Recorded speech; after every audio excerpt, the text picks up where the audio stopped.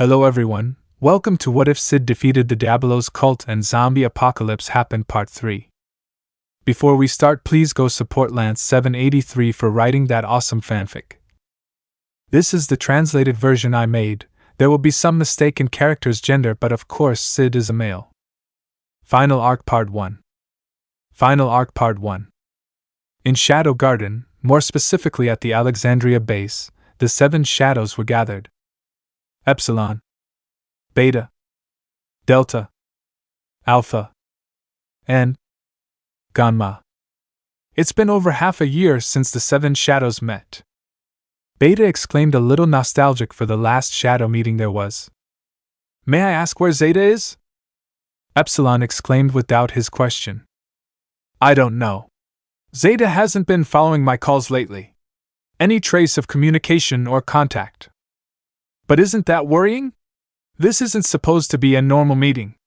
It's also for planning Zeta's strategies. He'll miss out on everything. I previously sent some numbers to look for her, but none have shown any signs of having seen her. Zeta specializes in espionage. Tracking her down won't be easy. If you want, I can bring her, Alpha-sama Disa. No. You're the worst option. If you go looking for her, they'll probably fight again and attract the enemy. Okay, Disa. Delta was discouraged by Alpha's words, losing her chance to beat up that spoiled cat she saw in her eyes. How's the progress on the artifacts going? Okay, I've finished them all, but I only need the last one, which they'll use as a plan B. I'll have to stay here a bit to finish it. I understand. But don't take too long. For now, hand me the artifacts you've created to expand them. And Ada sat in the chair while a number took her with her to her experiment room. So you also created weapons for Midgar and Oriana? That wouldn't be dangerous. What if they rebelled or used the weapons to their advantage? Don't worry, Epsilon. I have a plan in case that happens. The important thing now is to plan our strategy for the battle. And I'm very sorry to inform you that this time I don't know if we'll be victorious. This will probably be the last battle we fight. We can all agree on one thing, and that is that we will get revenge for what happened to Shadow-sama, but also, if we don't manage to do it, it will turn out that we weren't worthy of being by his side. Also, I'm very sorry if I don't promise victory and win. I know you all want it from the bottom of your hearts to win and kill that bastard who took away the only reason we all live. As a leader, I'm not sure of something for the first time.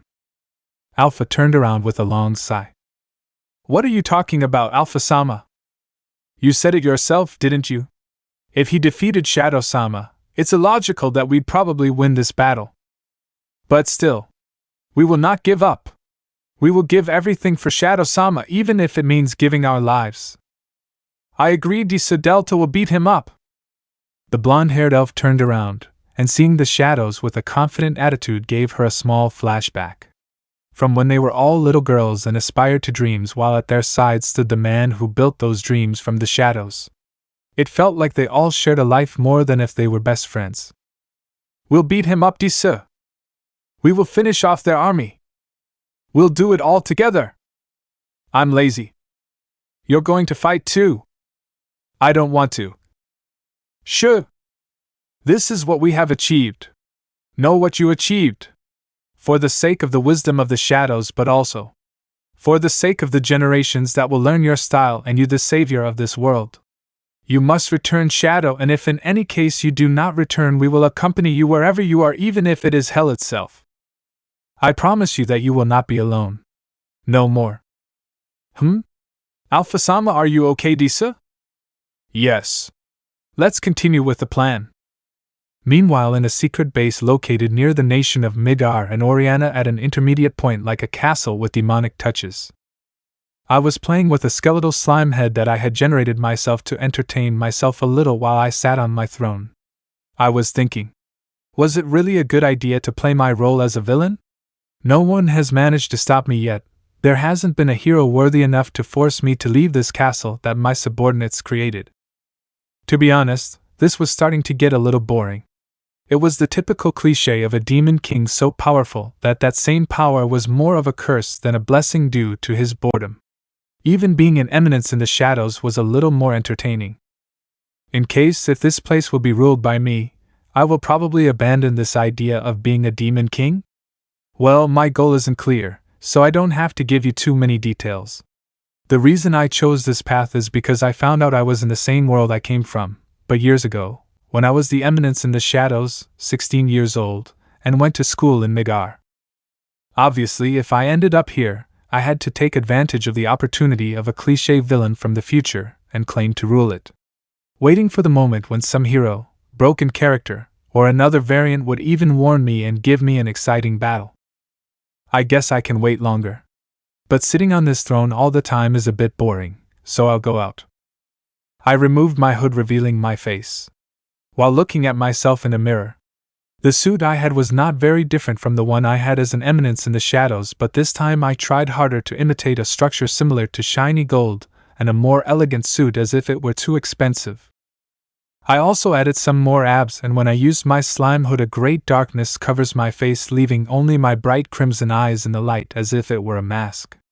The new mechanics are interesting to me. Maybe I'll take some more things. I previously tried using a mask as an unknown villain, but I guess it's not my style to wear masks in my Eminence form. Maybe I can do it with another character in the future. I suppose I can add something more striking to my shoulders to make me look more elegant. Shadow-sama. The finest wine you asked me to bring you is ready. Yukime approached with a glass of crimson wine. As she walked, she approached me. I received the wine. I really liked wearing wine with my outfit. It made me look like a demon lord. The new outfit suits you well, Shadow-sama. Yukime approached me while lightly caressing my shoulders and pectorals. Mr. Outside the castle there are a large number of people. Our army is dealing with them now. So now the city is desperately trying to declare war on the villain?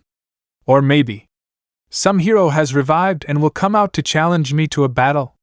Interesting. I'll watch the fight until something surprises me. I threw my wine to the floor as I began to walk, guided by my subordinate that I myself created with my power.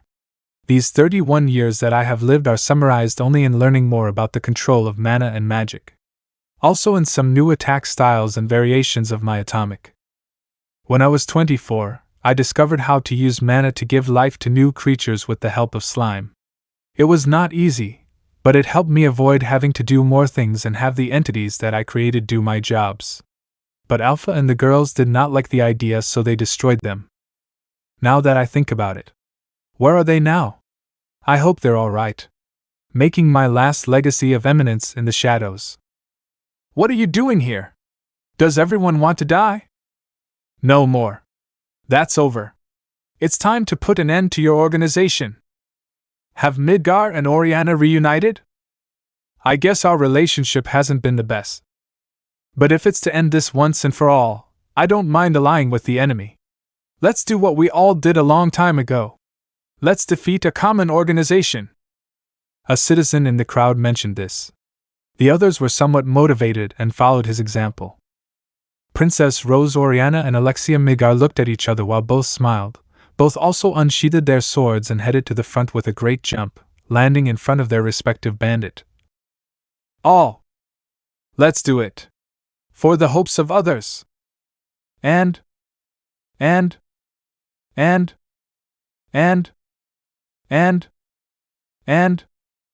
it's time!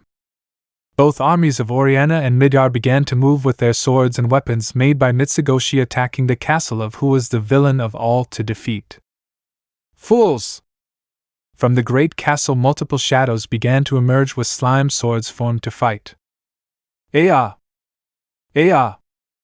Both sides began to clash, and the shadows were impressed to see that the humans managed to engage in a clash against them. Impossible!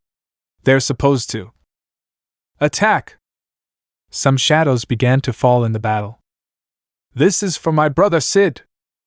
A black-haired girl with long hair and wearing the Midgar Academy uniform was shown along with her renowned mana-imbued sword, finishing off one of the shadows. Be careful, you shouldn't use your mana like that, otherwise you'll wear yourself out very quickly. I know that! Some hooded people were looking from a distance from the castle while analyzing the situation. There are 5 figures guarding the castle. Judging their position, They must be the strongest and the ones who caused the death of our numbers. Then let's finish them off, Disa. Let's use the artifacts ETA provided us. First, let's use the artifact we've had with us since the Midgar Academy was invaded. The Eye of Greed. Alpha pulled out of his arsenal that eye that once jeopardized Midgar Academy, and can reduce the user's mana to practically nothing. The Eye of Avarice has that ability to attack enemies and the advantage of not being able to affect its user. Alpha activated the eye, causing a barrier to surround the entire castle along with the shadows, and the exercise that was fighting ETA had expanded the range of the Eye of Greed enough for it to cover the entire fight. With this, they would gain a significant advantage over Shadow's organization. However, the zero mana effect was only valid in Shadow's castle. In the others, the mana was only reduced but to 75%, but still enough for the advantage. Let's go! And Delta was the first to launch herself at the 5 guards guarding the tower. The others followed suit. Surprisingly, the guards reacted to the surprise attack, but with difficulty. Who are you? The ones who will end your master's life. It's not personal, but they're on the list. Beautiful. Each side began a brutal clash of swords and claws constantly. The shadows were on par with the enemy, but thanks to the mana advantage and the Eye of Avarice, they gained a slight advantage, something noticeable. Curse. How come they're so strong? No, it's not that. Why can't I use my mana? I'm sorry, but we will win this battle, even if it's unfair. You'll be doing us a great favor if you die quickly. Delta's fists were surrounded by claws that covered them. The claws released a large amount of mana. Delta launched himself towards everyone using all his concentrated power. When he managed to hit one of the guards, he covered himself, but barely a few seconds passed. The energy that Delta had generated caused a huge explosion that even succumbed to the entire ground and damaged part of the castle, setting the place on fire. Heavens! I guess he got all the fun. I guess Delta isn't contained. By the way, isn't Ada coming? He's still making the weapon, but he'll come as soon as he's finished. I hope she didn't fall asleep. It's time. And the 4 shadows looked at each other seriously, wondering if whatever was behind the castle was the one who had killed the chief they loved so much.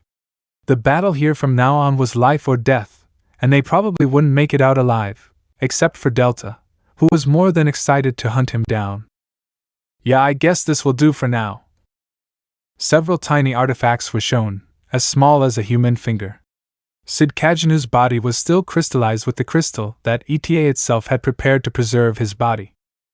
A loud bang was heard and the roof was slammed down with great force as debris began to fall. Ada created a large layer of slime protecting himself and his master. You stupid hitch! You tricked me! He rebelled to Zeta from among the great smoke falling with a penetrating look towards ETA full of remorse. I told you very clearly that if you used the master's body you would regret it. How did you find me out? I came for the master's body as soon as the preparations for the plan were finished, but I realized that the smell he gave off was very different from the master's. He was just a dirty clone. I searched everywhere and couldn't track you down in your laboratory, so with my instincts I detected your presence. Zeta approached and hit ETA but quickly activated a slime shield that stopped the attack. Zeta's attack did not stop and created a slime weapon hitting Zeta's shield, cracking it. Even this shield can withstand attacks from Beta and Epsilon together, but I suppose your strength is far superior. What's going on? Lambda and some Nemirians entered Ada's room, and when they saw the large crater that Zeta left, allowing them to see the scene of both. Zeta-sama? What are you fighting about? Why is Shadow-sama's body? Get out of here, everyone! But Zeta looked at Lambda directly, causing great terror in all the numbers present. SSI. The numbers withdrew, closing the door. Time is running out. What are you talking about? The others went to attack the enemy. Why should I care? Even I know that if the master is resurrected and sees his precious guinea pigs die, he won't be happy. TSK. Just this once you're safe. But next time I'll end your life. Zeta disappeared his magic weapon and approached the capsule where his master was already lifeless.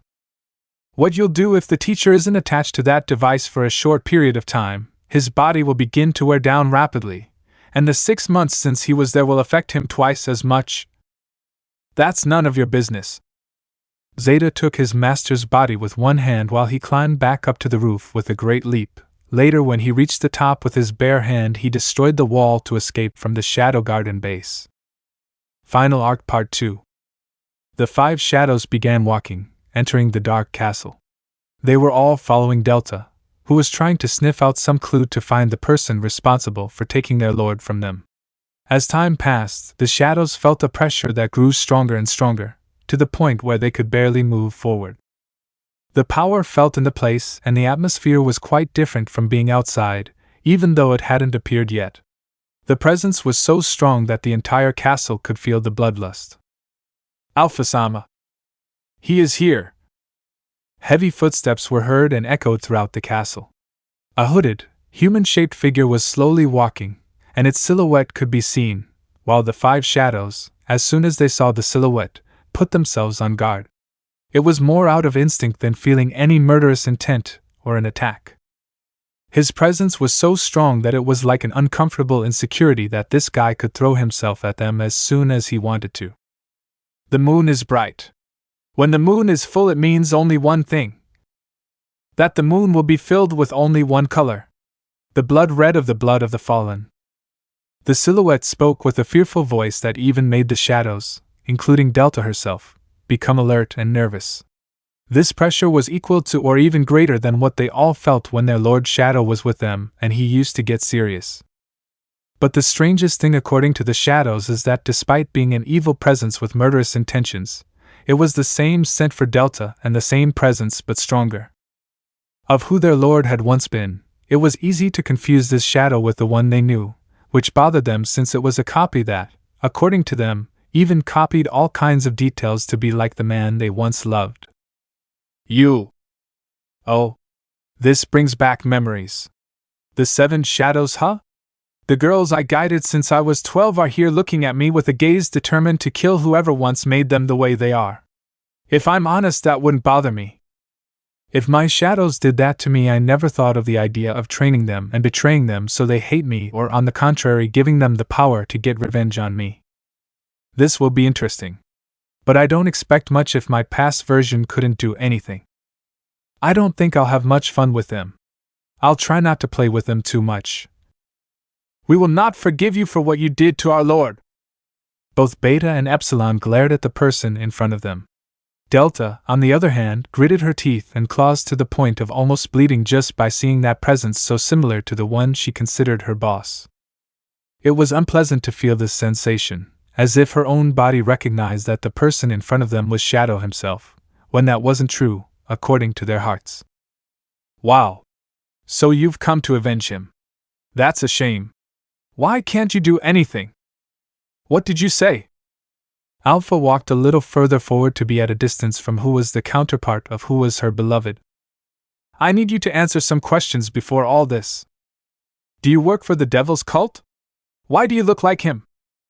I don't have to answer your questions. All I see before me are 5 poor souls who have passed away. The dead don't ask questions, the dead are just that. Dead. It's a shame. Alpha sighed as she looked back at the person in front of her with a serious, murderous look in her eyes that radiated hatred. Then you will have to die. Our magic is... What's happening? Why can't I use all my magic power? We're all going! Both sides continued to exchange sword blows. Some shadows and humans began to fall noticeably. Despite the advantage of the Eye of Avarice, the shadows themselves were very strong physically on their own and the slime could still be used, so the disadvantage was not something they could rejoice about yet. Clash sword! Of all the voices, a girl with long silver pigtails and crimson eyes wearing Midgar's characteristic uniform was carrying her magic-filled sword. As soon as she launched herself, she attacked multiple targets, generating a small rumble that sent several flying. Such a show of strength impressed the Midgar faction, who had no idea that Alexia Midgar had such power. But the girl didn't stop, and without wasting time, at great speed she raised her sword. In a few seconds the shadows in front of her were cut down one by one as they slowly fell. Of course the shadows were the weakest, but still such a show of strength was quite impressive. After all, even if they didn't have all their magic, those shadows could take on several Midgar knights, which showed the level they were at now. Don't get distracted, you have to keep going. Yes. That's impressive, Alexia-sama. Let's follow her. Are you okay? Yes, I still have plenty of energy to keep going. Claire was having an internal conversation about who the Witch of the Aurora Calamity was. This while defending herself with her sword against attacks from different directions with difficulty. Certainly, she had to be careful not to use the power of the Calamity too much, otherwise, her mana would run out at a considerable speed. This is a real nuisance. That damn artifact largely nullifies our powers. A loud bang was heard from the entrance of the castle. 11 beings of different appearance began to walk. Their footsteps echoed in the place so much that even the sides stopped their fight to witness those who were in the area. Who are they? They are. The Demon King's 11 servants are here. The scales are now in our favor. You're pathetic. You. To disgrace our master, the Demon King, is an insult that we have to intervene in this battle. So these are the so-called armies of Midgar and Oriana, huh?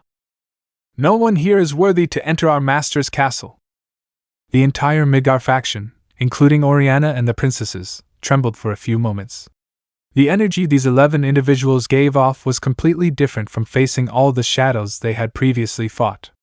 Each of them could feel the pressure, a pressure similar to the Diabolos cult. The fear of knowing there were individuals that strong. They all trembled as they held their swords. These 11 guys are not ordinary.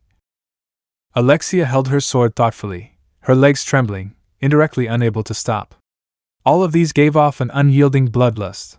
Their combined presence was one even her soul could feel. To feel the danger of being so close to their presence.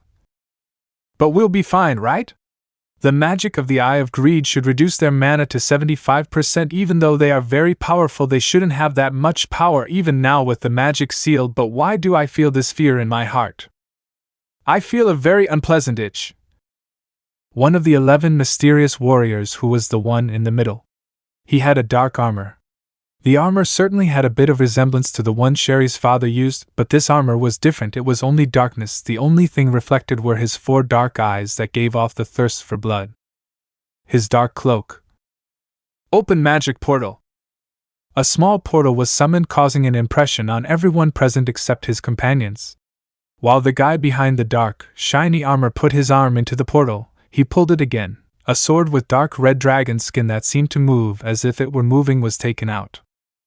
The sword continued to come out of that strange portal. Its size surprised everyone present. It was a sword almost 4 meters long, and it still continued to come out of that portal. That kind of... He's carrying that thing with just one arm. Not only that sword, it seems to have life. Right, that's not a sword. Curse. The portal ended and a dragon aberration was revealed. It was several types of dragons and shadows mixed together as a single being. It was a very unpleasant appearance. It was shaped like a sword, but it definitely wasn't a sword, it was an aberration. Court of the Pleiades.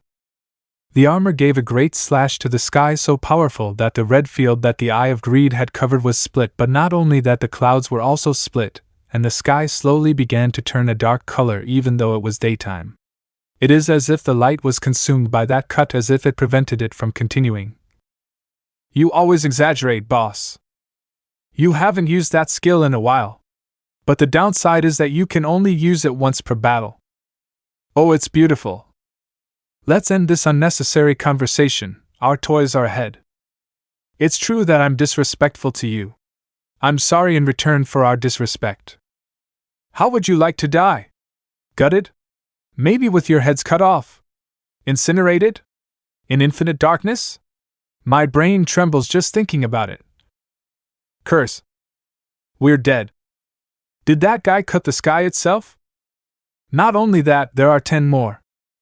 All the soldiers of both nations froze upon seeing the 11 present. They could not speak. Some could not even move a single muscle out of fear. The majority felt a sense of immense danger running through their souls. They felt the need to flee that place immediately. A girl with short yellow hair wearing Midgar's characteristic uniform accompanied by her sword finally decided to speak. It was none other than Rose Oriana herself who spoke from the crowd. "Don't give up!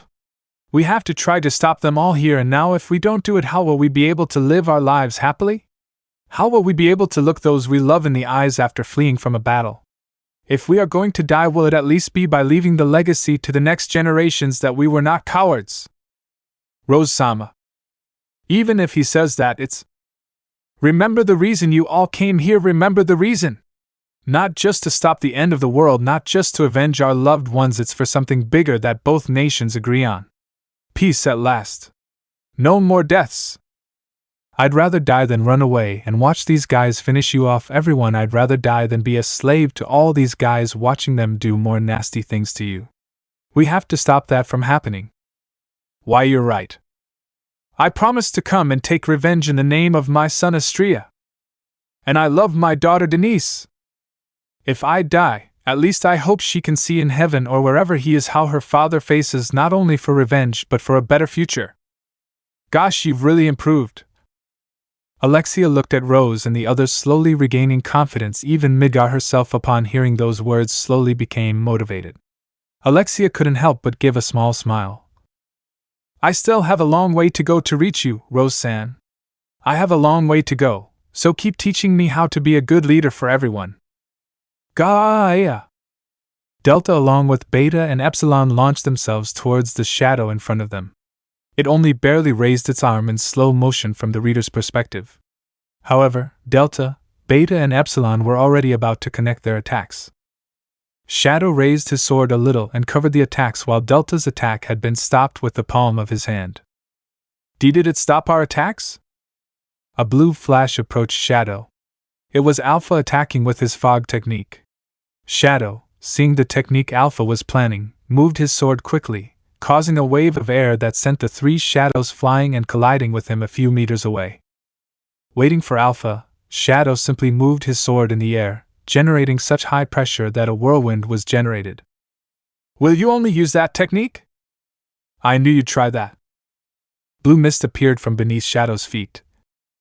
It's a good strategy, but... Shadow slashed his sword at the ground with greater force, causing the ground to be destroyed and a large smoke screen to be generated. A shower of small magic spheres went at great speed against Shadow, however he created a barrier preventing any of them from hitting him. Do you really think such a cheap device will be able to nullify my magic? Shadow's mana was certainly affected by the Eye of Greed, however his mana is so powerful that it barely, and Shadow's reduced power was approximately 40%. The artifact could not absorb something so powerful. For the first time, an artifact does not fulfill its function against an individual. But for Shadow it was child's play to get rid of such a toy artifact, planning to continue their game that according to them they had an advantage over him. That's why. If you wonder how Shadow is under the effect, if one of the 11 nightmares destroyed the artifact. Alpha and the girls had the original eye improved by ETA, which has an effect 1,000 times better than the copy that Midgar and Oriana received, which only covered 75%. This is why ETA could not replicate the full power of an artifact. However, even if they managed to achieve an artifact, the 11 nightmares could still destroy it, and they, aware of that, did not strive to put in more effort on more than one artifact other than the one in this battle. They knew of Shadow's trust and that it would allow them to use cheating, certainly a strategic move. Precisely. Delta hit the ground with a big hit, causing a huge tremor that caused Shadow to stagger, distracting him for a few seconds. In that time, Epsilon and Beta were already behind him. Artifact. Burst! A large curtain of smoke was generated and an explosion covered the entire castle, completely consuming what had been the shape. The shadows were distracted by what had happened. Interesting. The smoke was quickly pushed away by the same presence that barely walked away with its mere presence, and pushed away all the smoke. It only looked at those who were its former companions in the past. Final Arc Part 3. Although I am certainly disappointed in you. Kay? Who the hell are you to tell us you're disappointed? Don't you dare try to sound like him. Yes. I'm certainly not him. But even I know the tactics they're using are interesting.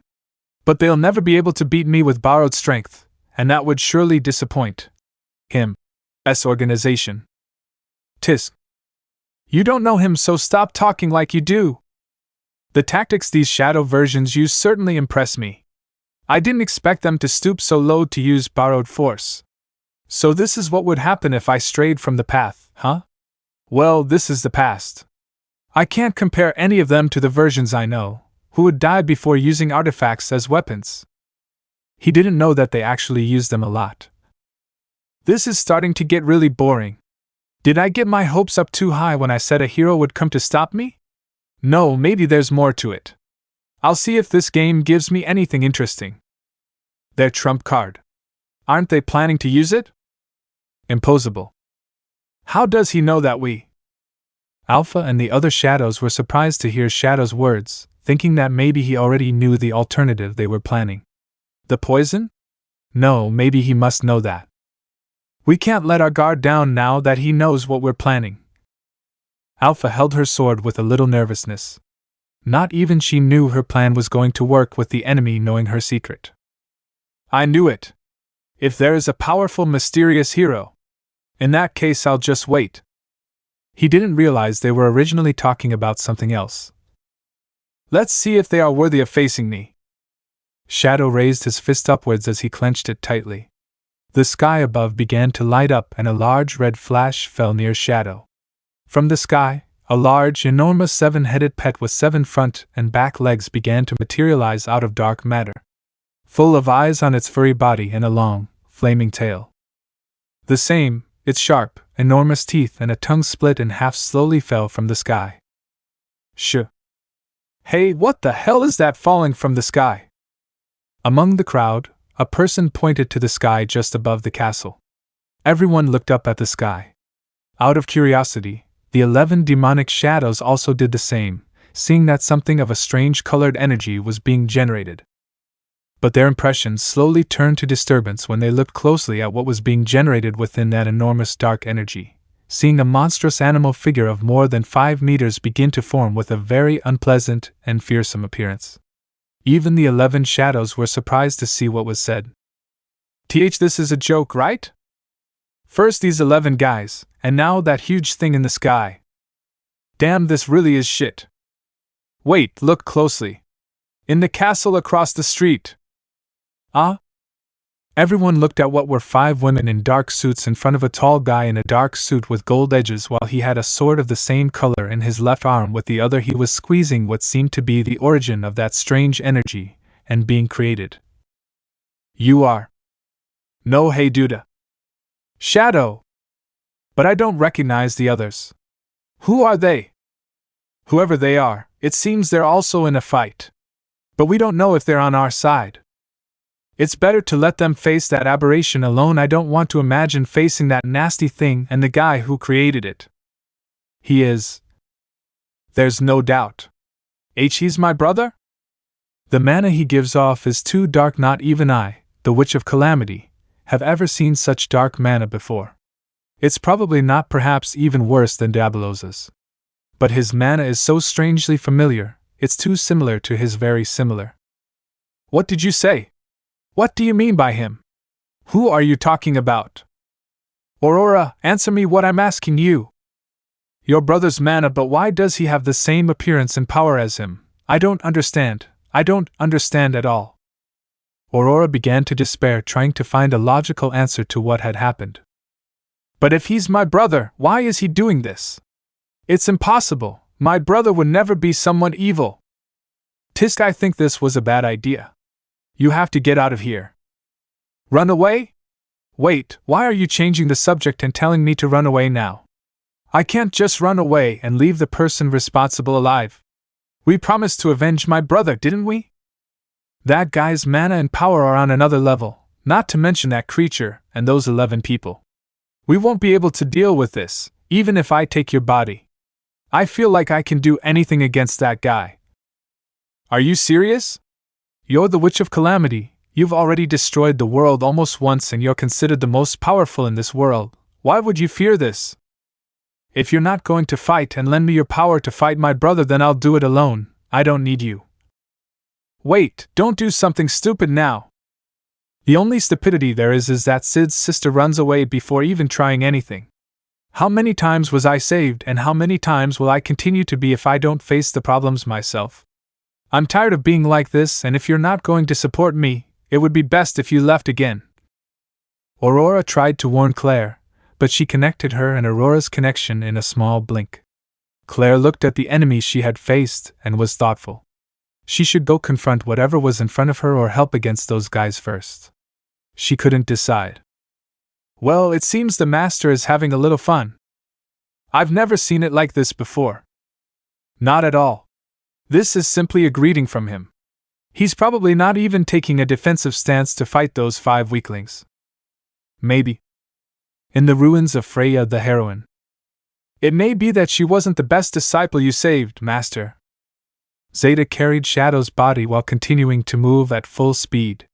She only looked at her master with a sad look, not because of his condition but mostly because of herself inside, as if she were disappointed in herself.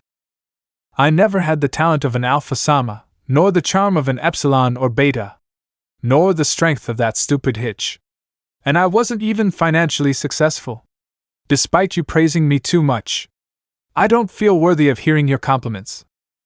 I had no outstanding talent, and I had no wisdom that I could envy anyone, nor any significant difference. Even now I have to resort to a very dirty method and betray everything you yourself have created with your life to do this. Can you believe it?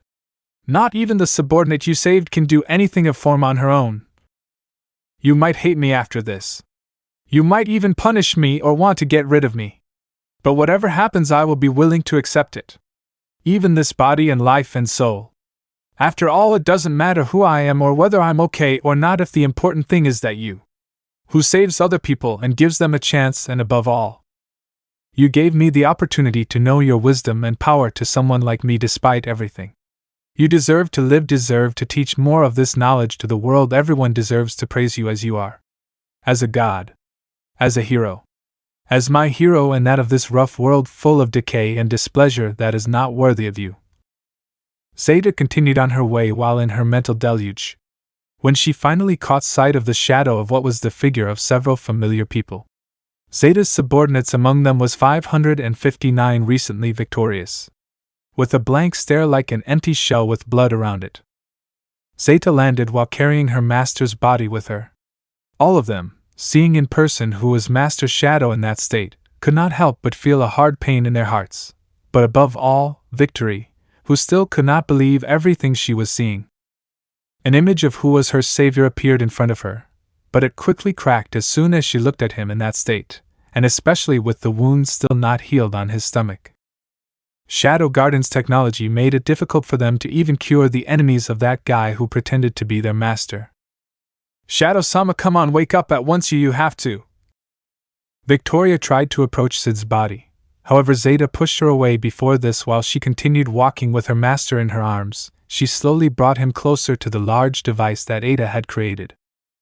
The heroine Freya was still chained, but the chains had strange devices surrounding them as if they were tubes, which were connected to the same enormous device that Ada had created. Freya continued trying, like a dog, to free herself from the chains violently. Is the device ready? Yeah, but don't waste time and turn it on. SSI. Zeta placed Cid in a huge device while the subordinate turned on the linked devices. No one spoke a word. Everyone was frozen but at the same time expectant of what was going to happen next. It was now a completely silent place. The beast slowly began to emerge from the mana circle Shadow had created. It finally appeared. A ferocious roar was released as it glared at the 5 shadows present. Shadow simply walked over it and retreated behind it, leaving the battle to it. You are. Be careful. Don't be intimidated by this. Alpha tried to stay calm while analyzing the situation. Shadow only began to laugh loudly. His laughter was heard by the 5 present. It was a sinister laughter that denoted different types of emotions. Fury/madness/happiness. But something that only Alpha noticed for knowing so well previously who was his shadow. It was a laughter apart from similar to his lord, although it weighed on him and displeased him. The laughter he heard sounded strangely fake. As if one more emotion was present apart from all the others that Shadow tried to express as a villain. It was a laughter that deep down hid something else. Was it sadness? The questions could not be formulated why the battle was here and now. Why do I feel this strange sensation in my heart? Alpha-sama, what do we do? Alpha-sama? Sorry. Now we have to reinvent our strategy. We'll have to use our entire arsenal. Yeah? But wouldn't we use it against this guy? Obviously we can't win with a tactic as simple as the one we just used. We have to stall for time until ETA has its weapons ready. Understood, Disa. Delta is eager to hunt a dog. Delta got on all fours, looking excitedly at the enormous beast in front of her as she gnashed her teeth.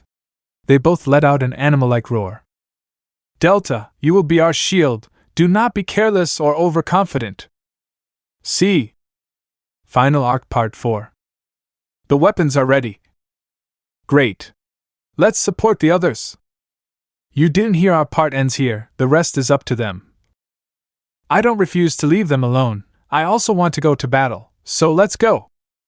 I don't want to. If you will go. Gunma forced Ada to head towards the fighting area with difficulty. Come on, you have to come. No. And now what do I say? Wait, I think. If you come, I'll convince Alpha-sama to increase your lab's budget.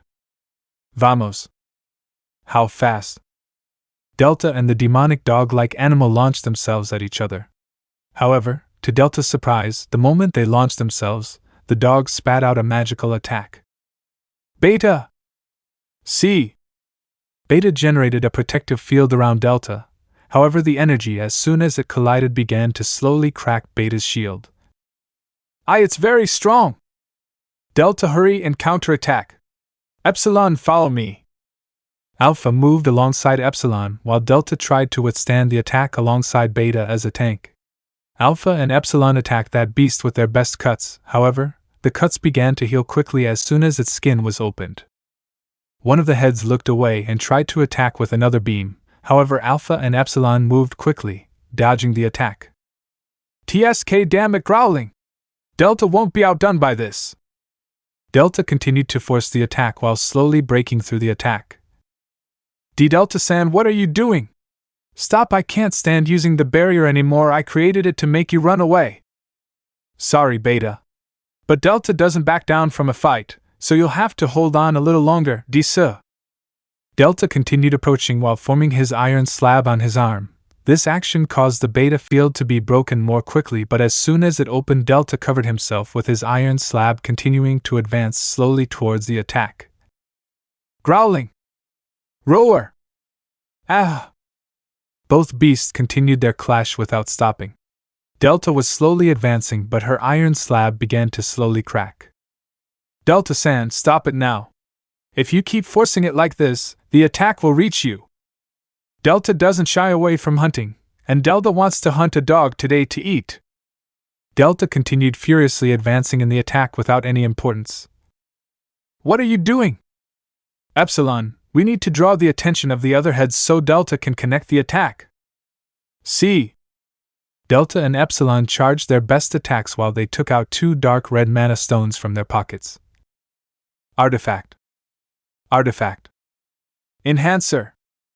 Enhancer. Both broke the stones on their swords, which began to shine with the subsequent colors that were the stones. A large hand began to accumulate, and the swords went from being only their swords illuminated to so much mana that it even reached a great height. The people of Oriana and Midgar managed to see the flash of 2 attacks, but they continued their respective fights. Aya! Aya! Roar! Growling!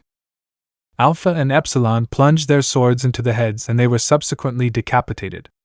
However, Delta and Epsilon did not stop and began decapitating the other heads, leaving none behind except the head Delta was fighting against.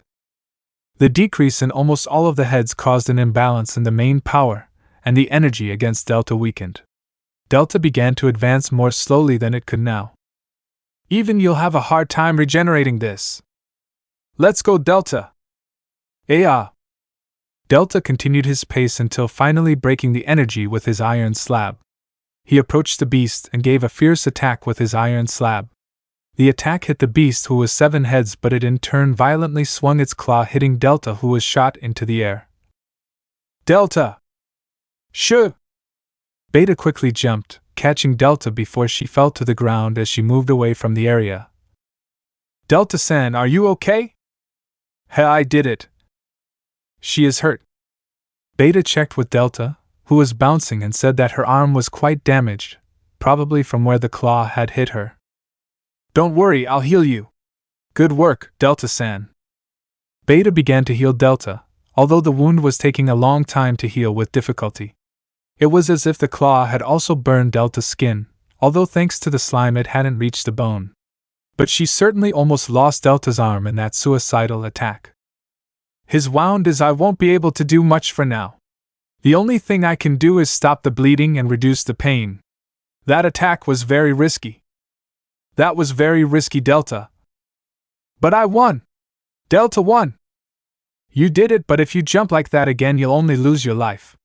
Don't do that again. I wouldn't want to lose you too. Ju, this is nothing. Yes. You're always like that. Beta smiled as he continued trying to heal Delta's arm. Alpha and Epsilon had also arrived from the smoke explosion. What happened? Delta-san was hit by an attack before hitting him. I tried to heal her, but... Let me see his wound. Huh? You listened to me. You understood. Beta moved away, leaving Epsilon with Delta. The damage was too much. It feels like her arm took a direct hit even though the slime protected her. But I think I can help heal him. Ah, really? Yes.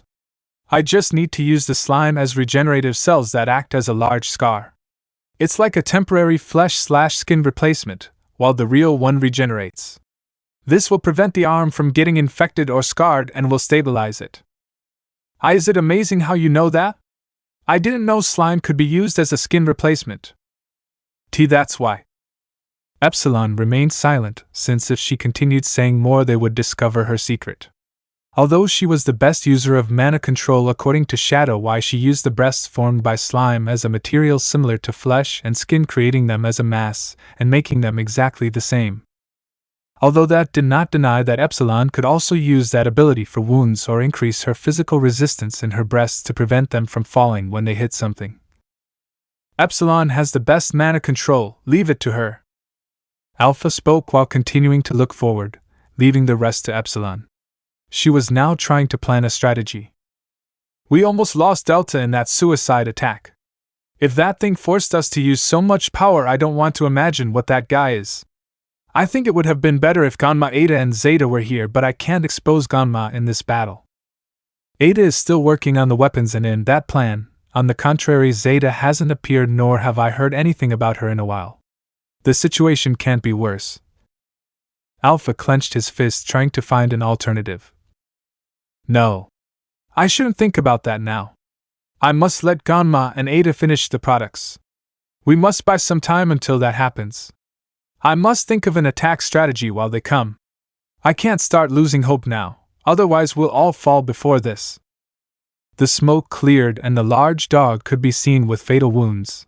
Its head had been broken in half while its body was pierced and deformed from the attack. It began to fall lifeless to the ground.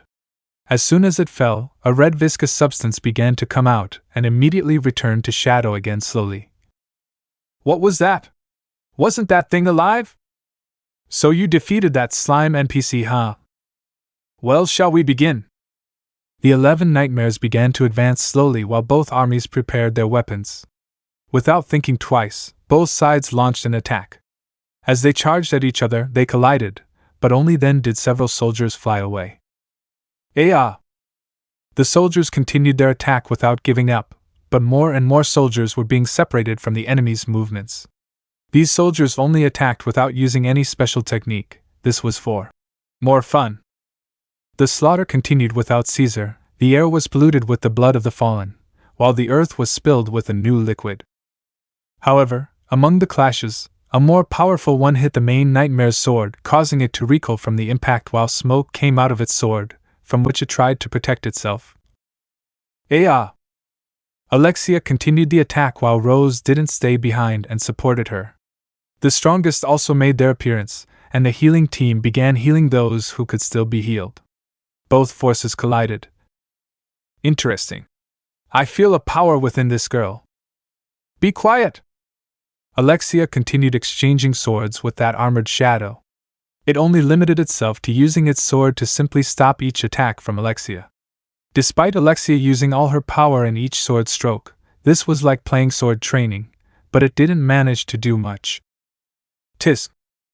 Let me show you how to handle a sword. The knight changed the direction of his sword's movement, and with a few fine movements he superficially cut Alexia without difficulty. Ah! Damn, how is that?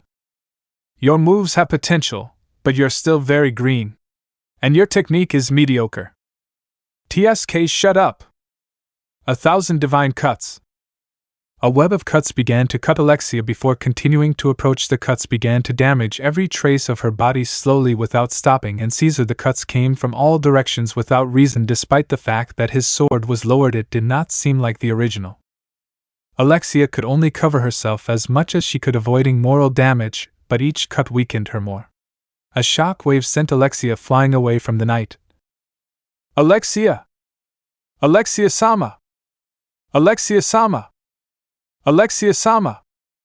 Medical team now! So you didn't have fun with that girl? Remember that you are fighting with me! Rose launched a huge attack, however, it was barely repelled, causing an impression on the blonde. That's true. But this battle is so predictable that I can even afford to get distracted. What are you saying? Shockwave. A large shockwave was generated, causing Rose to be thrown back as soon as it was generated. She quickly tried to regain her posture, but another shockwave was generated, preventing her from doing so. Rose collided with several soldiers, and those nearby were also shot. What the hell was that? Curse! The two princesses of both nations have already fallen. Are we screwed, right? There's no way we can. A girl with long dark hair, crimson eyes, and the characteristic uniform of Midgar began to advance with her sword to what was the front of the battle. Everyone was impressed to see someone so young walk to the front of the battle until everyone noticed it was Claire. See Claire-sama? Don't do it, Claire-sama. The princesses and the high command have already fallen and those guys are it. Claire-sama? There are 11 of them. And those 11 have already finished off a large portion of the soldiers. Even if I fight, there won't be much change. The princesses were defeated. It's illogical for me to do anything, but if I don't do something now, I have no choice. I'll use it now. Claire's wrist began to glow as she pulled back her sleeve a little to reveal a strange symbol. It continued to glow. Who is she? His strength is nothing impressive but that magic circle in his hand. I don't know, trust me. I feel a strange dark mana coming from there. You always exaggerate, leader. My body probably can't stand using Aurora's power for more than 7 minutes. The most I've managed to control was only 6%. If I don't take advantage of the time lapse, I'll end up cornered and I'll be the one who loses. Besides, it's 11 versus 1. Even if I were superior to one of them, a pitched battle is a disadvantage. But even if my body can't take it, I'll finish them off. Claire's eyes turned purple as a small aurora was released around her body, but it quickly faded without complications. I won't waste time. Claire launched herself at the 11 nightmares, and as soon as she arrived she exchanged a sword blow with the leader, which produced a shock wave so high that it pushed everyone away, including her companions. All blood! Claire's hand began to generate a kind of dark blood slime in the palm of her hand, releasing it in a pointy form, throwing it at more other nightmares. Surprised by Claire's sudden change, they tried to protect themselves, but each one was pierced by the attack. You are strong. I have never felt such a strong stab since I was created. Who are you? I am Claire, the sister of Cid Kagenou, the sister of those you murdered, and now you will pay dearly. Cid Kagenou? Claire didn't stop her charge and with a strong kick managed to push the Dark Knight several meters away. But that didn't stop Claire. She began to generate a large mass of blood in the air. She threw it at all the nightmares. The blood evidently chased them. Hail camp! A large energy field was created which prevented the attacks from hitting the nightmares. All the nightmares had created their own power field. Interesting. Interesting. I've never seen this kind of powers, really interesting. Move aside, she's mine. Kay? Don't think that because you are the leader you can. Appartenance. Damn old man. The armored nightmare advanced while a dark aura surrounded him. Now you won't have to worry about anyone but me. Let's continue our fight. Aak damn Aurora's power, I still can't bear it all. Claire began to sigh tiredly but stood firm looking at her opponent. Hail Shadow! The armor launched itself at Claire with brutal speed, its black glowing sword slashing across its body. Claire barely saw its attack coming and flinched slightly, but was still grazed by the attack. Blood binding! A blood bond surrounded the armor as it was completely immobilized. What the hell? How long has Miss Claire been so strong? Alexia, who had regained some consciousness, was being treated by some healers. She watched Claire fight against that armor. Alexia felt disappointed in herself again for having to depend on her best friend Cid's sister. How many times have I? Alexia-sama, don't bother yourself, we need to heal her. Hail flame.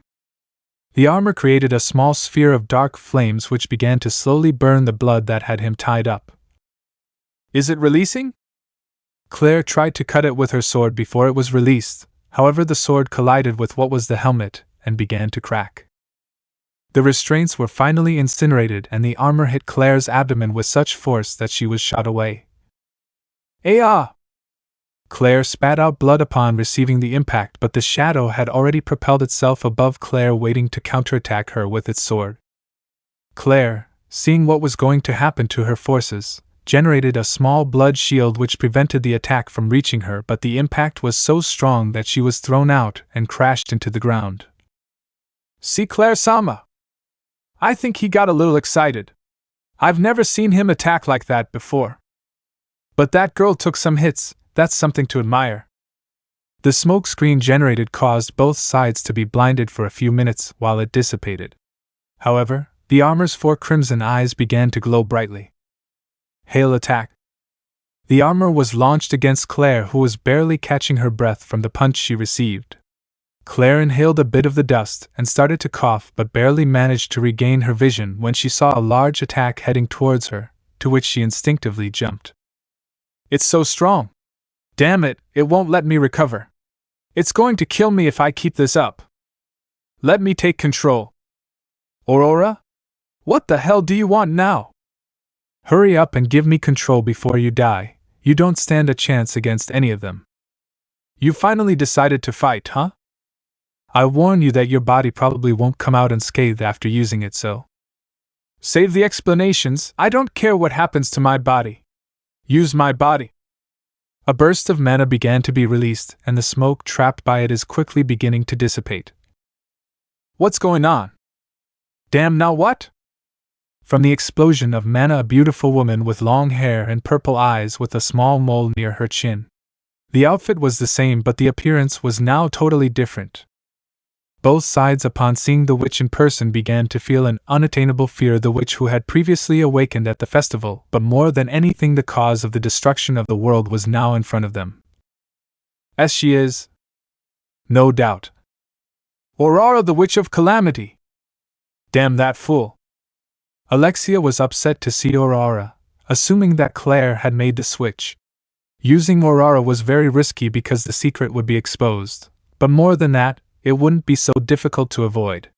The problem is which side Aurora would be on now, since she was different from Claire for obvious reasons, and Alexia still didn't trust her. The Witch of Calamity. Interesting. So that girl I was fighting was actually a witch. Interesting.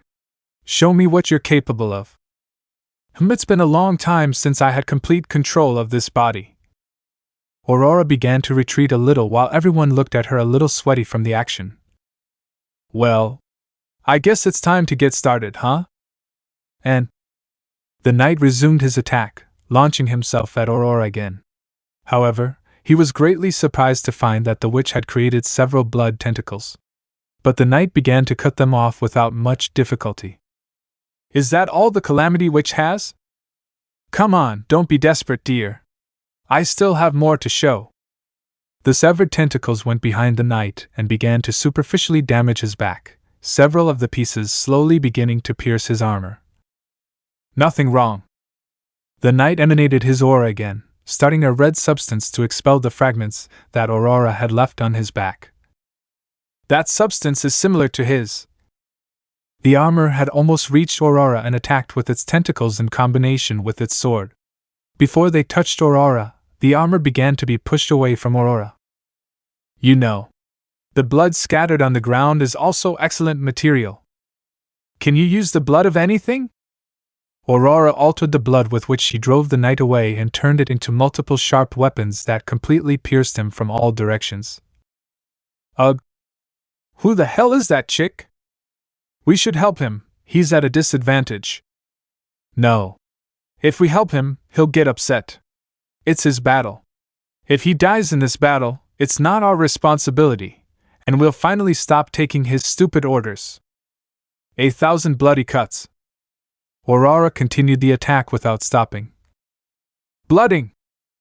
An explosion in the sky was released and a large gust of wind was generated. Will you free yourself from my attack? From the smoke of the explosion, a visible image began to be noticed. What was the armor was now destroyed, a little of its true appearance was revealed. Large muscles, while a red slime fell from them similar to blood but definitely not blood. What remained of that armor was only the helmet and the complete feet, but at the same time, to the impression of everyone and the dawn itself, large demonic wings had come out of his body, and now he was larger, measuring approximately 2 meters 27 centimeters. Hey, are you serious? Apparently. He's going to give it his all in this battle. But that transformation is extremely risky. What are you? You have impressive skill. A warrior like you who is giving it her all deserves someone in the same league. I never thought that in my newly minted years I would use it all. I will definitely remember this fight and your name. Dawn of Calamity. Hey, I'm not understanding anything anymore. This doesn't seem like a normal confrontation anymore, we're just insects compared to this. Damn, not even with the alliance of both nations did we still have to rely on the Calamity Witch. Don't give up. We still have work to do. Let's move away from the field a little and see who's fallen now. Let's regain our strength in case we need to intervene. Rose spoke from the crowd and Oriana listened, starting to move. Do the same thing. Alexia spoke and Midgar mobilized. The armor launched itself completely mercilessly towards the Calamity Witch, who, surprised, materialized more blood using her technique again. However, the Aurora blood was easily split and charred by that guy's sword without problems while continuing to approach with all her speed. Hail Shadow. This is bad. The Witch of Calamity used more power in her left hand, causing the liquid that the subject was spilling to slowly begin to rise. It's not blood, but this structure is curious. Aurora turned her slime against him, but he kept moving forward. Aurora generated a mana field, but it was still destroyed by the impact force, although the force was lessened. The impact was such that a crater hundreds of meters wide was made. The 4 shadows in the fight were already exhausted and had some combat wounds. Shadow alone remained intact, without any apparent scratches or signs of fatigue. Shh. We haven't managed to scratch him at all. Curse. Kaya! An explosion was heard near the castle and a small scream that caught Shadow's attention as the shadows who turned to see what had happened. Iie-san, that wasn't very nice. Gamma was on the ground, head first, while she got up with her nose full of blood. You have blood. Don't change the subject, that was very mean of you. Pot. The teleportation device that guy was using is still very flawed. Even though we used the strongest armor I could think of to withstand the trip, it was destroyed, and he sent us very aggressively to this place. Even so, Ganma and Eta? What are they doing here? Epsilon and Beta sweatily asked each other while Delta just remained silent, not understanding anything. Alpha looked at both of them with a frown. I told them not to intervene. But that's how you are. Gamma smiled as he continued to look without interest until he saw who was in front of him. Is that the enemy? Yes. It looks a lot like him. But it's definitely not him. You don't have to tell me.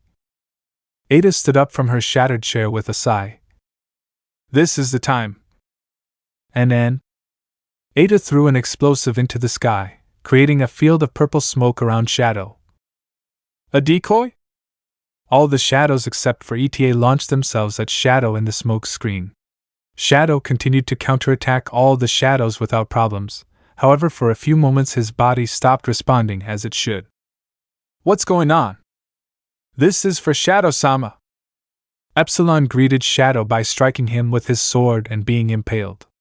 Beta, on the other hand, was not far behind and also plunged his sword into Shadow on the opposite side, piercing his chest. This is for our master! Delta continued from above and hit Shadow's left cheek hard, generating a shock wave. This is for Basu! Alpha came out of the air with his sword as he dropped down with his sword wrapped in blue aura. Die as compensation for everything. Alpha tried to stab his sword into Shadow's head, however the slime on Shadow's hood moved of its own volition and stopped the attack, causing a large shock wave. He cushioned the blow with the slime? But that attack was... So that smoke screen was actually a paralyzer. Interesting, but I never thought that paralyzer would actually work on me. Shadow's head began to bleed slowly. Alpha's sword had only managed to cut a little but not enough to pierce anything. It was only a superficial cut. Despite Shadow's strong slime, Alpha managed to do a little damage with the powered-up artifact. Who would have thought you'd get to this point? Shadow gave a sinister laugh as, with his body able to move again, he slammed down so hard that it created a crater, pushing the shadows out of his way. Shadow then began to pull out the sword stuck in him while his wounds slowly closed. The wound on his head was also healing quickly. Without wasting time, Shadow began to move at high speed, beating each of the shadows with his fists, leaving them almost knocked out with a few blows. It was an interesting play, but the game is over now. After beating each one, Alpha had frozen in the air, so I held her neck and squeezed. Now she looked like a true villain in front of the others. I held back my fists so as not to kill them immediately. After all, if I did it would be good, but I needed to take one more step to be a perfect demon king and a perfect antagonist. Ugh. Alpha-sama. D-damn.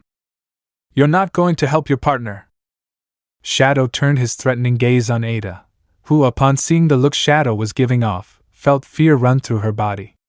Although she had been with Shadow many times and had learned some very scary things, the only thing Ada didn't know was Shadow's gaze, with murderous intent and without holding back. That guy certainly reminded Ada of a fear she had never experienced. Alpha tried to get out of Shadow's grip, however he simply remained intact, continuing his grip as he continued squeezing. Shadow-sama. Alpha couldn't help but remember saying those words as she continued trying to get away from whoever was holding her, but Shadow continued his grip without showing the slightest expression of wanting to let go. Shadow's eyes began to look empty and lifeless. The games were definitely over. You really are pathetic. I reached out to Alpha to quickly end his suffering. But as my arm was about to pierce his chest, I felt a strange, recognizable energy. The energy intrigued me, so I let go of Alpha to look away. There was no one around, but the energy was close to this spot. Ayak! Alpha started coughing heavily while touching her throat. GGUH. It's over. The armor was thrown one last time at an Aurora who was already kneeling without much energy. Aurora only closed her eyes. After all, without him, continuing no longer made sense to her. And perhaps for her sister it was the best. Although Aurora could use more power, this no longer suited her. The wear and tear would end up causing irreparable damage to Claire worse than the last time. At this point, although Claire mentally begged her to use all her power to avenge her brother, Aurora had already lost hope in achieving anything, she only wanted to be free again. The reason for her existence was because she owed him a favor and also to wait for the moment where she and he could meet again. But now that those dreams had been shattered, there was nothing left for Aurora to continue. So that's the end of it, huh? I guess I failed to protect your sister. Sorry, Shadow. A large part of the Midgar and Oriana army were out of combat. The princesses had also fallen unconscious. This was because they all tried to help Aurora in the final battle, but they were nothing more than obstacles that achieved nothing but being uselessly defeated. It's a shame, I thought this would be more fun. But the robbery boss is the one who steals all the fun. Thanks to him, we'll now have to wait around, bored, doing nothing. This war was pathetic and boring. Don't complain. The sword was about to approach Aurora, but before it could be touched, the sky had begun to change hue. The sky now looked purple, with visible storms. But that color was temporary, because the sky turned crimson red, the weather had changed. And a great magical power was present, which I called the rest of the troops of Midgar and Oriana and the shadows next to Aurora. Atomic rain. Some words were heard as clouds began to form. The clouds slowly caused the rain. But the rain was unusual. It was a rain of mana, but the size of raindrops, almost imperceptible. The raindrops, the moment they came into contact with both nations, began the soldiers slowly to heal their wounds. Except for those who had died, but those who were still alive, their wounds were healed. Some got up from the action, but most were unconscious. Alexia got up as Rose did the same. Aurora felt a pang in her soul that warned her. This mana is... It's you? Aurora turned around but couldn't see anything nearby.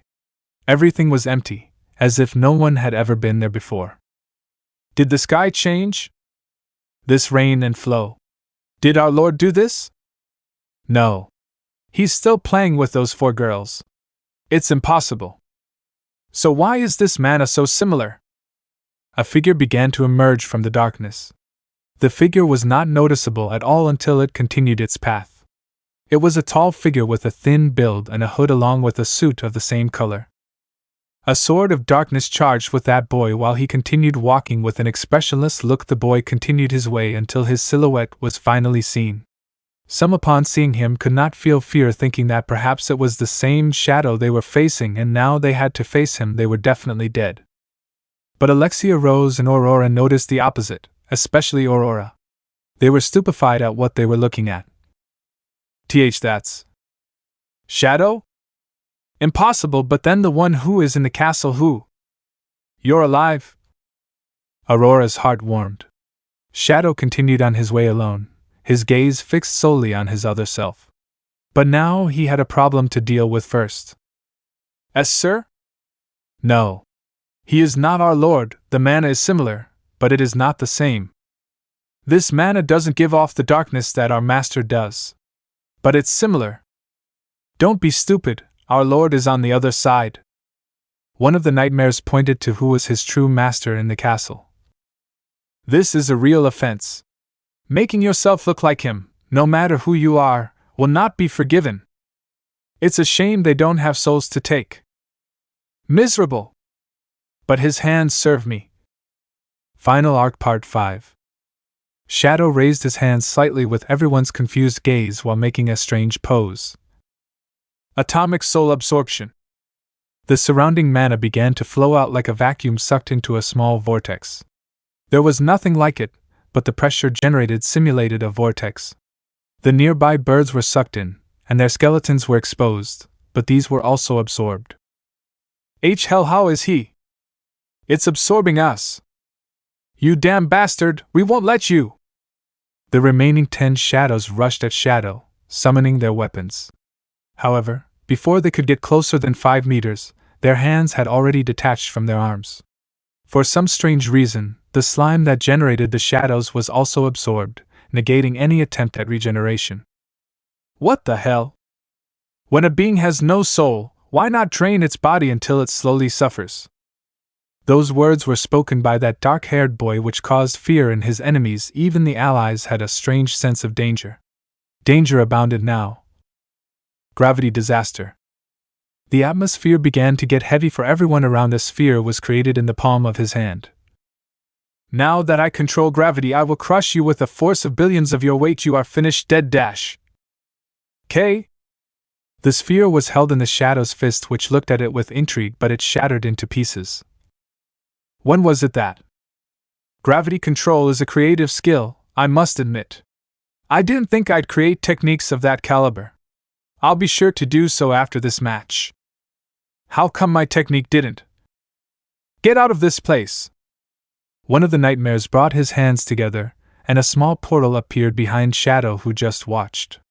The portal began to swallow Shadow slowly. Said portal gave memories as if it were similar to the one that had swallowed Shadow and sent him to Japan. But this portal was less powerful. The sun looked like it was a portal directed towards the sun itself. That old cliché, huh? Portals are annoying.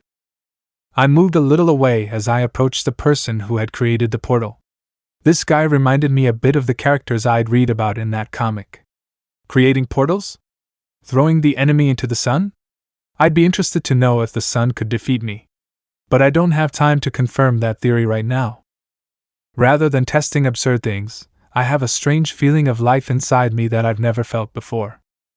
Shadow grabbed Nightmare's neck. His companions barely managed to notice his movement.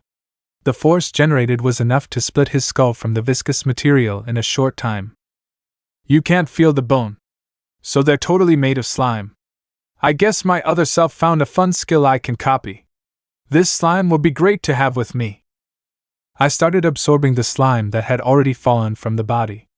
I certainly plan to see how different my future self's slime is from mine, and see what I can discover. Maybe I'll find ways to become stronger with these years gained. I had already left him without any slime at all. Damn you! I am Atomic Sword! A loud bang sounded and Shadow violently swung his arm which held his sword. The cut caused the remaining nightmares to begin disappearing one by one. The cut was careful so it didn't cause any injuries to those nearby. Shadow's mana control was as excellent as people used to remember it being. The atomic sword expanded all the way to the castle where the slash blast was about to reach what was indisputably its other version. However, it managed to stop the attack without much trouble with its hand. Companions? The only nightmare left now was the armored guy who wasn't hit by the blast. The slime began to be absorbed and Shadow's body began to absorb it. Many saw how Shadow absorbed that power in their eyes, but it wasn't like that. What Shadow did was only store the slime in his suit for safekeeping. A cliché tactic 77, absorbing your enemy's power until he died. Well, the performance isn't that bad. It seems like my body is starting to adapt to the strength I've gained.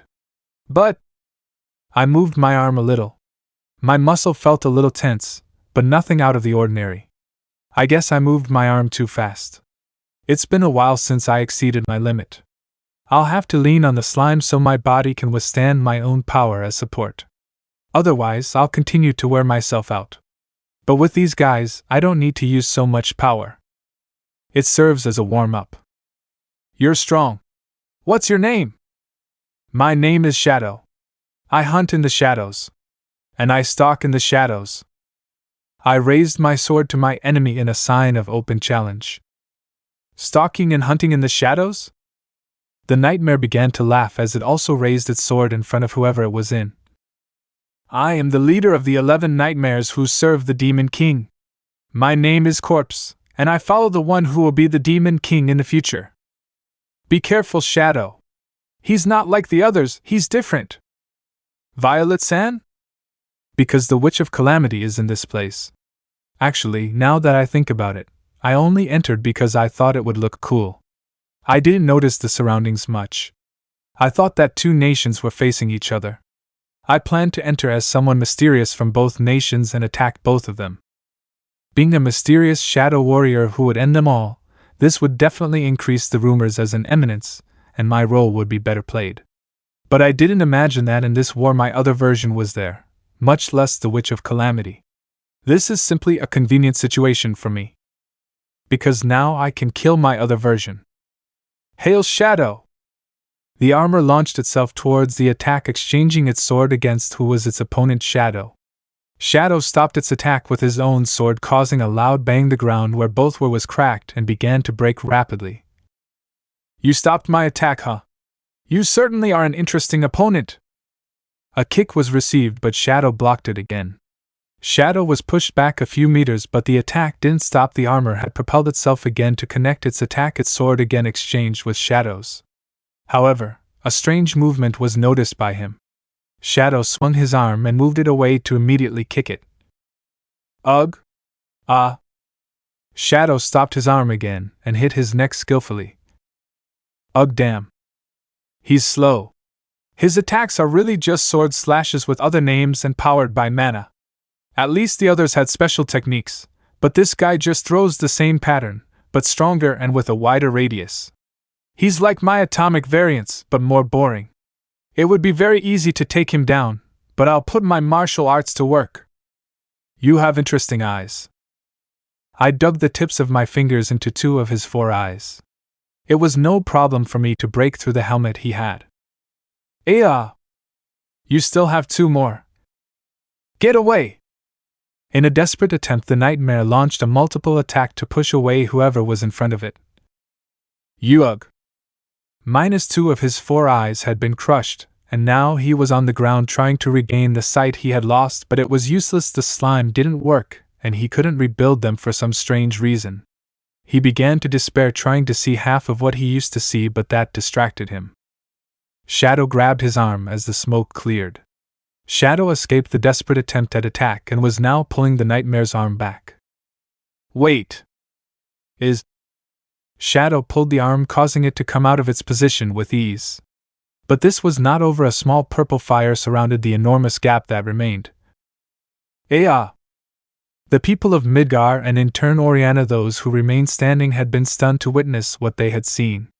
Even Aurora had been surprised by the brutality with which Shadow was fighting. It was definitely not how Shadow fought, or so she thought in the little that she had known him. What are we seeing? Is this even a fight now? No, this is a massacre. What's wrong with him? I don't understand why he's acting this way. You still have 2 eyes and 1 arm left. Don't be discouraged. You can still fight. Throw the arm that had been detached from its place and incinerate it as soon as you throw it. This should be able to prevent its regeneration.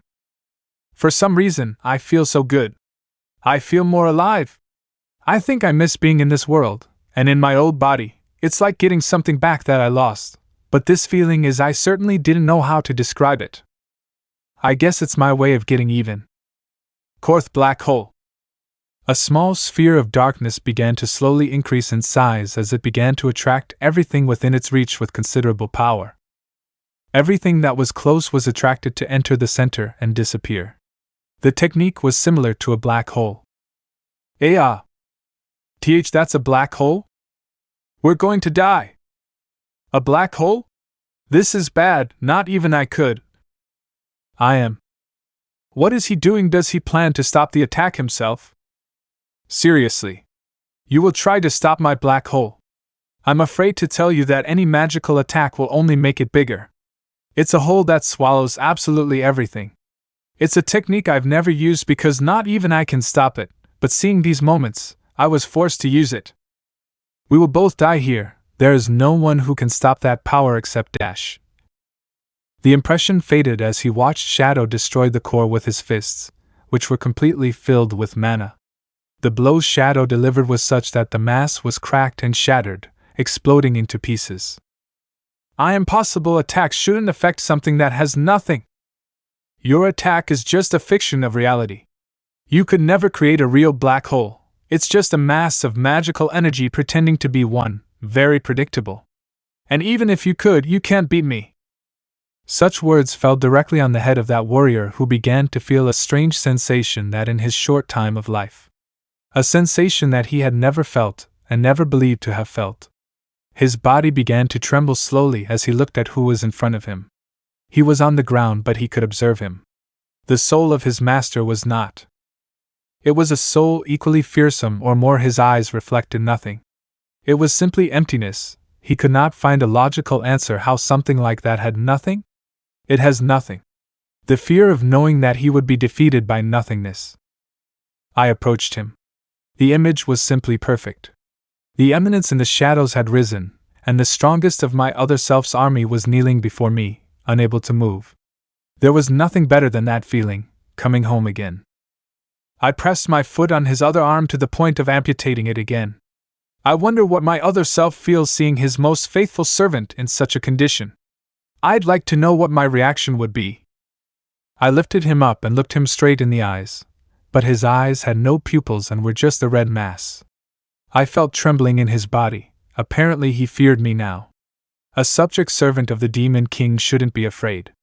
The Eminence in the shadows is superior to the Demon King, clearly, that's why he's afraid. What are you doing? You're not like that. Even if it's an enemy, I've never seen you act this way. I looked up. It was Violet-san, although this is strange. Why is she wearing my school uniform? But more importantly, why is she still alive? Why shouldn't it be?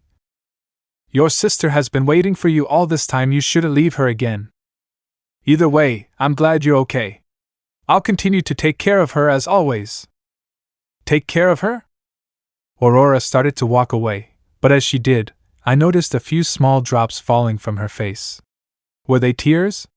Maybe it's just my delusion, because I don't believe a witch can cry. I'm glad you're okay. Maybe I couldn't give you the best welcome, but you're fine. Aurora continued as a red aura once again covered her and Claire's appearance slowly returned to itself. Claire regained consciousness, but as soon as she did she fell to the ground on her knees, exhausted and barely able to move from the exhaustion caused by having aurora in her body. What was it? Claire slowly looked up, observing the blurred sword of who was Shadow. But the mana it gave off was totally different from what she knew. She tried to get up but fell asleep on the ground. Claire-sama! Alexia approached holding Claire's arm, who was already asleep on the floor. She's just asleep. I guess you did a lot today. Alexia sighed, a little annoyed but at the same time happy for Claire. I finally finished off the body of whoever my opponent was and absorbed it. Now my revenge awaited me. Shadow. Who are you? Shadow began to walk slowly towards the castle. His other version observed this with intrigue. Some of the shadows noticed this as well, and very few had managed to notice a strangely familiar dark silhouette. That silhouette was undoubtedly very similar to the one their lord had when they went on missions together. The silhouette that represented the shadows. The shadows themselves.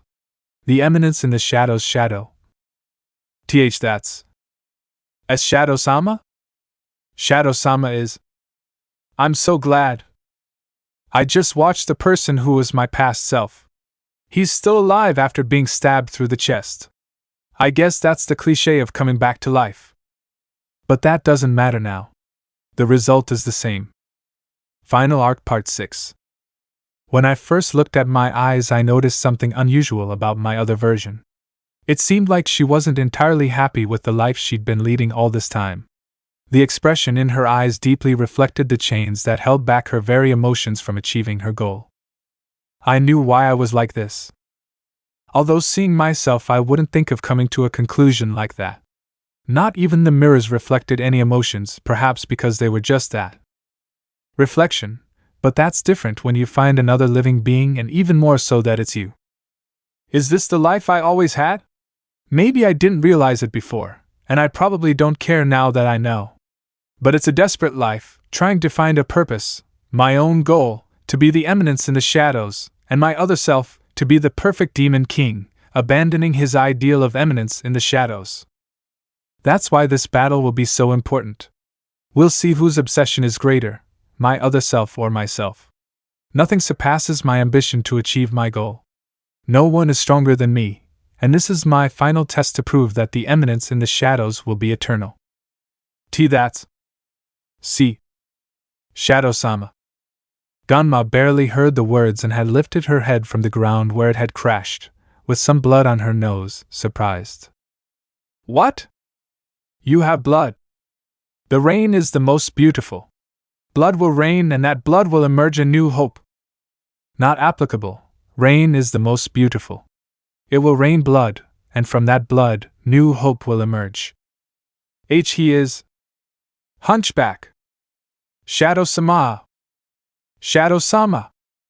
Epsilon, Gamma, Beta, and Delta felt a pang in their hearts upon seeing their master alive in a certain way. It was as if something that had lost a piece of its soul had returned to them. They were no longer incomplete now. No longer has their master risen from the ashes of the underworld and come for them. In the end, you never left us alone.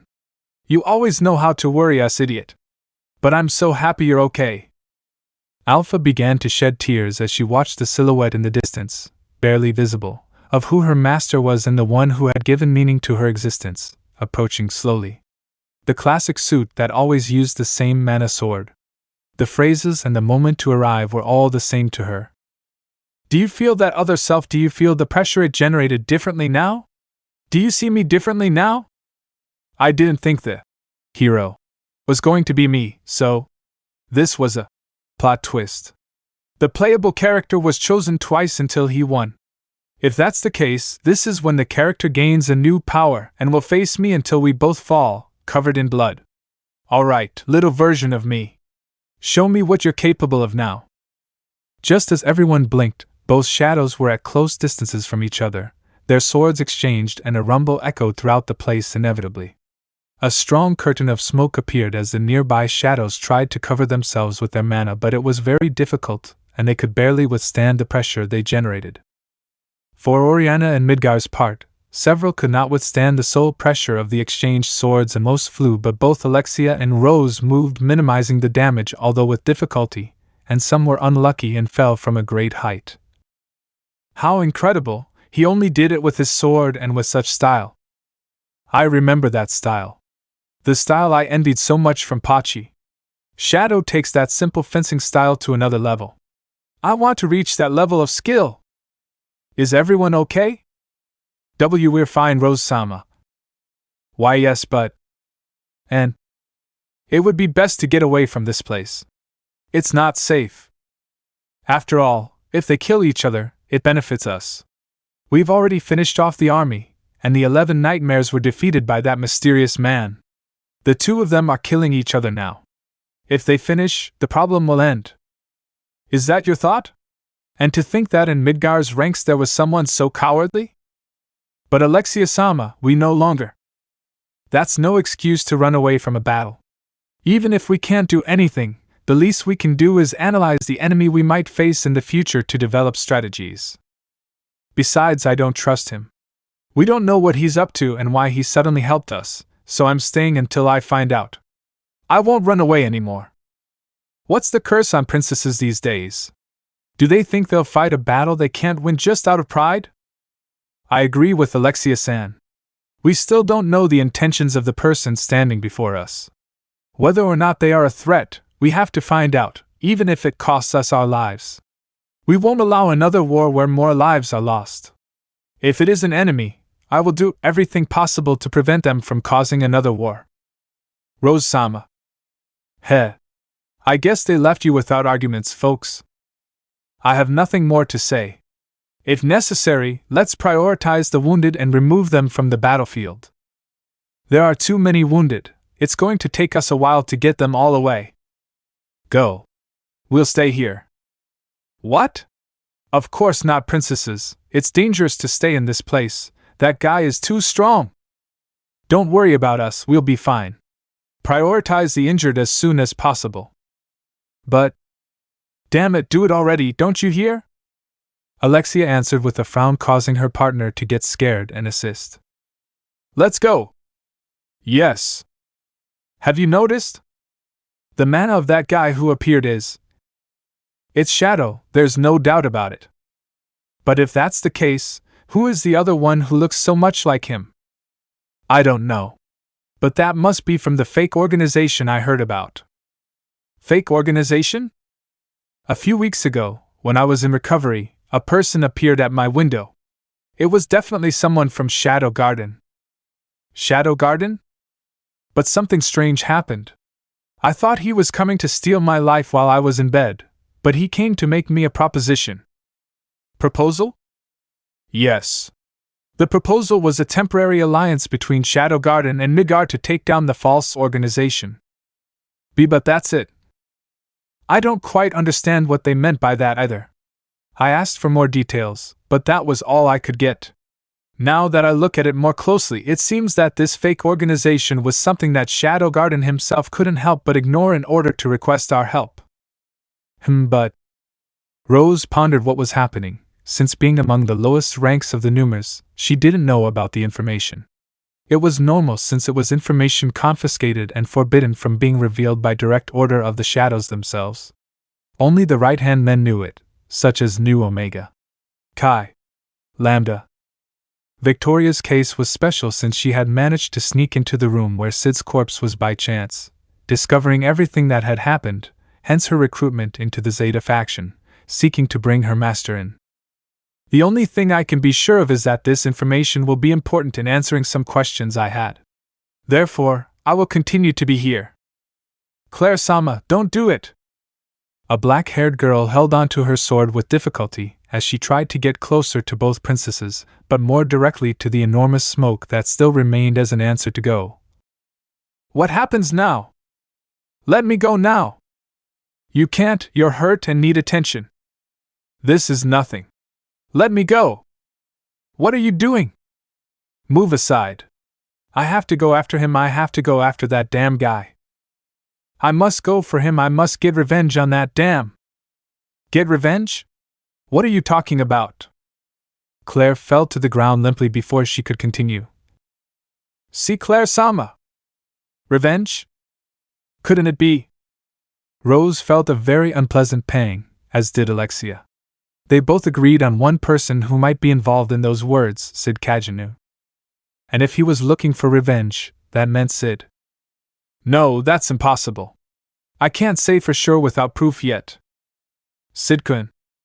I formed another slime sword hoping to cut my future version, but it was faster, and generated another one, crashing one against the other. Our grip strength had now become blocked by the exchange of two swords from both arms. I used my knee to try to make him lose his balance. When I did, he only moved slightly backwards. The pressure I felt from clashing my swords against him disappeared. He stopped forcing them and was completely disarmed. Shadow received a knee and then was reciprocated with a kick to the shoulder, although something strange happened. I grabbed my other version's leg without thinking. I took advantage of the fact that it was close and tried to break it, but a layer of viscous slime from his leg had emerged in the form of thorns, brushing against my face. I had to let go of his leg, leaving him free. You've improved a little. The wounds on my face began to heal slowly with my advanced recovery skill. Although there was still some blood on my face, I simply wiped it away with my right arm. Using your slime to attack me was clever. Slime has thousands of uses, and mana that you don't know about, little one. Power isn't everything. Even if you're a little stronger, you're no match for the Demon King. Since when did I become so arrogant? On a scale of 1 to 10, you're a 2 and I'm a 10,000, you're way off. The older Shadow changed his expression as he sighed and uttered the following words. I am an infernal atomic. A flash of magna-colored light came from that Shadow who only rose in the sky with the cross posed like a god. Confidently, he launched his attack and began to cover the entire place with a magna-colored energy. It was indeed an atomic, but of a different color. This is bad. Shadow-sama, be careful. The Shadows couldn't help but worry about who their master was. They had already lost him once. A new inner fear was born within them. Losing their master again was a unique and indispensable fear. He'll be fine, D-Sir. D-Delta? The boss is just warming up, I know him. He won't give up, D-Sir. You're right. Wow. Even now I'm reminded of how great Shadow-sama is. I'm tired. Let's go, everyone. The Shadows except for this one shouted Shadow's name out loud. Shadow-sama. What are the 7 Shadows doing? Wait, this is when the Eminence reveals her full power when she's being cornered. The girls are giving me the signal with that scream. Are they playing along? I'll take advantage of this cliché moment. I'll wait my whole life for this moment. When someone screams for me. I am the Atomic. Final Arc Part 7. The collision of both atomics collided with each other constantly. The release of energy began to destroy the entire surrounding area. I realized that if this continued, Alpha and the others would probably be injured. So while I focused on generating the atomic, I also began to create a force field. Although I doubt it will last long. I directed my gaze towards them. Shadow-sama? We have to go. We're just going to get in the way. We can't do that. We haven't even met on good terms, and this is the first time we've seen Shadow-sama after so long. Leave him alone and have the same thing happen again? I won't. Beta clenched her fists. But Alpha came over and took her by the shoulder, looking at her with a smile. Beta also looked at her with a few tears. Alpha-sama? We won't leave him alone. We'll just move around a bit. If we stay in this area, we'll hinder the battle. Now the priority is to recover and serve as support in this battle as best we can. Gosh, you two, Alpha-sama, really look alike. Ganma sighed but also gave a slight smile. That's who you are after all, Alpha-sama, were the words that crossed his mind. But how is Shadow-sama still alive? Epsilon couldn't help but wonder, and the others remembered that too.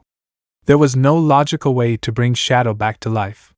His heart had already broken, it had stopped pumping blood, that was evident, the wound was mortal, even the device where Cid Kagenou's body was located to preserve it was difficult to regenerate that wound. Done. ETA's project didn't have complete faith that it would work because they lacked the resources to achieve such a feat. It was something certainly impossible to achieve wherever the matter was seen. Ada. You'll have to explain. Why don't you speak, ETA? Alpha frowned at Ada, but she refused to answer his questions. The other shadows were a little scared by Alpha's attitude. Alpha-sama doesn't think that can dash. You did something, didn't you? This is my challenge. The teacher was revived through a significant sacrifice. Sacrifice? QK? Flashback. Zeta finished placing Cid Kagenou's body in the ETA machine. The machine was activated, and the tubes in which the heroine Freya was imprisoned began to slowly drain her mana. This caused Freya to let out piercing screams like she had never heard before in her life. But despite this, the blood and energy were transmitted to the enormous artifact. We need more energy! Not even the heroine Freya is strong enough to open the portal that connects Shadow-sama's body. You will be the mana. QK? Ia spears Zeta-sama. Zeta approached her comrades, and in a blink of an eye the vast majority were already on the ground. Except for Victoria and two more. Zeta's gaze showed no pity or sadness for doing what she did. Her only goal after all was to bring her master back to life, and she would do anything and sacrifice everything even if they had to be her own friends or allies to achieve it. Your bodies will serve well to bring Shadow-sama. You will definitely reach paradise. Our Lord promises to give you that place. Shadow-sama will do it. 559. Keep quiet, otherwise I'll finish you off too. Not applicable. 559 is victory. And nothing would give me more pleasure than giving my life to bring Shadow-sama back. How repugnant. You. Keep pressing the button. But there isn't enough mana. The imprisoned heroine will die if I continue using the device. Then use those bodies as a source. Zeta patioed to several who were her former subordinates towards the device, each one in the same tube where the heroine Freya was located, which was sucked her mana. Pipiro. What's up? Do you have a problem? And no. I'll be right there. The number pressed the button hard, and the mana of those who were her former companions began to be sucked away along with that of the heroine Freya. Their bodies began to writhe in pain before the eyes of her own companion, who simply looked away. The machine began to glow, and a loud explosion was made. The device had been completely destroyed. Zeta walked towards the artifact after the explosion, noticing that there was nothing. The remains of the artifact were already in pieces and Cid Kagenou's body was still in place. How is possible? Zeta slowly began to remember the moments she had spent in her entire life, from the moment Pitos killed her brother and from the moment she fled from the attack on her living village. A hand reached out. It was Shadow, who had offered her a new home with the others. Shadow's image shattered. The others didn't matter though. Shadow knew she would never see him again. A despair slowly began to invade Zeta. No, surely this has a solution if this has one.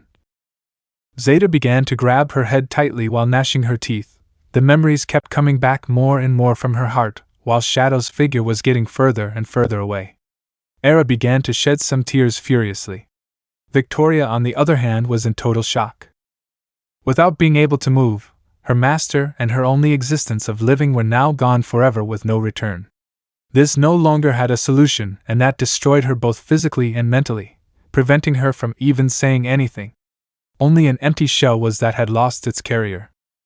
This has a solution! Zeta grabbed the person who was his subordinate by the neck with annoyance. Why the hell am I blowing this up? It's pointless. Zeta-sama. Why am I always the one who has to suffer this nonsense? Why do the people I love leave first? I'm sick of this. Zeta-sama. The two subordinates tried to calm Zeta down, however, she looked away angrily, scaring them both and preventing them from getting any closer. Damn! Suddenly, a peculiar sound was heard, which caught the attention of everyone present. A dark-colored vortex slowly began to form in the air, slowly expanding larger and larger. It grew so large that it measured approximately 2 meters. What's happening now? Anyway, I don't care about this anymore. If I'm going to die now, I'd rather do it. From the shadows, a dark footstep sounded, and a human figure slowly began to emerge. His suit was dark, and he wore a hooded suit. The man was immediately recognized. Zeta smelled the scent of the man and recognized him. She released the pneumer she was choking to give more attention to the emerging figure. As Shadow-sama? Victoria came out of the trance when she could see a mana that was so familiar to her. The figure finished coming out completely, showing its full appearance. It was Shadow, the same Shadow that everyone knew and that everyone admired and loved to death. The mana was the same, and the suit the same. Although Zeta's sense didn't detect his marks, it did detect mana similar to this one. Her eyes slowly regained hope. Maestro? I hope this is enough to thank you for helping me, Cid Kagenou. A burst of light illuminated the entire place, blinding the entire site. After a few moments, the light was gone, and the portal was gone. Neither was the shadow-like figure. The only thing left was Cid Kagenou's body. A white light from the ground began to emerge and surround Cid Kagenou's body. It slowly rose until it shone brightly again. Maestro! Zeta and Victoria approached Cid Kagenou's body to check that nothing had happened to him despite the brightness. Without thinking twice, they both grabbed whatever limb they could from Cid Kagenou's body. Although he was already dead, they didn't want anything to happen to their sacred body. I feel a strangely familiar sensation. Some memories from my past life started coming through me. Since the day I saw that Eminence in the Shadows program, and my dream and admiration for being one began. The constant training I did since I was a child to have the perfect body and my phrase practices. The martial arts research. The weapons and magic research. The different anime/cartoon programs that I watched. The NPC people with whom I never lived. My mother looking at me in a peculiar way when I told her my dream. Kagenou-kun, my name is Akane Nishino. Oh? My name is Akane Nishino. Oh, sorry. I usually remember the names of the NPCs, but today dash. Huh? Sorry. Nishimura-san. It's not Nishimura. Huh? My name is... Okay. I'm in a hurry, I have to go. See you, Nishimura-san. Yes, Nishino-san. Minoru, why don't you come out with us? Sorry. I have to train. But... You only spend your time training. You should be spending more time with your family. Pass. Well, Minoru Kagenou again, huh? You like to make things interesting. A huge white figure was shown holding what was the universe itself in the palm of its hand. Minoru Kagenou stood before this figure as a baby. You were lucky. But next time it won't be like that. Luck? What are you talking about? Suddenly, I felt my body crash. The impact certainly reminded me of that time I was run over. My eyes slowly began to open. A strange pain filled my chest, and my limbs were still numb, but I could move them with difficulty. The first thing I felt was a few drops of water falling on my face. Was it raining? But above all, was I alive? Did Lilith's plan work? My eyes finished opening, but the first thing I saw besides the beautiful sky I used to remember when it was a full moon. It was a woman with long ears and slightly long hair. Her eyes were cat-shaped and were purple. And her suit was dark. I recognized this feeling. Maestro! I tried to speak, but the words wouldn't come out of my throat. Perhaps it was because I'd been separated from my real body for so long that some of my functions were taking a while to arrive. Zeta? Maestro! Zeta gave me a big hug. Her hug felt more like she herself had missed me than anything she'd ever done. There was another girl next to Zeta. Who was she? Shadow-sama, are you okay? Zeta immediately turned her murderous gaze on that girl, preventing her from advancing and also hugging me. This was typical of pets. Some don't like it when anyone other than themselves touches their master. Certainly, Zeta reminds me a bit of my pet, apart from Delta. When I tried to get up, the wound in my chest was preventing me from getting up properly. I was certainly better now, but the wound still hurt quite a bit. Master, are you okay? I'll fix you up right away. Zeta began to use her mana and began healing my chest wound. Though the wound couldn't fully close, I could tell because Zeta was sweating as she struggled to close it. I didn't know Zeta could heal. I guess she learned more than I thought she knew. I'll heal you too, Shadow-sama. Victoria approached and began healing Shadow as well as Zeta between them. The wound slowly began to close until it was finally closed. Victoria and Zeta sighed agitatedly. It seems my other self left behind damage that is even difficult to heal. I couldn't even heal it immediately. It doesn't surprise me that this attack ended my life. Although it didn't hit my heart, luckily I managed to move it a little before it hit my heart, but the damage was so great, and the blood loss caused my death quickly, despite the fact that my body can withstand days without eating or drinking and is prepared. Even so, it defeated me with one attack. I guess my other self really is strong. I got up from the ground as the dark slime I generated began to surround me. Master, will you go to the fight? And because I lost you once, but I don't think I can bear to lose him again. You don't have to help them. Think about yourself, teacher. No. The slime was already covering half of my upper body. Let's think of a plan, a strategy, something, but don't go alone. I know that by your side I'm just trash, just like them.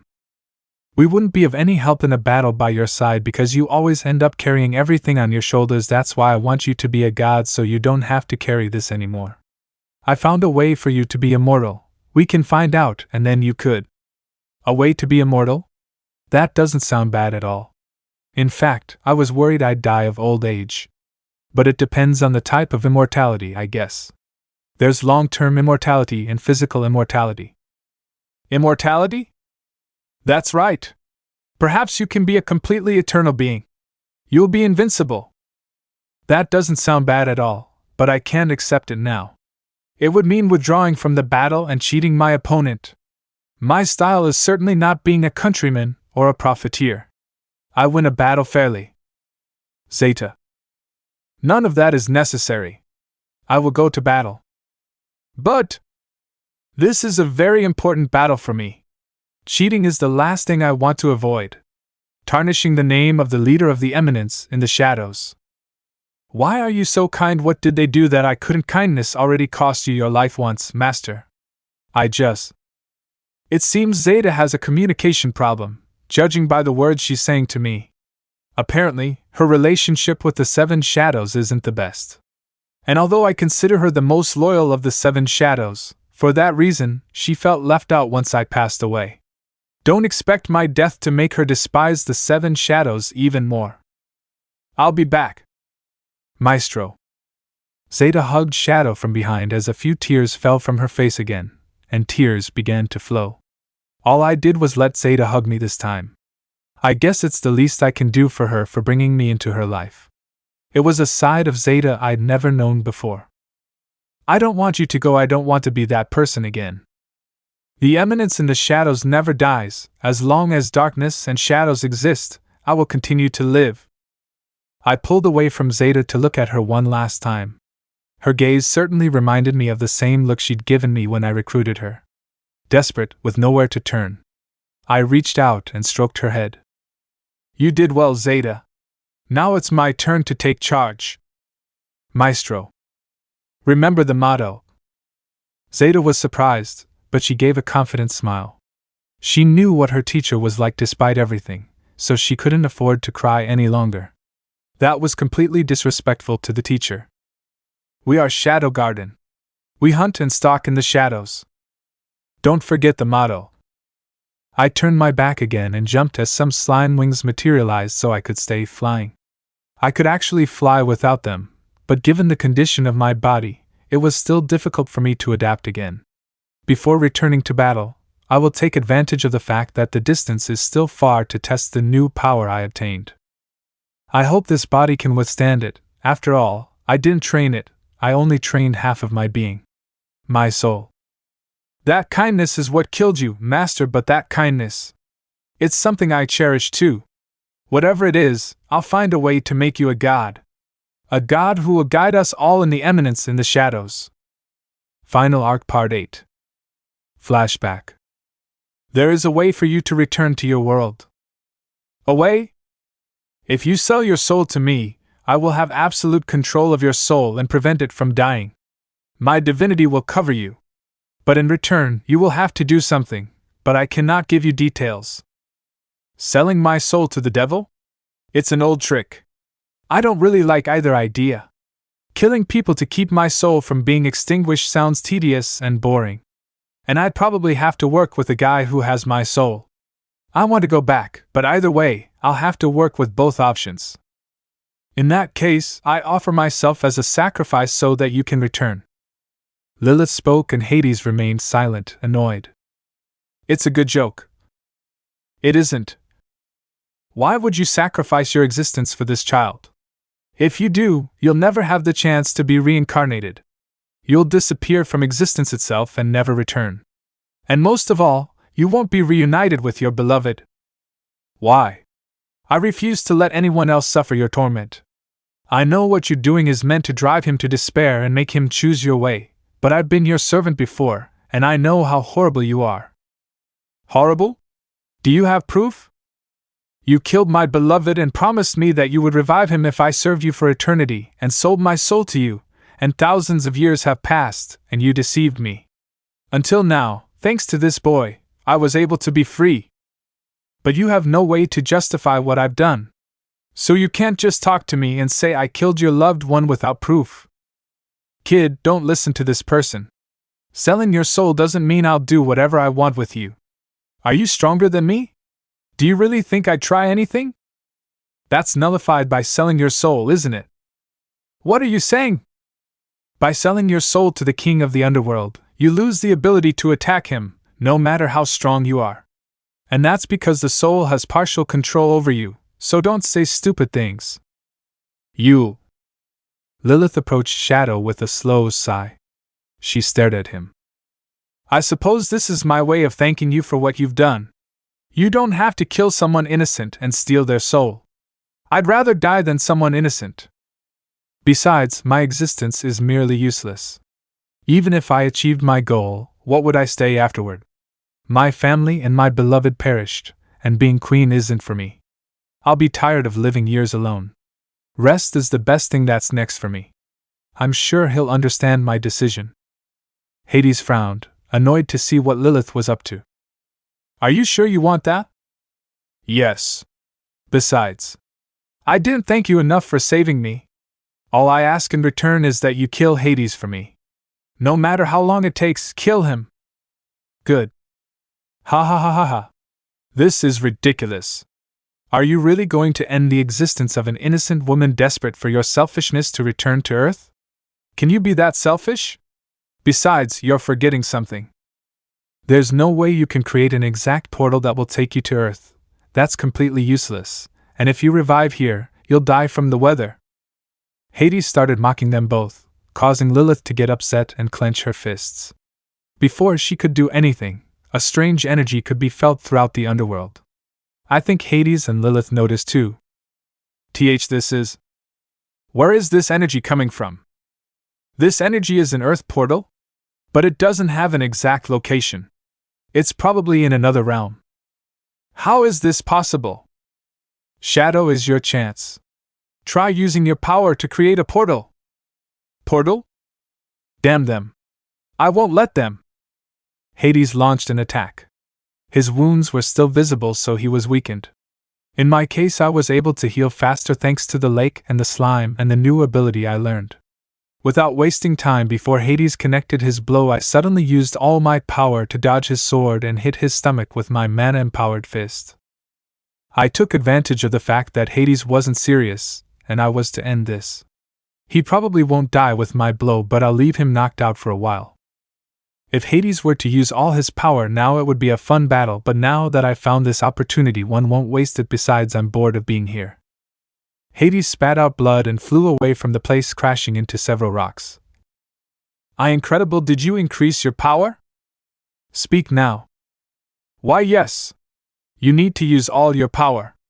Maybe if you do it here, a portal will open because of the magical energy. Now that you're recovered, you can probably do it. Unleash my full power again, huh? Interesting. In that case, I'll put on a magnificent performance. But if I unleash my power in this area, I'll probably destroy the kingdom. So I'll create a barrier. Let me accompany you. You need my soul. Lilith clung to my shoulder as I rose into the sky. When I rose high enough, I raised both arms as I looked out over the landscape of the underworld. I like this feeling I feel. Like an eminence in the shadows. I feel powerful. Now, I'll make a more interesting move than just unleashing my power. I'll see if my theory is correct. That series should be right. I am. Atomic break! With my sword imbued with all my strength, I gave a violent slash to the air. My sword had managed to generate the slash I gave. The air turned dark and the stars were seen. I had done it. I made a space/time rift cut through space with my strength. All I needed was to simply launch a slash so strong that space would not support it in a small cumulative point. I can't believe you forget it. Let's go before the power disappears. Shadow crossed the portal, creating a small oxygen barrier around himself to breathe. As he left, his mana slowly began to disperse, but at an extremely slow and inferior speed. Just like Lilith's, although in her case it was a little more noticeable since her reserves were lower than Shadow's. Did it weaken me? We don't have much time. We have to find out where the energy is coming from. I don't know who caused it, but there's no time to think about that. If we stay here, we'll disappear. I began to fly towards the direction of the mana. While I looked around, there really was nothing. It was almost nothingness itself. It reminded me of the space in my world. And there were large planets, but they were so large that my size was tiny, almost like an ant. They are probably the kingdoms. After a long time of searching, the mana was getting smaller and smaller, disappearing more and more. When I got closer, I saw something unusual. It was blue and surrounded by a dark aura. It's there! The energy is coming from that place. I got closer until I reached it. When I saw what the portal was, I didn't think it would have this design. Normally, I thought it was just a dark door, but it seems like you can see the landscape. Although it's dark, it's as dark as night. Not the space itself. Lilith's arm was gone now that I think about it. I couldn't feel her grip anymore. When I turned to look at Lilith, she was gone. I hope this is enough to help you, humble Shadow. Thank you. Lilith. Just as I was about to speak, everything went dark. I was already somewhere else, a familiar place. Had the portal swallowed me whole? A light surrounded me, and everything went dark. I was flying. The mana I felt was similar to my own, although I feel 12 different manas. It seems this will be more fun than I thought. Coo, I can't wait to make my entrance as an eminence in the shadows. My old body didn't feel any different before I died. As I flew, I tested my mana and pushed it beyond my control. I created a flame and cast it. In my body it was over 100%, but in my soul it was barely a bit of power. When I generated the flame, I decided to throw it at a long mountain along the way. When my flame fell on the mountain, it was incinerated in an instant of purple and began to slowly fade away. My fire was now more intense than before. But I felt a pain in my hand. When I looked at it, it had been burned and severely injured.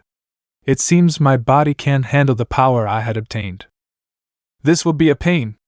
But I could try strengthening it further and increasing the slime even further. If I layer it around the slime but also create a barrier, it'll reduce fatigue and damage. But I probably won't last long in a fight. I need to train this body again. This certainly reminds me of when I was 12 and performed my first atomic.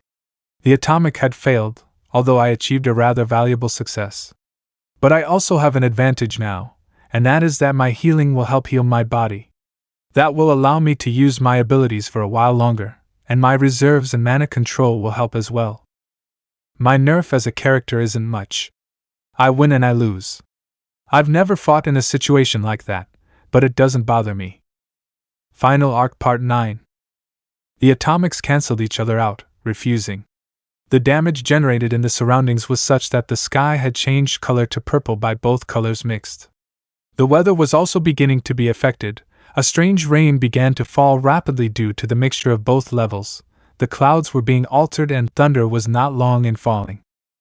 Midgar and Oriana, not everyone could see it. Although there were areas so far away that they could not see the battle that was being fought or any clue in something, they agreed. Everyone witnessed the change in the weather and a light that blinded everything. The entire earth had been illuminated and the entire earth had trembled. The people in the surrounding area felt a tremor that kept coming, but it stopped as soon as the atomic bombs stopped. It certainly resembled the earthquakes, but this tremor felt somewhat different. If it weren't for the barrier that had been created, the Earth's surface would probably have been split into pieces. You increased your level. Maybe. But that won't be enough to defeat me. Both shadows launched themselves at each other, their swords exchanged clashes, and a loud metallic sound rang out. The clash alone had generated a powerful air wave. Getting close to their battle was almost impossible. Both began their fencing duel. The duel was certainly even. They were at a similar level in strength and technique, but the older version had an advantage in experience from having more fights. It didn't take long for him to find openings in his younger version and begin to take advantage of them. While both continued their exchange, flying, dodging, and moving at full speed, the 6 shadows on the field observed everything that was happening from a distance further away from the barrier. Their wounds had certainly healed a little more, but they were still not entirely unharmed, except for ETA and perhaps a little Ganma. You are. We can't even get close. The teacher is on another level. At times like this, I feel like I'm not worthy of being a leader. What kind of leader can't support the person who saved their life? I clenched my fists again. I had felt desperate for not being useful now in this battle. It is a very unpleasant sensation that I have not felt since I can remember, and feeling it now does not help at all. He's fighting again.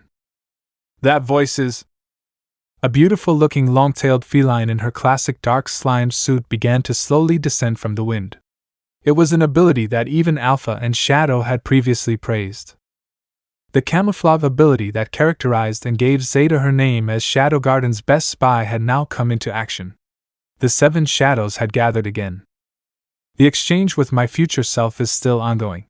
Some blood had left my body as our exchange continued. He was quick to find openings. Although our swordsmanship was similar, his experience surpassed mine. In a fencing match, I won't have much to do. Not to mention that I must constantly tense my muscles to avoid tears caused by my own power, which puts me at a disadvantage. But there are still several tricks I don't use and might not even know myself. In the exchange, my sword vanished. I had done it on purpose while blocking an attack from my future self. I took advantage of his confusion and materialized a slime lever and counterattacked, managing to hit his cheek and push him away from me.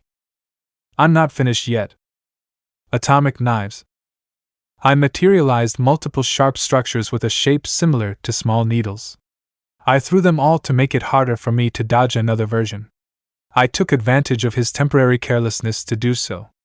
Even he could stop this, but even he won't be able to avoid an instant attack. However, the blades were stopped by a strange, newly generated barrier.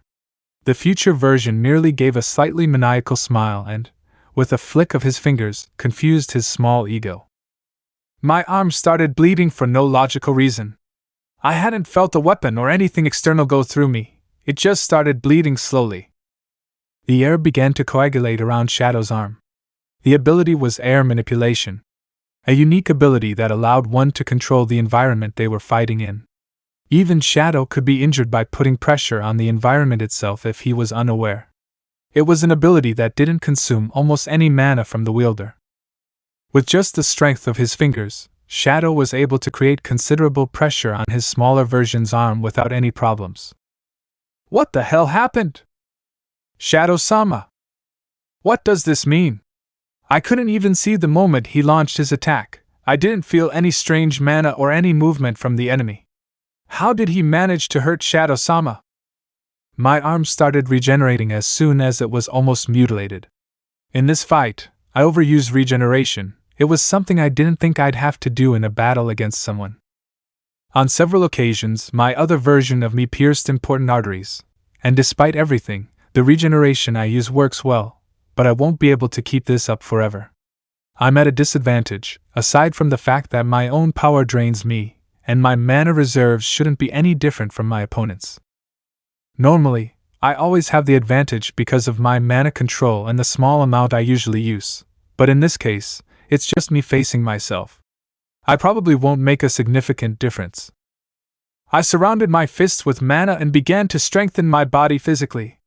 Hand-to-hand combat certainly wasn't the best idea against someone with more experience, but even I can adapt to any style. As long as I avoid fatal blows, I'll begin to use all my analytical skills to fight against myself. It's something I've certainly never done in my life, but I will. Adopt a fighting style. Oh, so you'd rather fight me with your fists, huh? If that's the case, I'll grant your wish. I didn't pose. What I wanted was for my smaller version to attack me first. Posing is irrelevant if you're far superior to your opponent, and if you have greater experience and control of combat, I don't need to pose. A true villain looks more intimidating by not posing and counterattacking from every possible direction. Zeta. It seems the teacher is having a complicated duel. Explain yourself. Why did you disobey my orders, and why does ETA say that bringing Shadow-sama back required a sacrifice? What the hell were you plotting behind my back? Alpha-sama must calm down. Gunma tried to stop me, but that didn't stop my fury from continuing. Why ETA and now Zeta? What the hell did they do? The fact that I imagine they did something for their own benefit irritates me. Supposedly, apart from serving Shadow and seeking his safety, we are also friends, and despite all this, it's... You still don't understand, do you? To understand? I only serve Shadow-sama's orders. But I am not obligated to follow the orders of the 7 Shadows. What did you say? The 7 Shadows are a group organized by the Master, of which the first 7 were fortunate enough to be rescued by him and receive his wonderful power. I am grateful to the Master for giving me this opportunity. I always follow his orders to the letter. But I don't remember swearing loyalty to the 7 Shadows. My priority is the Master and getting everything for him. I am not obligated to answer your questions or follow up on them. If I have continued with you until now, it is because we share goals and because the Master so desires. Zeta-san. But what are you saying? That doesn't make any sense. The 7 Shadows follow Shadow-sama. But we're also all friends. Under what rule? That is, there is no rule or oath that I have made with you. The only reason for me to stay with you is for the Master's happiness. You failed to protect him, so I had to move forward with my plans. I did not plan to reveal anything because I knew this was considered treason directly to Shadow Garden. But if I must betray Shadow Garden for the Master's happiness, I will do it. Zeta, do you really realize what you're doing? Are you saying you don't mind leaving everything we've created together? Everything you've built for a common goal? Beta mentioned the words with annoyance as she approached Zeta. In turn, she was stopped by her rival Epsilon, although she was also confused and at the same time annoyed with Zeta. Built together? It was all part of my plan for Shadow-sama's well-being. That's a lie. You're a terrible liar even in this situation. Everything you built wasn't just for Shadow-sama. The time you spent with us wasn't a lie. Not even you can cover that up. What do you know about me? Tisk. Calm down, both of you. Alpha gave a loud shout, causing Zeta and Beta to stop their argument. Beta. I don't want an argument now. It's the worst option we can do right now. But Alpha-sama. Is it necessary to repeat what I mentioned, Beta? As for you, Zeta. Answer me something. Shadow-sama's resurrection. Do you have anything to do with it? It's not possible to deceive you anymore anyway. What if it were? Then why? Even though you also seek Shadow's well-being, why are you against us? And everything he created? Zeta! I don't have to answer anything you ask. Whether I decide to help the Master or the Seven Shadows is something only I can decide.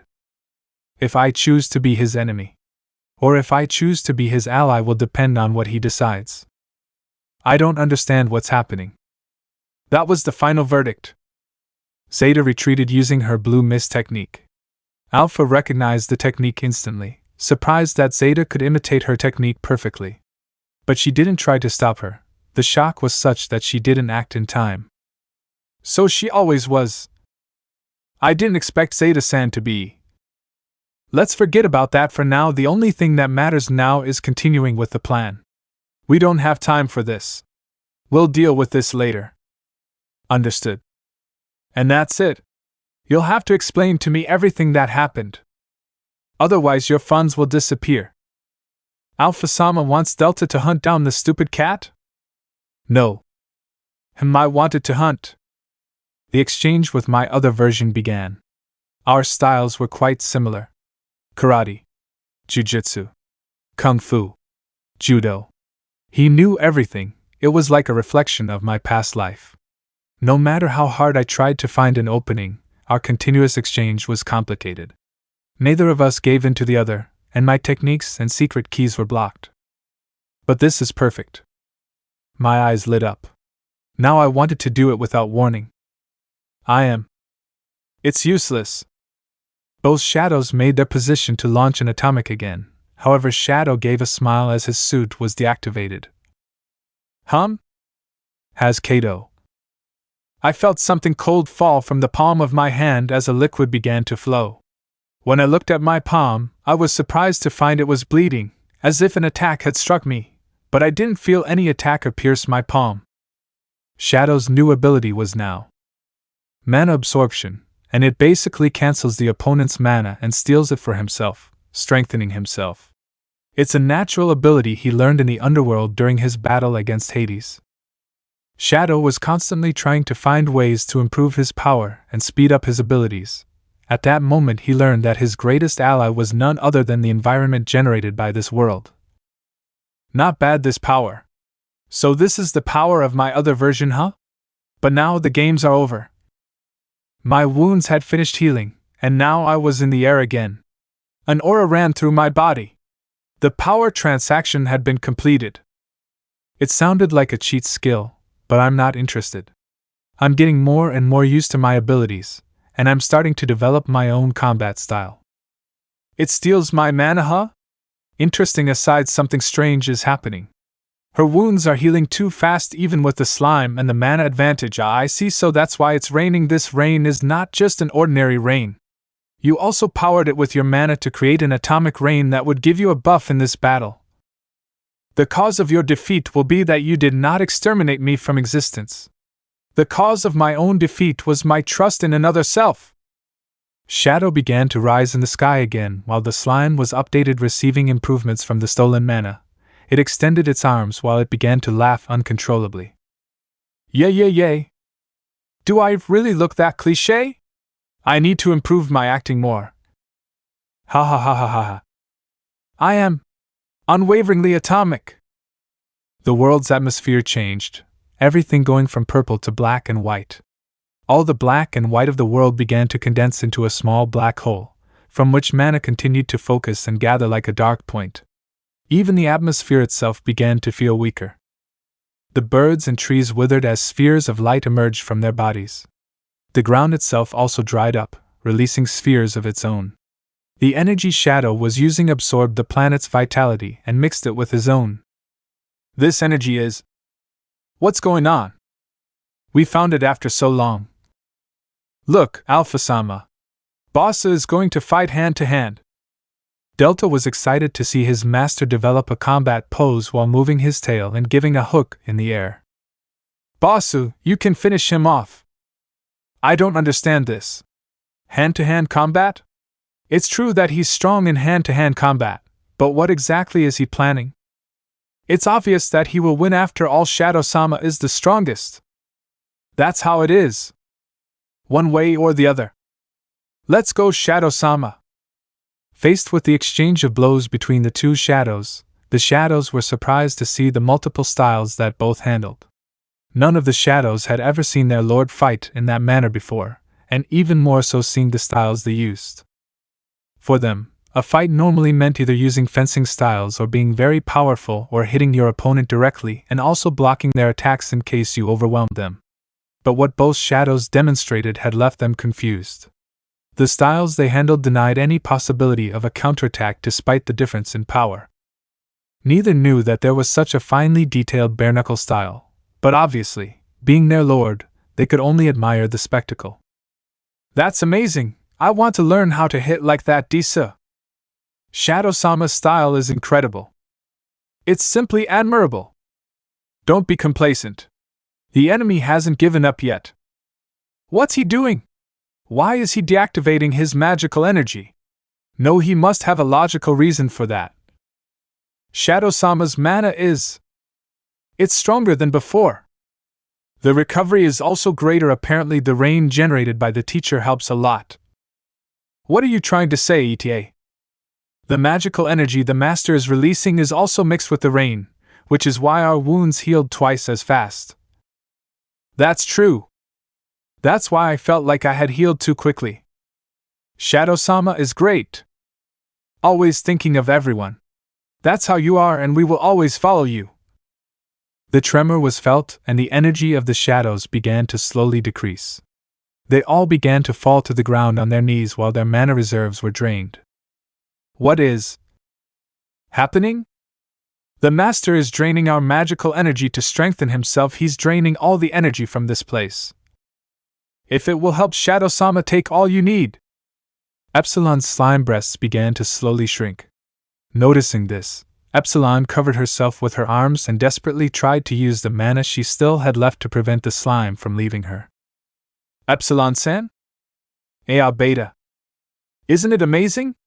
We can finally help the teacher with something. SSI. Epsilon?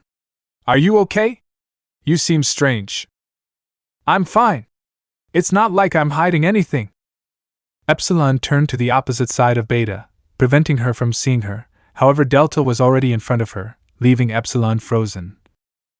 Epsilon, why are your breasts?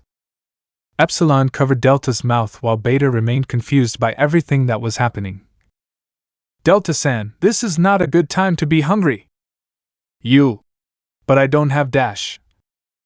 Epsilon quickly pulled out a snack, making Delta stare at his hand excitedly. Delta-san, I'll give this to you when this is all over if you promise to keep my secret. Epsilon approached with a fake smile, whispering to Delta. Delta, confused, accepted without further ado just for the snack. If that's the path you've taken, we'll follow you. I had finished using my new secret special ability. Now it was time to put it to the test. Shadow launched himself with immeasurable speed into his older version. Such speed was such that it generated a shock wave so powerful that it began to slowly destroy everything, and a shuddering noise was caused, causing the 7 shadows to have to cover themselves tightly despite that their ears had felt an absurd pain. The speed at which he went broke with complete ease of his alternate version. With my slime sword I pierced the body of my older version. Without stopping my attack, I continued attacking his entire body with my sword, and taking advantage of the fact that he couldn't defend himself, I focused all my mana on my fists, and hit his arm, leaving his bones and his mana network of his arm useless. CHT. I tried to use the same ability I had probably used. Even though it took me years to master it, I knew my own adaptability was terrifying, and if I can currently adapt to many things, a version of me like this would do it without much trouble, but I won't let that happen. Because the games are over, and myself will suffer everything. I materialized my 2 trusty levers and began the counterattack. Now the tide had turned, and I was the one taking a beating. I enjoyed every blow, and the mana I invested in each blow surpassed my physical capacity, and even my own limits. But that didn't matter. Now I wanted to finish him off. I wouldn't forgive even his smallest existence for having killed my own self. It's funny, but now I had an overwhelming desire to kill myself. I guess I had achieved a role that really bothered me. I can't defend myself properly. Even though I use the slime to attack, my other version keeps hitting me pretty hard. This is bad. If I keep this up, I think I'll lose consciousness. For the first time, I was constantly spitting blood that was my own, coming out of my neck and into my mouth directly. My nose was also bleeding from the constant blows I was taking, and my body was slowly breaking down with every contact I received. I guess this is the way I was going to lose. But I didn't think that day would come. I've decided. I want to be a powerhouse in the shadows. What is this? The musical piece Moon Sonata. In the end, I learned the piano because my parents forced me to. It wasn't among my goals, but it doesn't bother me now that I think about it. It's useful. I guess I wanted to be the Eminence in the shadows. But deep down in my soul, a small fragment had doubts about whether this path I followed for 30 years was the right one, and was the right way to live it. For 30 years, since 13 years ago, I had achieved my goal. I had defeated the strongest being of all in the best battle I had had since then. I continued for more than 10 more years chasing that dream of being an eminence in the shadows, but now what? For some reason, I don't know if the path I chose was the right one. I tried trying to take another role, but all the paths were the same. John Smith, Sasuke Hope, Jack the Ripper. I had fun playing all the roles of my past life, but that only led me away from an answer. Perhaps by traveling to the past I found the answer? No. Perhaps I wanted to travel to the past only to see what Eminence's mistake was that marked my soul. I thought that maybe Aurora or someone cast a spell on my soul that prevented me from seeing things as they were, but it wasn't like that. This dimension is different, although they are the same events. And since my sword clashed with my past self, a strange emotion returned to me. Was it because someone after so many years managed to block my attack? Or perhaps it was why I felt that I still had roles left as an eminence in the shadows. At the end of everything, I thought human emotions were unnecessary, so I took it upon myself to seal them away. Despite doing so, I suppose a part of me remained clinging on, even though I tried to seal it away. Not even my power had any effect on anything emotional. When I eliminated it, I felt strangely empty inside, as if I had lost something. It's interesting. Human emotions are a weakness. I'm not looking to make friends, nor am I looking for anything that will give me real fun. The only thing that interests me is my NPC role and maintaining my role as an eminence. If I do anything, it will be based on my role as an eminence. Although I mention that now that I think about it. I guess this was a waste of time? Now I just need to land one more hit, and this time I'll make sure to steal your soul forever. Just as I was about to use my soul-snatching ability, a sharp thump and pain suddenly hit my chest, and I stopped my attack. My organs felt clogged for a moment. Have I reached my limit? My vision started to deteriorate, and I started to gasp for air. I started vomiting blood while trying to heal my throat with mana, but I couldn't move much. My joints were irritated and completely broken. My own power was having side effects now. Even though I did the atomic rain, I can't heal fast. Way to go, Shadow-sama! Go on, make him suffer! Come on, Basu! That is... What's going on? Why is he attacking like that? I've never seen him attack like that before. It's like he's trying to end the fight immediately. I feel like something's not right. Alpha-sama, why are you so quiet? Shadow-sama managed to win. I guess. The happiness of the shadows ended when Shadow was just about to continue and stopped without warning. Did it stop? Why did Shadow-sama stop? Shadow-sama? Alpha set off in Shadow's direction without warning. The shadows were surprised to see their leader's actions, but they all followed her as soon as she moved. I feel a pain in my chest getting stronger and stronger.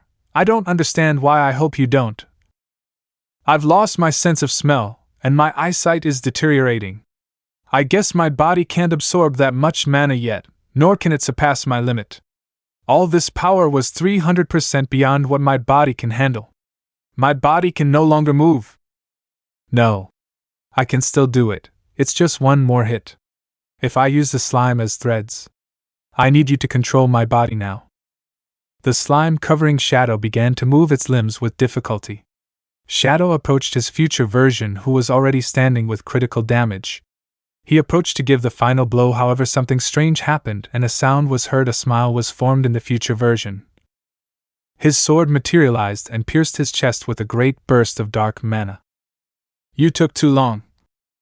No! Shadow-sama! Shadow-sama! Shadow-sama! Shadow-sama! Shadow-sama! Hunchback! Final. I've taken too much damage. I can barely move. The atomic rain isn't healing me quickly because your attacks are negating my healing. You deserve it. For a moment you almost finished me off, but you got too confident and couldn't finish me off. You were the strongest enemy I've ever had. In return, I'll finish you off painlessly. I brandished my sword and approached the kneeling body of the one who was my smaller version. I don't know why this was happening. For a few moments, I felt like my soul was being pulled away from my body and my consciousness was sleeping deeper and deeper. It was becoming increasingly difficult to maintain consciousness, but the time it took for the attack was enough for me to come back to myself. It seems luck is on my side this time. When I was about to cut off his head, I suddenly felt a sharp pain in my abdomen that prevented me from moving. When I looked at my abdomen to verify, I had seen it. My mana flow was being interrupted in that area, and I could barely move. Now I understand. He hit me, causing internal damage. You planned for this, and that's why you hit me with that technique without me even realizing it. Allocate to Shadow-sama! Allocate to Shadow-sama! Allocate to Shadow-sama! The shadows were near the field, and without hesitation they launched themselves with all their might. Shadow, who had already received quite a bit of damage, was just now acting on his body. Without the possibility of being able to counterattack, each shadow struck with their best techniques. Beta pierced him while Epsilon entangled him with nets of magic threads. Delta hit Shadow's face hard. Ada, on the other hand, was already asleep in the initial area where they had previously met, so she didn't interfere, and finally, take this! Ganma launched himself into the attack with his sword charged with mana. Belong! She slipped on a rock and fell headfirst, sending her sword flying. The sword grazed Epsilon, who dodged it fearfully, though his cheek was still cut. Hey Ganma, be more careful! Sorry. Why now? Alpha-sama, we will take care of distracting him. Prioritize Shadow-sama's recovery. That's it, I understand. But don't be too confident. And the fight is coming to an end. And Alexia-san, I have to go. Where are you going? To help Shadow Garden.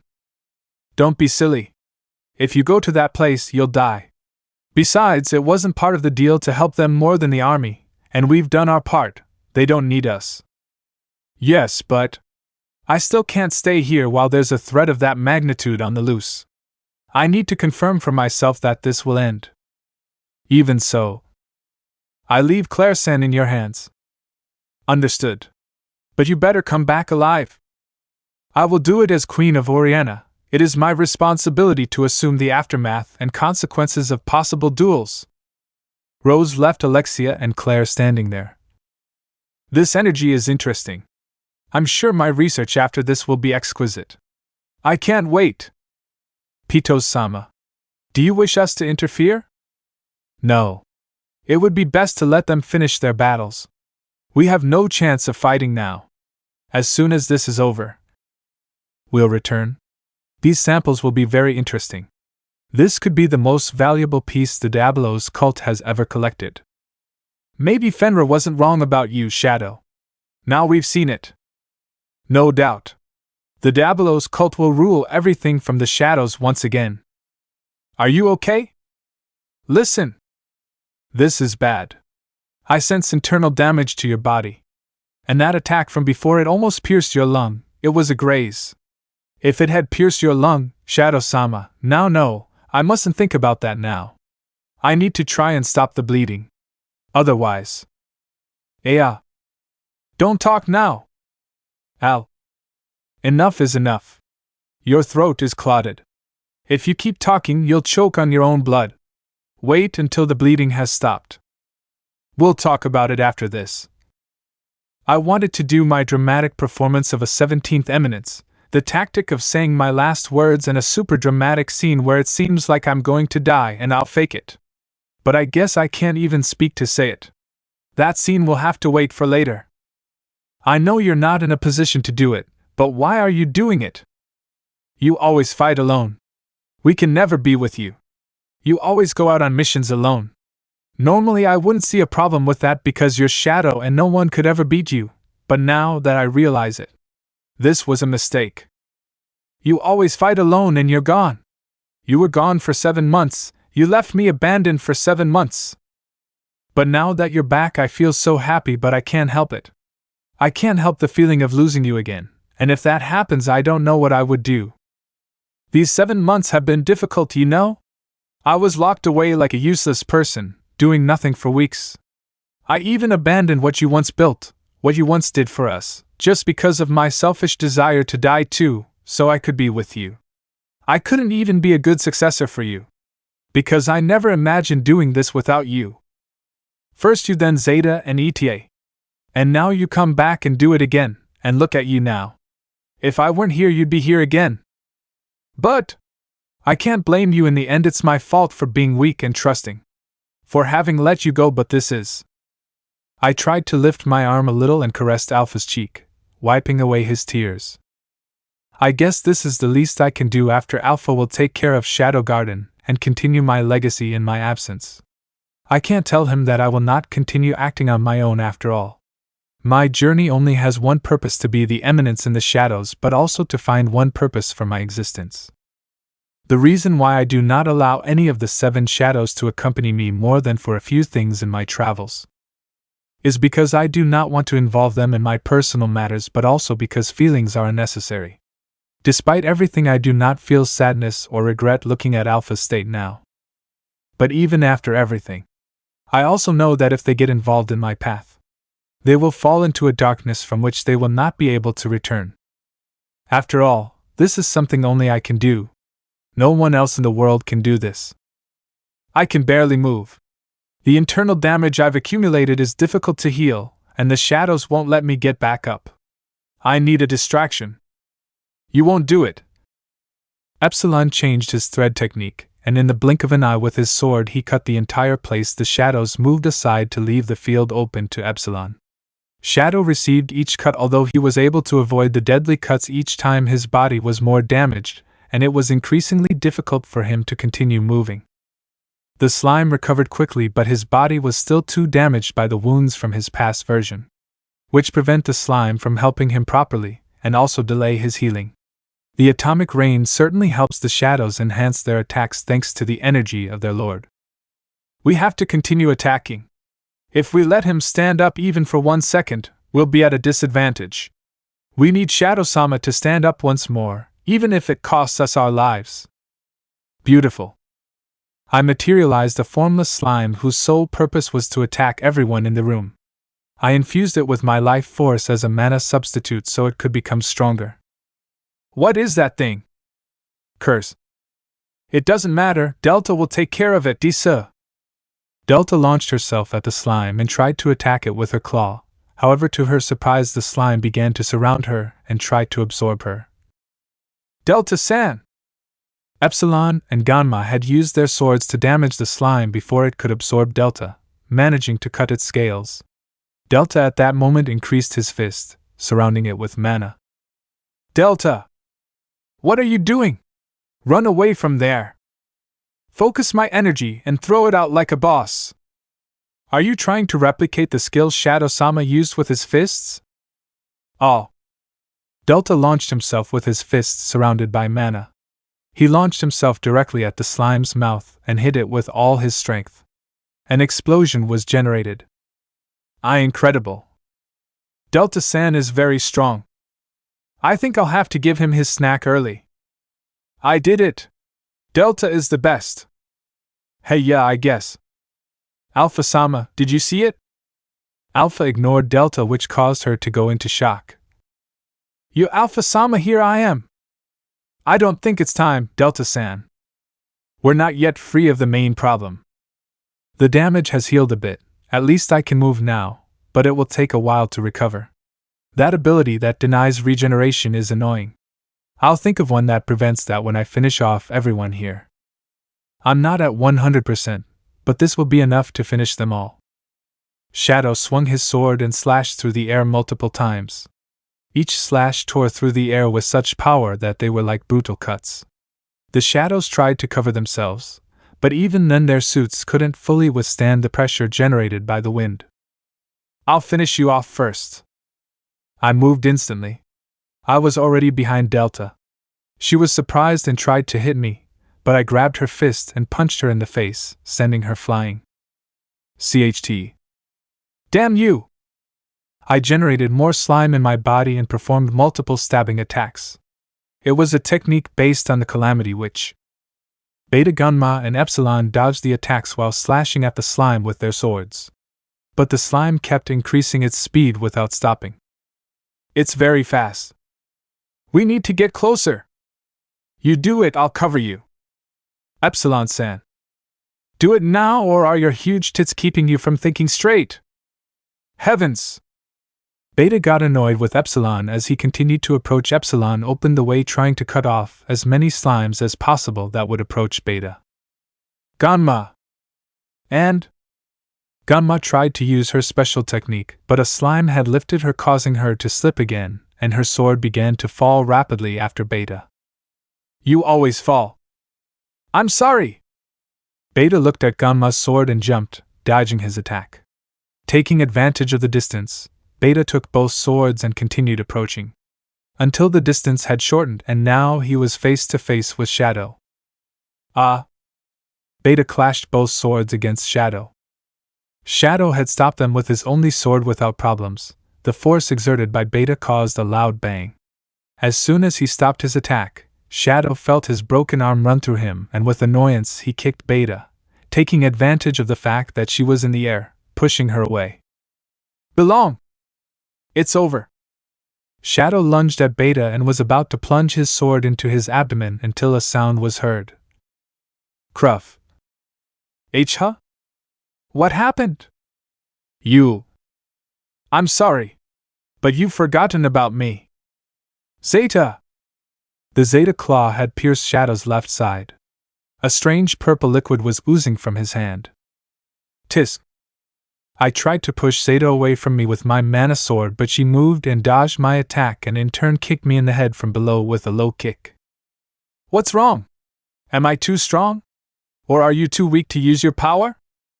Zeta backed away from the field quickly. She knew Shadow was planning to launch an attack, and if she received it, she wouldn't come out completely unscathed. Even Zeta feared her rival, but now she could do nothing but seize the opportunity. Zeta-san, thanks for helping me. Don't be confused. I saved you because you are part of the Master. Zeta, what are you doing here? We thought you were gone. I never left. I just waited for the opportunity to launch my attack. It was all or nothing. If I failed, this was it. All or nothing? What are you talking about? That doesn't matter. Now it's just a matter of distracting him until it happens. Shadow stood up as some blood began to flow from his head. Shadow took a bit of it to wipe it with his suit, while sighing. Shadow's aura began to increase more and more, a murderous aura filled with fury that had never been seen before. I will finish you off. Try it. He's probably around here. If I go, I'll probably be a nuisance. But I'm part of Shadow Garden, so I can't leave my comrades behind. I owe them so much for forgiving someone they betrayed before. Wow, so you have a lot of energy. You have no remedy. You. 664, 665. Since when? Our mission is over. It's been a long time actually. And why aren't you two meeting now? We were planning to join together, but without you it wouldn't be the same, so we just waited for you to wake up so you could do it. You. Silly, did you think we'd leave you just because of that? Whatever it is, move, it's time to support our Lord. And the shadows were each defeated on the ground. Delta, Epsilon, and Gamma had fallen. The only one standing was Zeta, who was covered in wounds. Shadow, on the other hand, still had serious injuries, but was now a little healthier. His healing was doing its job. You follow. All I did was distract myself. Distraction? 3 swords approached Shadow. They were rows 664 and 665. Shadow dodged their attacks without much difficulty. Zeta was a little shocked by their appearance since she hadn't expected such a thing. Did he stop our attacks? Curse! Beautiful. Shadow kicked the ground, causing a loud bang. The 3 were knocked away. Shadow quickly knocked everyone into the air, leaving them completely breathless. Gah! CHT. Was this your ace up your sleeve? Curse. Rose tried to get up with difficulty while brandishing her sword and staring at Shadow. I'm not done yet. Shadow sighed as he ignored her and stared at Zeta. No, me ignores. Rose launched herself at Shadow, but the latter hit her first with his arm. She avoided his slash to her face directly without needing to see. The blow was powered up a bit with mana, and it was enough to knock Rose out, who flew away. 666. 666. Tisk. Was this your plan? Ha, you'll see. Zeta fell to the ground with a laugh that confused Shadow. He wasted no time leaving the field and started walking towards his other version, who was already on the ground next to Alpha. For some reason this brings back memories. I originally decided to abandon Alpha to continue through the portal and become another character. But seeing this is like looking in the mirror. I'm sure he's still there, even though he didn't do what I did. It's ironic that now that he's defeated, his subordinate is looking after him. Alpha felt a presence, and when she turned around she looked in surprise at who the shadows were and her companions completely defeated and the enemy approaching both of them. They are all. It's time to end this game. It's game over. This is bad, Shadow, not yet. I must try to stop him until he fully recovers. I stood up and raised my sword against my opponent. Will you really do it? Yes. Even if I have to die, I'd rather do it than have you touch it again. In that case, he dies with it. Alpha and Shadow launched themselves at each other completely, but as soon as Alpha tried to attack Shadow, he was no longer there. With surprise, Alpha tried to track him but felt a strong grip on his neck that prevented him from moving. The games are over now. I held Alpha's neck and began to squeeze it. She desperately tried to cut me and get free, but it was useless. No matter how much I cut or hit myself, I will never let her go. I will give her a slow death. Even if Alpha goes up in smoke as she does it, I must simply break her neck completely before she does. Her best option is to try to find a way without resorting to her blue mist. I want to give her a chance to escape a false hope that will not pass. Are you Finn? Bear. You've let your guard down. Ugh. Alpha fell to the ground completely exhausted, breathless. I was just pacing in front of my older self. It was time to give my enemy a dignified end. At the end of everything, the energy Alpha used to restore my body was enough to perform one last attack. I took advantage of the fact that my other version was distracted to land the attack. I only had one chance. If I failed, it was the end, but that didn't happen. My limbs still hurt, but as soon as I finish this job, it will be worth it. I approached my future self and pointed my sword at his neck. When I raised my slime sword and was about to make the final cut, I was surprised to find my other self was no longer on the field. On the other hand, an attack almost took me by surprise, but I managed to stop it without much difficulty. This force was familiar to me. It was a mana similar to that of the Seven Shadows. Shadow-sama. Alpha? We're sorry for the delay. Leave the rest to us. We'll take care of this imposter. It was difficult to locate you, but thanks to the mana explosions, we finally managed to find and track you. I abandoned you. Why did you come back? Huh? Abandon? Alpha-sama never told us that. Did you really think we were going to abandon you just because you changed your ideals and we didn't agree on them? That's right, we'll follow the boss no matter what. Even if you take another path, we will continue to be by your side. Whatever decision or action you take, even if it's different, even if it's about ruling the world, we will follow you no matter what. After all, you gave us life. Stay here and rest, we'll take care of it now. They are waiting. The 7 shades of my future self, huh? Looks like I taught the girls in the future well. They look more like a shadow luminary. Their outfits are 10 out of 10. I'll take points off for recycling, but I'll give my vote because at least now they look more like a luminary. Right now I feel weakened and I don't know how much longer I can stand without falling, but we'll see what his abilities are made of. The 7 shadows launched themselves into an attack together with their maximum powers. The speed took Shadow by surprise, who had a hard time keeping up with the 7 as a whole. Each shadow was too strong according to calculations. They could be stronger individually or on par with Fenrir. The 7 at once were too much of a burden, and even more so for Shadow in his current condition. Phantasm attack. Slab of steel. Toxic fog. Their abilities are interesting. The names aren't bad. Fenrir's ability? The girls have mastered too many interesting abilities. But I can't let this go on and keep playing.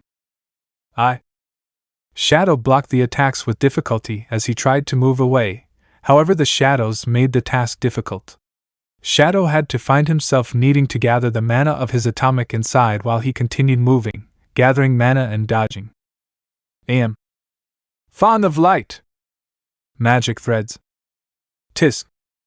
Shadow summoned hundreds of blades with his sword as he continued to fly and move through the air with his speed.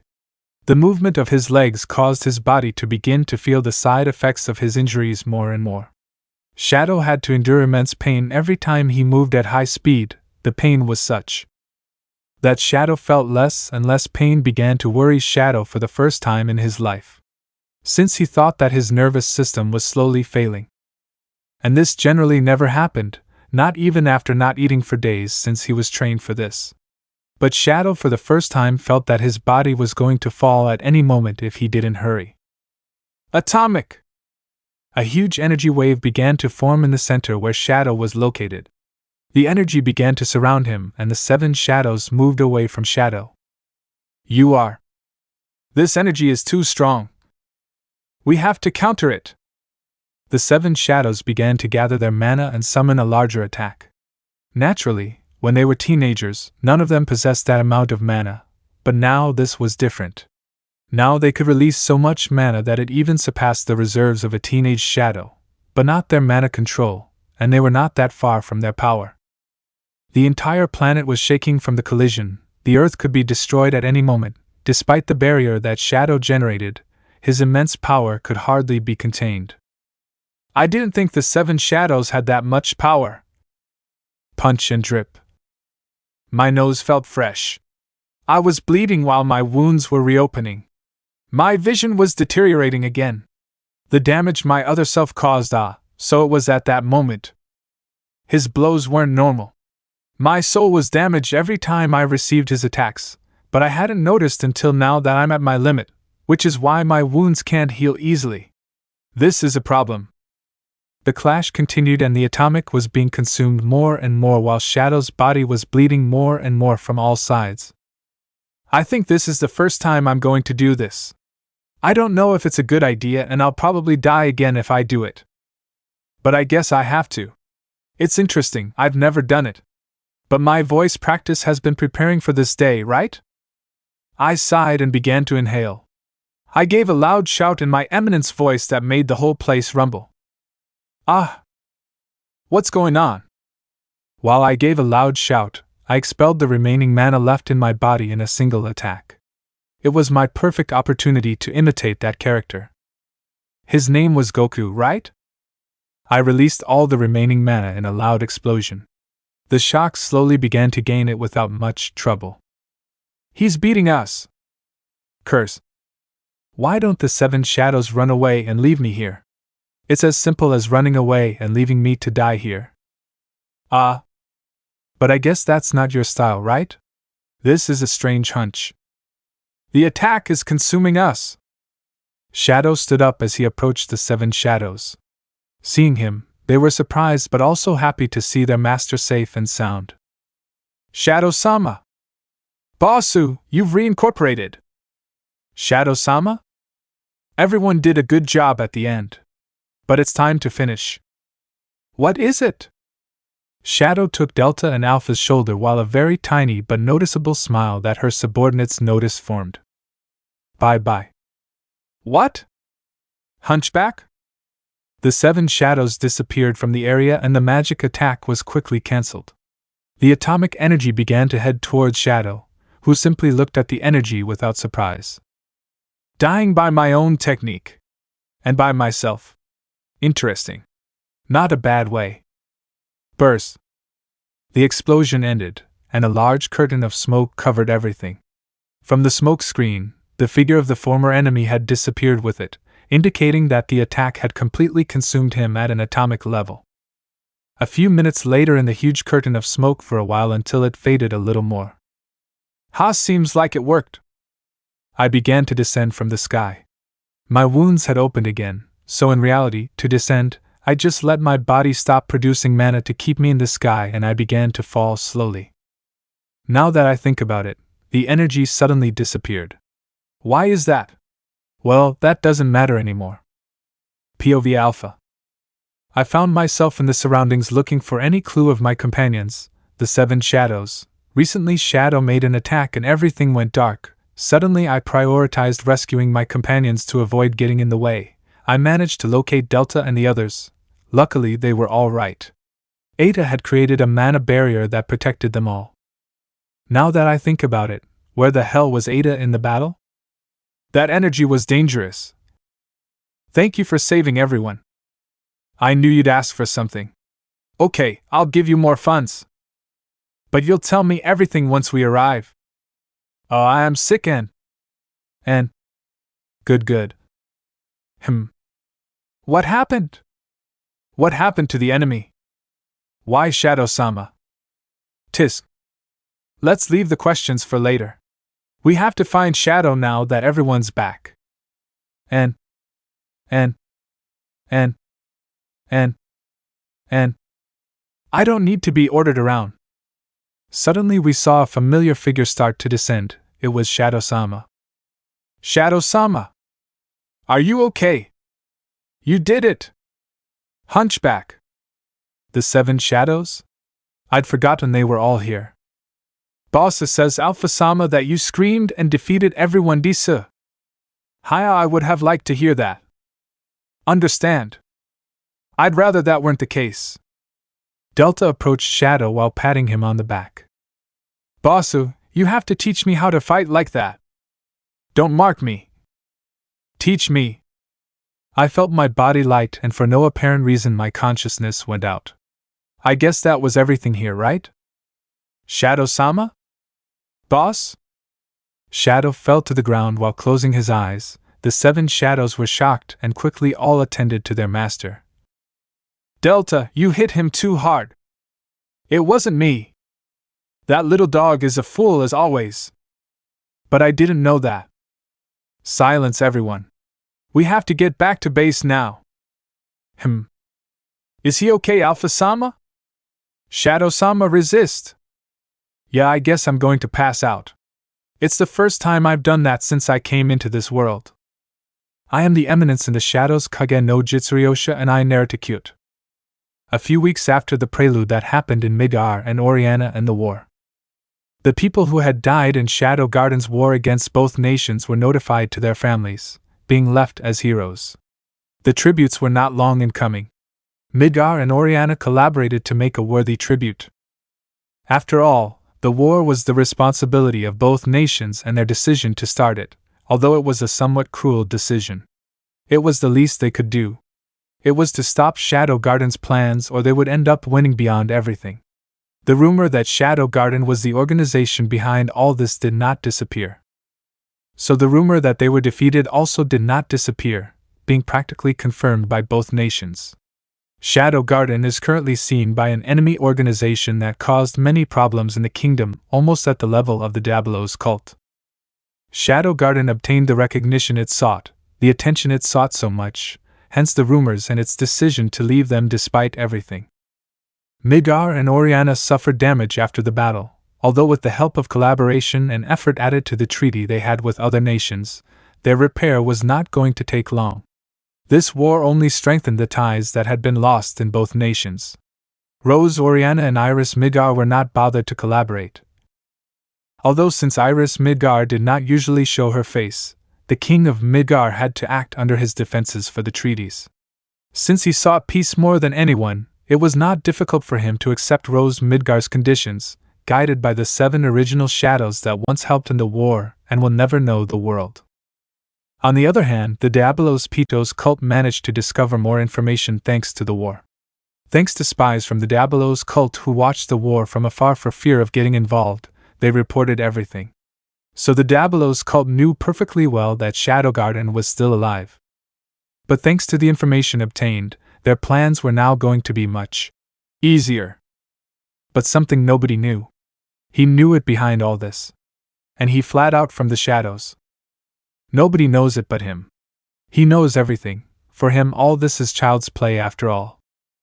No matter how many enemies gather, not even an army or the entire planet if united could achieve anything against that crimson-eyed boy.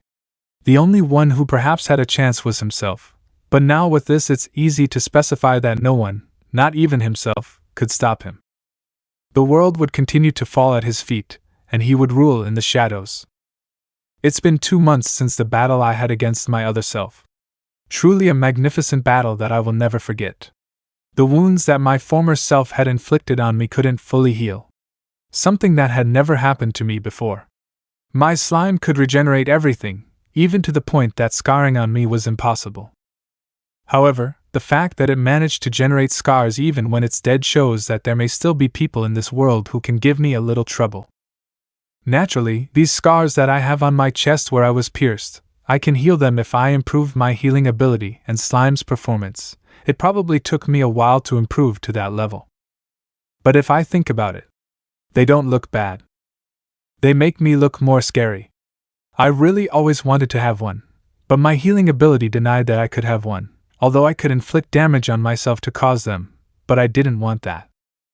I was looking for something that would manage to entertain me to leave its seal on me as proof. I think I will keep these scars as proof that I must still continue training. Forever until nothing in the universe can stop me. Of course, if my sister or someone else finds out I'm hurt, it would be upsetting, so I'll try not to tell anyone. Although strangely the 7 shadows have been closer to me lately. I don't mind after all lately they've been accepting and willing to let me ask for whatever I want, but more than that they keep me company. Although I don't like to ask for more than I can after all, I think that everything the shadows give me sooner or later I'll have to pay for it, or simply if I ask too much the girls might get upset with the issue. Flashback. Shadow-sama! Damn! Why now when we had met again? Why does this have to happen now? You can't abandon us. Not now. I won't let you leave again. Alpha carried the body of her master, holding it in her arms. That warm, soft body with the face of an angel who had saved her long ago, that face when she was saved, she could never forget it anyway. The shadows had disappeared from the battlefield in the blink of an eye. Meanwhile, in the completely destroyed castle, only a few ruins could be seen. Ha! Us! Did we win? We won the war! We did it! The people in the place began to celebrate those who remained alive, clinging to their existence for a few moments, ignoring the fact that several did not manage to survive. Human selfishness was made up of that after all, worrying about themselves first before others. Happiness was only going to last a little while in them, like a kind of drug that will help them stay in that state for a little while. We didn't do anything. We were useless in the war. This can't even be considered a war. The enemy was too strong, they could have easily wiped us all out. The credit wasn't for the nations. It was Shadow Garden. Shadow again. Alexia looked at what was the battlefield now, celebrating the victory with a look not entirely happy for the victory. After all, she felt like she was on the side in everything again. But a new goal arose. Alexia, her goal to become stronger, to be so until reaching at least a little to that level from which that mysterious shadow gave off to protect them all, and that when something like that happens it can be avoided, or if she will fight they win for everyone in her kingdom. Alexia's path is planted. Beta-sama, we kept your word. I'm glad you kept yours too. Rose watched everything as she began to retreat from the battlefield. However, she was stopped for a few moments by her companions 664 and 665. Let's go. Just this once, let's celebrate. Girls. A princess doesn't cry, have you forgotten? Yes, they are right. Now that the war is over, what will become of Midgar and Oriana now? Wow. This is very interesting. From a distant distance, 3 known members of the Diabolos cult were observed. This data will be very useful to us. Don't get too confident. Shadow Garden is a tough opponent even for the Diabolos cult. If we don't act properly, we'll fail. Unfortunately, I'm not like Mordred-san or Fenrir-san. I'll prove my worth as the seed of the Diabolos cult. 10 Seed of the Cult of Diabolos Pitos.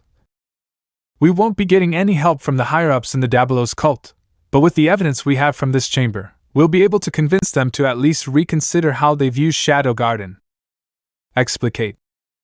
My goal was always to get credible proof that Shadow Garden was a dangerous organization without dying in the attempt. I'm not stupid. If I fight 1 versus 1, although I might have a chance with the seats, I risk falling into an ambush or being found directly by the leader. Even if I had everything planned, I still can't help but think that he already knows what I'm planning. My best strategy was to provoke an indirect combat between a subordinate and the 7 shadows, but that wouldn't be worth it. They would surely manage to get information out of him that he wouldn't be able to grasp everything. The war between Midgar and Oriana was all I needed. Even if you show this, I don't think you'll convince Seat 1. Ha! I don't know. That's why our mission isn't over yet. If we prove our worth by taking down 1 seat in Shadow Garden, we'll at least be worthy of him listening to us for once. Loki-sama thinks the same, don't you think? Interesting idea. Being cautious is a good option. Especially now that we've lost 3 spots. We need to use our heads more than our strength, otherwise we'll only win losses. In that case, why don't we attack Shadow Garden now that their leader is defenseless? Be patient. The first step is to discover its base. So we can't do much until we discover it. 1 week after the prelude. I felt like my body was coming back to its senses again. I had a long sleep. I guess it's been a while since I've slept for so long. The more I opened my eyes, I could see some familiar silhouettes. A tube was connected to my vein and my other extremities while I felt some cold in my body. I was wearing shorts. I kept my shirt on at least while a blanket without much fabric covered me. I felt mana begin to run through my veins. I imagine that these small tubes that are in my veins, apart from providing me with resources to keep me hydrated and well, they also gave me mana. Probably because in the last battle I was left at 0 of all my magical capacity, and without mana I was at risk of dying. Leave that alone! I don't want to. Now it's my turn to take care of the boss. It was your turn on the 3rd day. Now it's the 9th day and it's my turn, damn wolf. Stray cat. Shoo! It was Delta and Zeta fighting again.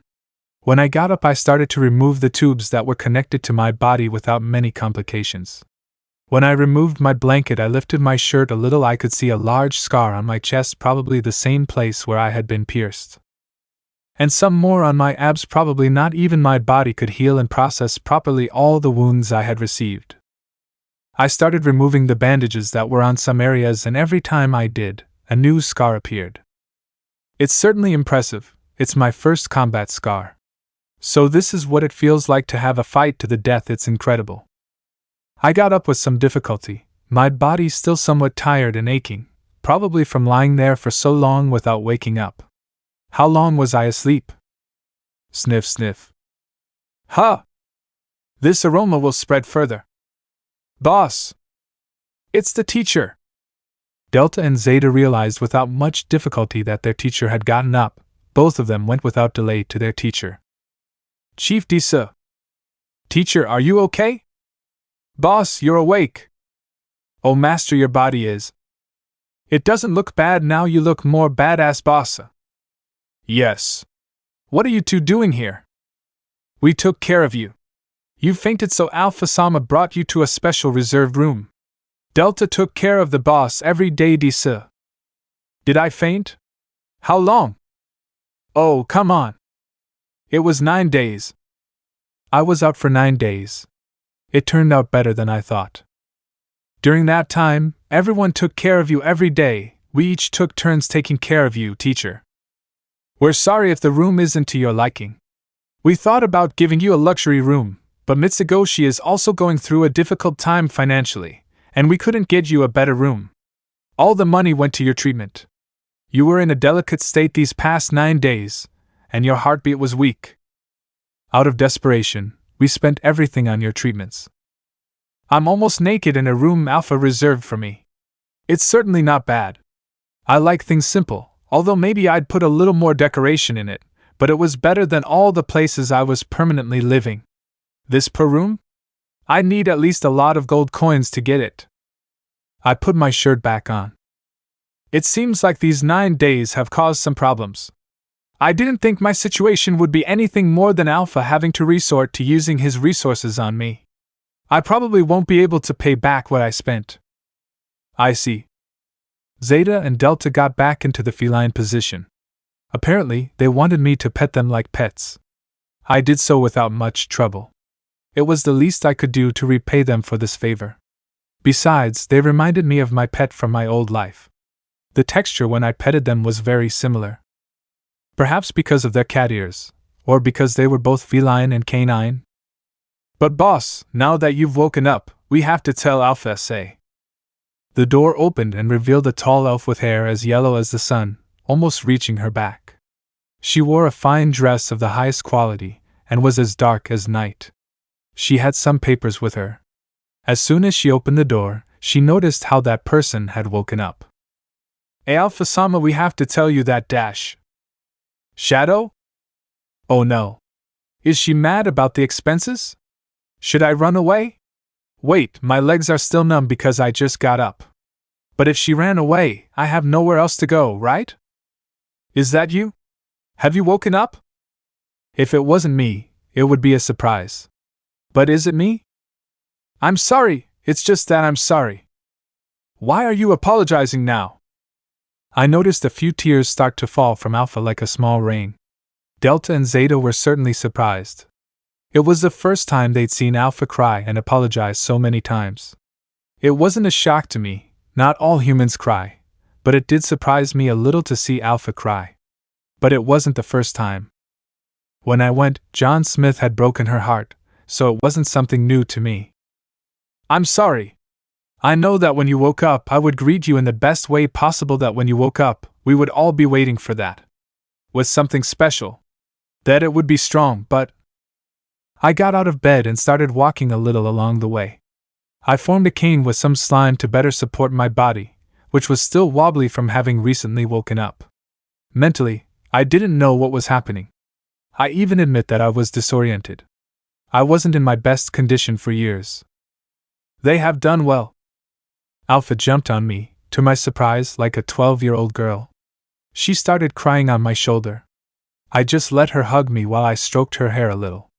She had also made an effort, so I rewarded her in a way, like Delta and Zeta. I didn't expect Alpha to have that attitude again. It certainly brings me back a little nostalgia. I knew you were going to wake up after all. You never abandoned us, but on the second day that you didn't wake up, I felt scared. That maybe you weren't going to wake up anymore. The days passed and you didn't wake up, even though I ordered Gamma to give you the best and most expensive treatments. Even though it wouldn't be cheap, I did it because I couldn't stand seeing you in that bed without waking up. I only received news that your heart was still weak but that you were still alive. That they had to give you resources in your veins from ETA because you couldn't wake up on the 5th day, and you were weakening due to the lack of resources. Every time ETA gave you supplies, your body seemed to be in pain. I can't stand seeing you like this. Alpha. You did well. With tears, Alpha continued to pour out from his chest all the pain he hid while only accepting that pain. A few weeks after the prelude that happened in Midgar and Oriana and the war, the people who had died in Shadow Garden's war against both nations were notified to their families, being left as heroes. The tributes were not long in coming. Midgar and Oriana collaborated to make a worthy tribute. After all, the war was the responsibility of both nations and their decision to start it, although it was a somewhat cruel decision. It was the least they could do.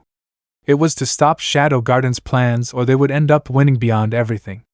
The rumor that Shadow Garden was the organization behind all this did not disappear. So the rumor that they were defeated also did not disappear, being practically confirmed by both nations. Shadow Garden is currently seen by an enemy organization that caused many problems in the kingdom, almost at the level of the Diabolos cult. Shadow Garden obtained the recognition it sought, the attention it sought so much, hence the rumors and its decision to leave them despite everything. Midgar and Oriana suffered damage after the battle, although with the help of collaboration and effort added to the treaty they had with other nations, their repair was not going to take long. This war only strengthened the ties that had been lost in both nations. Rose, Oriana, and Iris Midgar were not bothered to collaborate. Although since Iris Midgar did not usually show her face, the king of Midgar had to act under his defenses for the treaties. Since he sought peace more than anyone, it was not difficult for him to accept Rose Midgar's conditions, guided by the 7 original shadows that once helped in the war and will never know the world. On the other hand, the Diabolos Pitos cult managed to discover more information thanks to the war. Thanks to spies from the Diabolos cult who watched the war from afar for fear of getting involved, they reported everything. So the Diabolos cult knew perfectly well that Shadow Garden was still alive. But thanks to the information obtained, their plans were now going to be much easier. But something nobody knew. He knew it behind all this. And he flat out from the shadows. Nobody knows it but him. He knows everything. For him all this is child's play after all.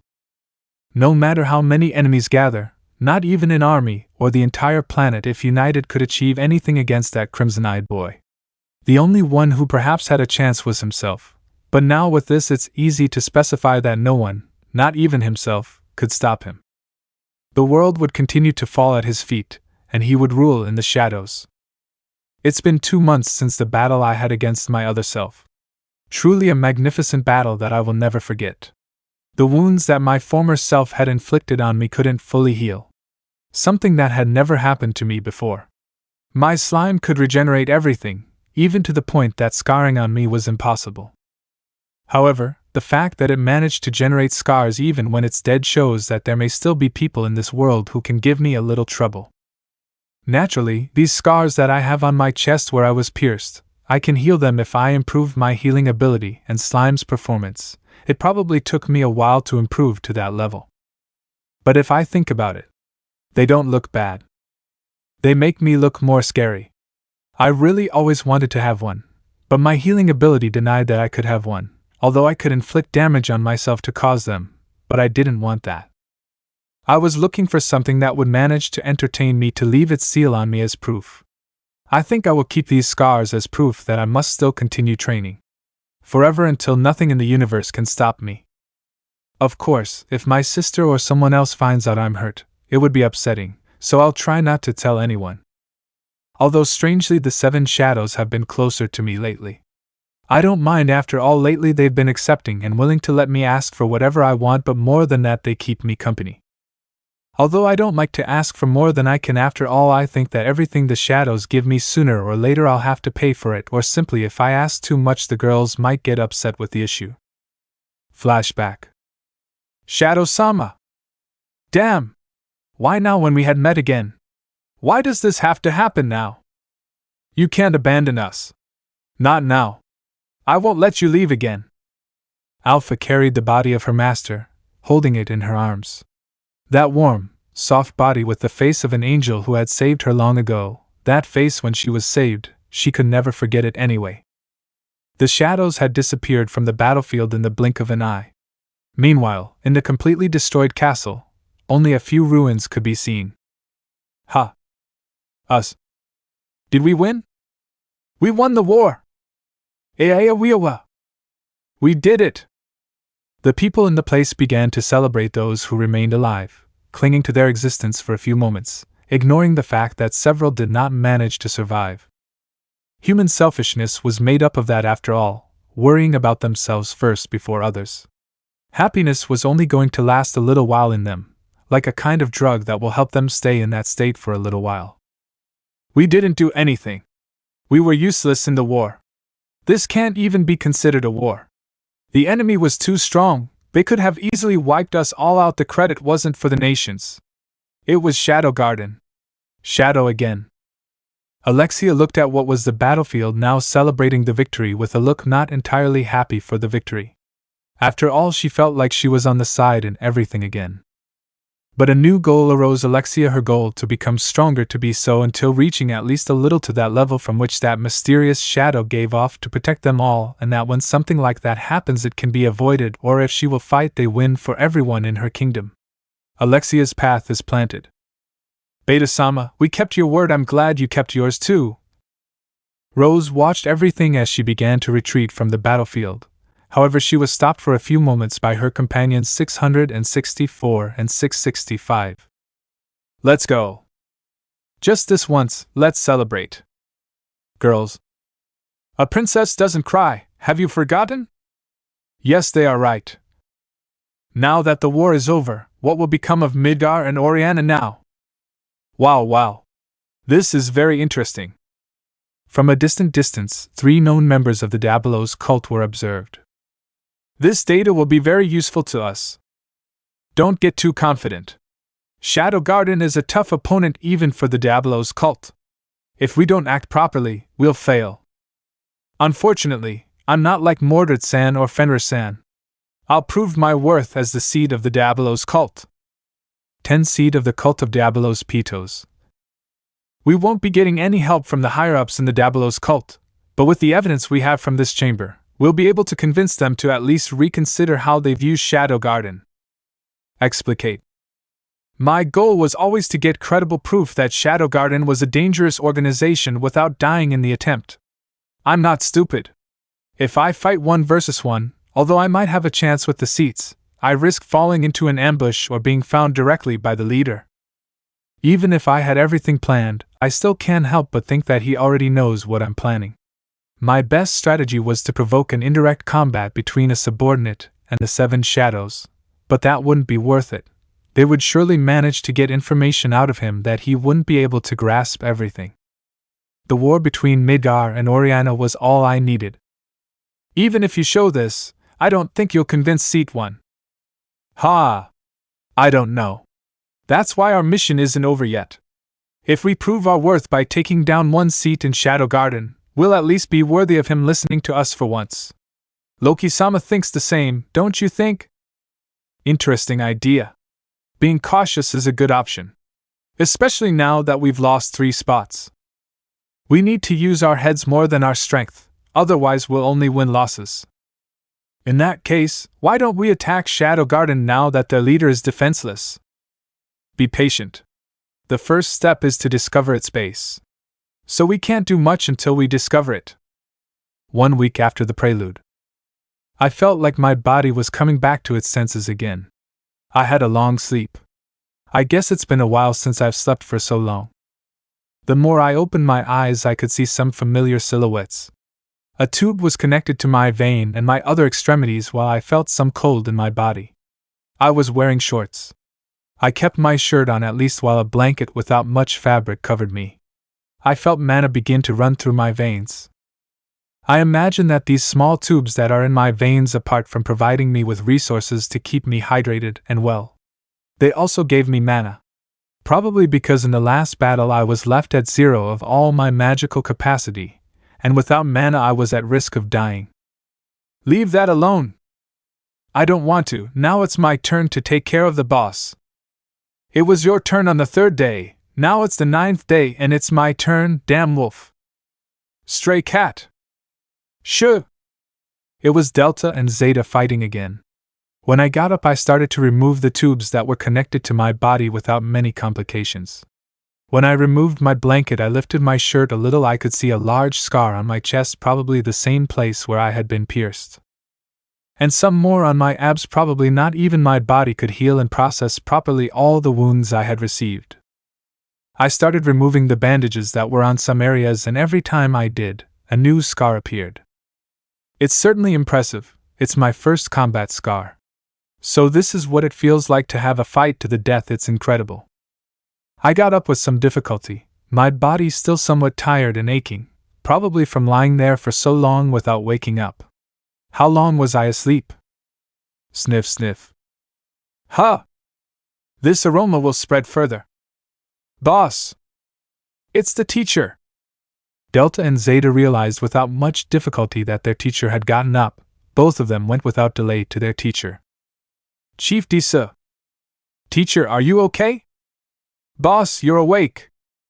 Oh, master, your body is. It doesn't look bad now. You look more badass, bossa. Yes. What are you two doing here? We took care of you. You fainted, so Alpha-sama brought you to a special reserved room. Delta took care of the boss every day, Disa. Did I faint? How long? Oh, come on. It was 9 days. I was out for 9 days. It turned out better than I thought. During that time, everyone took care of you every day. We each took turns taking care of you, teacher. We're sorry if the room isn't to your liking. We thought about giving you a luxury room, but Mitsugoshi is also going through a difficult time financially, and we couldn't get you a better room. All the money went to your treatment. You were in a delicate state these past 9 days, and your heartbeat was weak. Out of desperation, we spent everything on your treatments. I'm almost naked in a room Alpha reserved for me. It's certainly not bad. I like things simple, although maybe I'd put a little more decoration in it, but it was better than all the places I was permanently living.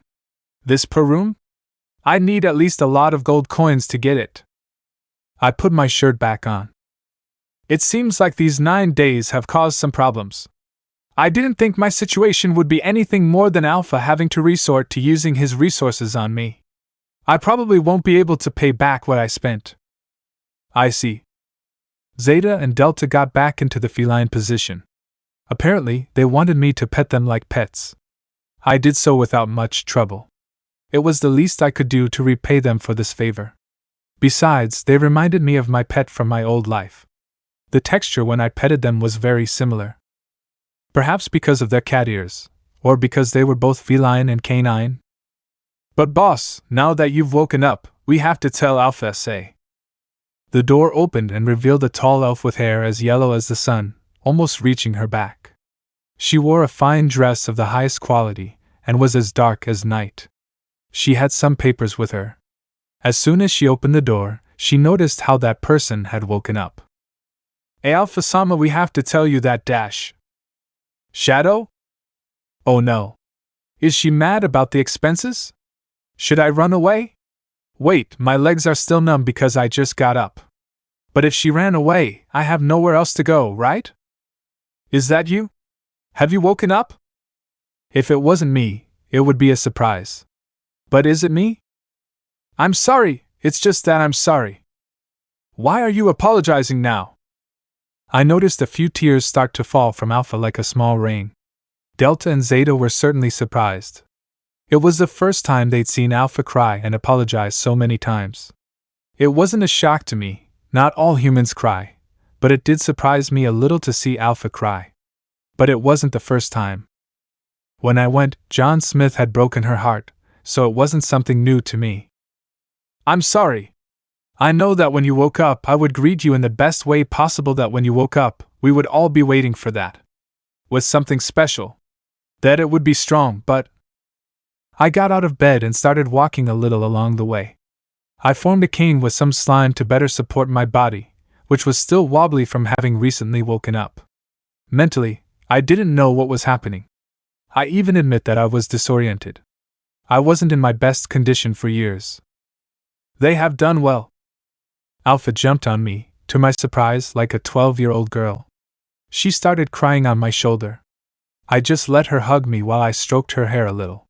She had also made an effort, so I rewarded her in a way, like Delta and Zeta. I didn't expect Alpha to have that attitude again.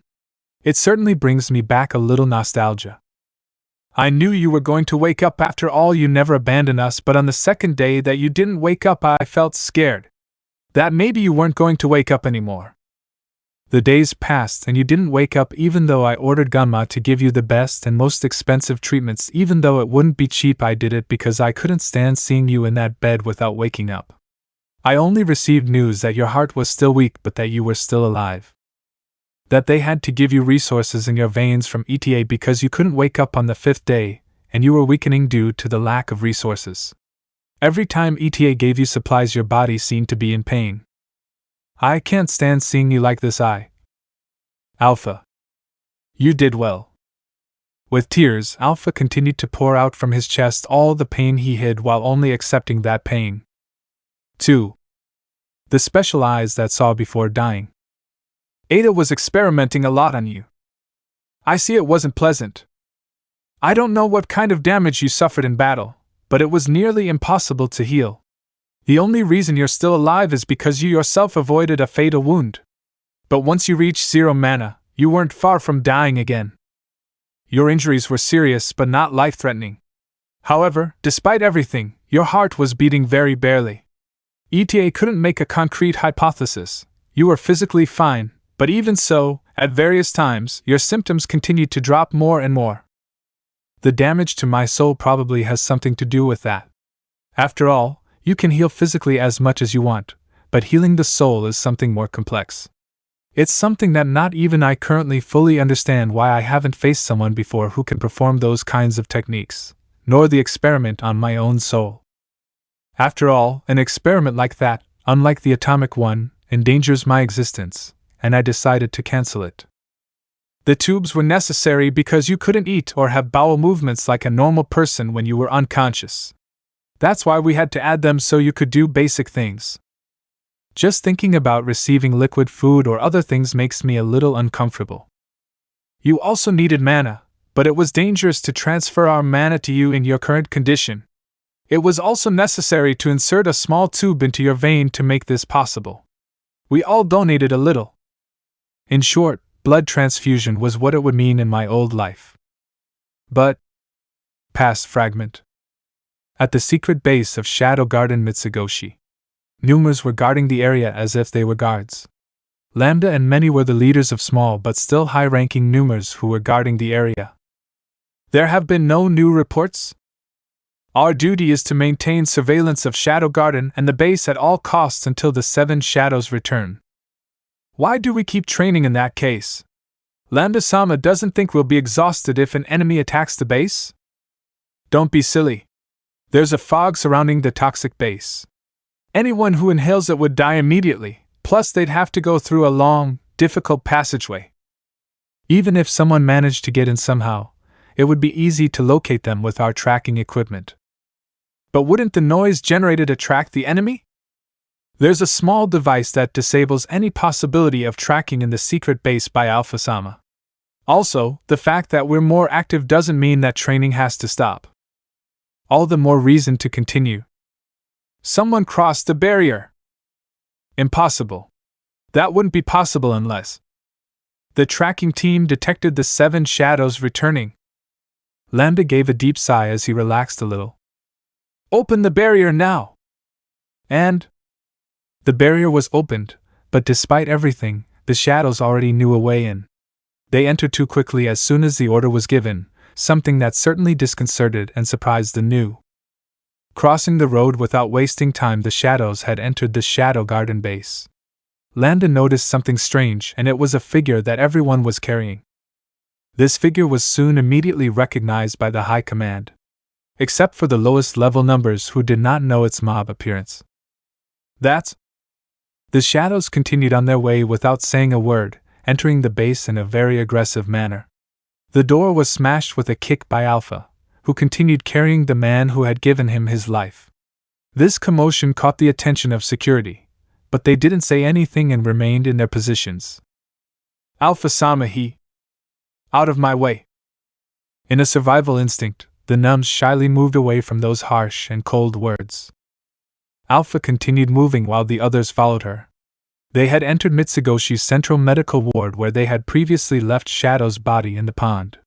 The Numers who were living together barely saw what happened. Alpha dash. The capsule. Huh! Now. Oh, okay. The numbers mobilized and began to check among the resources. What's going on? Alpha-sama is... Shut up and do what they tell you. Some numbers tried to get close to Alpha and Cid, however, as soon as they got a little closer, Alpha's instinct was stronger than ever, preventing them from even getting close due to fear.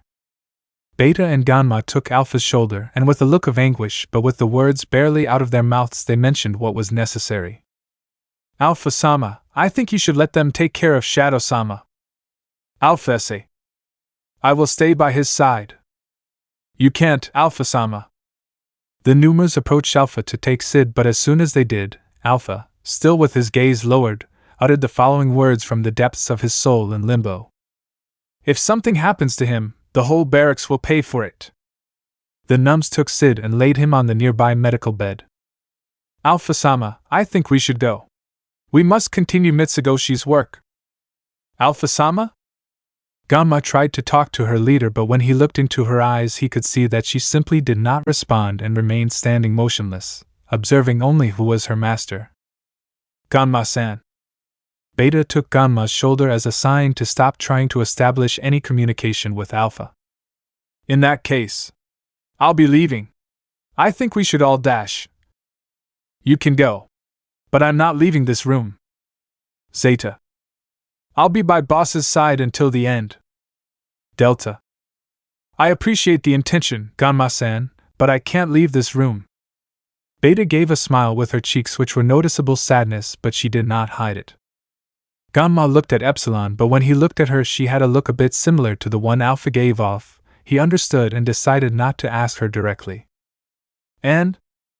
Even if I wanted to leave according to my calculations that would result in my death, I am strictly forbidden to leave now. I understand. In that case, everyone, take care of Shadow-sama while I take care of all the personal business duties to avoid you having to worry about staying in this room for another minute. Beta and Delta nodded while Zeta, Epsilon, and Alpha ignored the situation. Ada, on the other hand, yawned and could barely stand from sleepiness. The numbers were about to mention that the shadows couldn't stay here, but they all agreed that this was a bad idea, not only because they were their superiors and had the right and power, but also because of the current situation. They understood the shadows. The one they were healing was no one more and nothing less than someone important to the figures who had saved them, the organization to which they swore loyalty for life, so they would do whatever it took to give them the happiness that this person gave them and the opportunity for them to live for having done something so well. 337 Scan his vitals. 336 Connect the healing devices. 335 Have surgical instruments, and your healing magic ready if necessary. Understood. Scanning vital signs. His bones are. Determine the cause. I can't do it. If we do, there's a risk of it collapsing if we unplug it. Damn. In that case, we'll have to uncover his wounds for another reason. 360 has a special ability. Perhaps if we summon her, she can help us detect internal injuries. And what are you waiting for? The problem is that he is treating the wounds right now. That doesn't matter, call her now. And 336. Did you detect anything? Your mana level is practically empty. You need mana urgently. Blood transfusion? I will do it. The words barely whispered out of Alpha, who continued exactly the same. Me too. Beta spoke while each of the shadows slowly affirmed the same answer, all of them agreeing on something this time. Understood. Some time later. I can detect multiple fractures, but there is internal damage. What's the gravity? Criticism. Sure. But he'll be fine if we give him rest and basic necessities. The problem is that he's still unconscious and can't do it on his own. We'll need to transfer him to his body, otherwise he could become dehydrated, just like we did with the mana. I have everything ready. Ada-sama?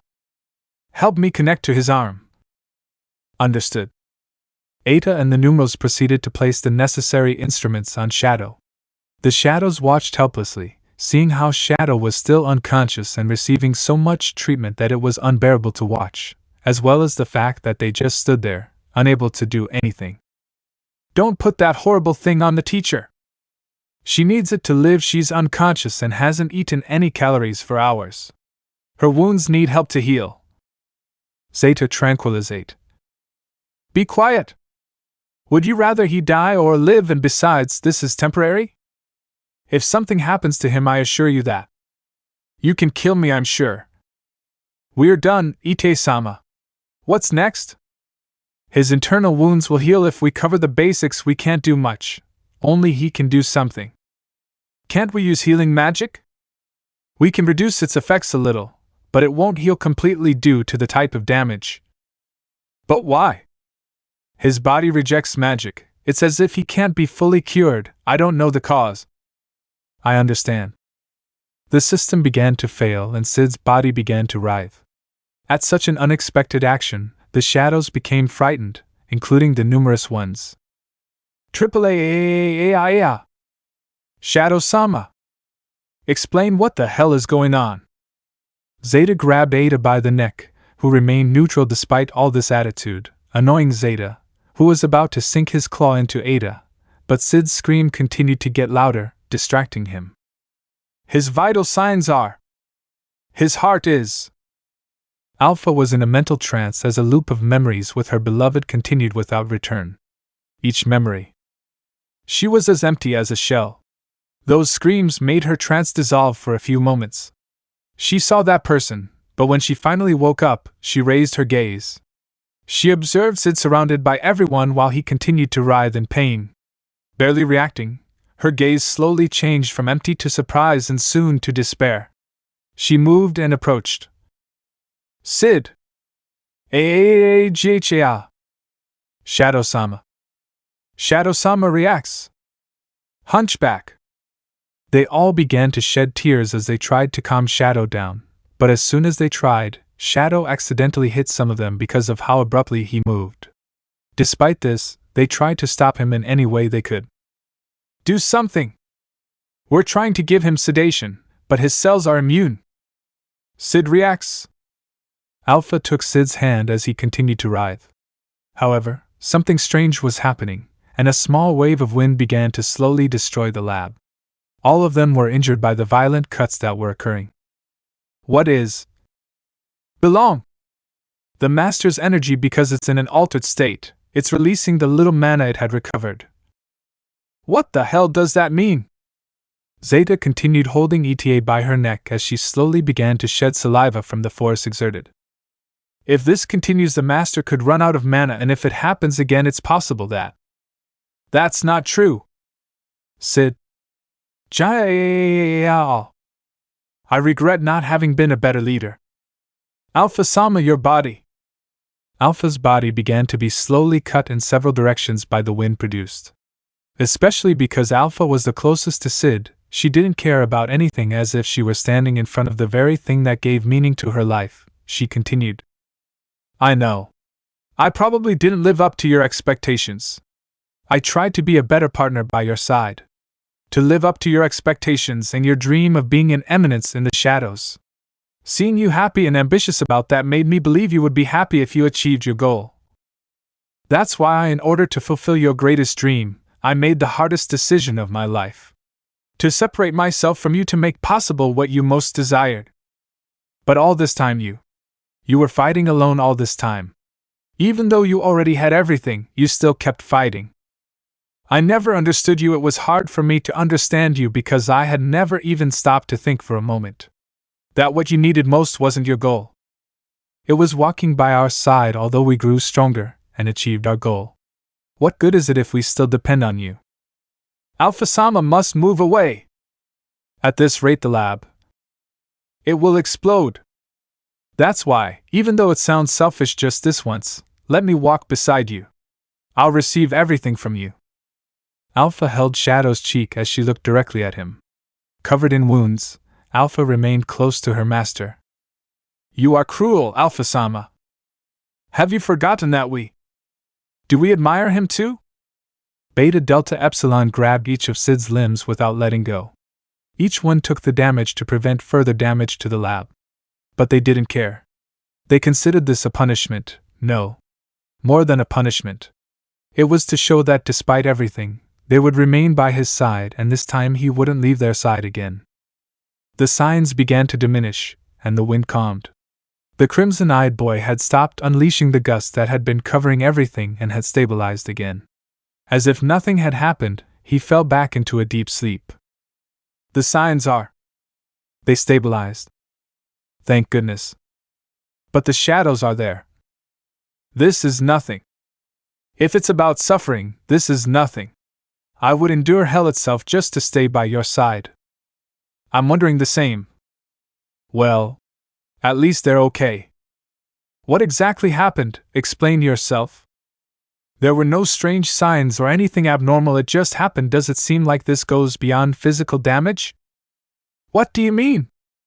Amazing, there are even fields I still need to research, but I need more knowledge and you're going to give it to me.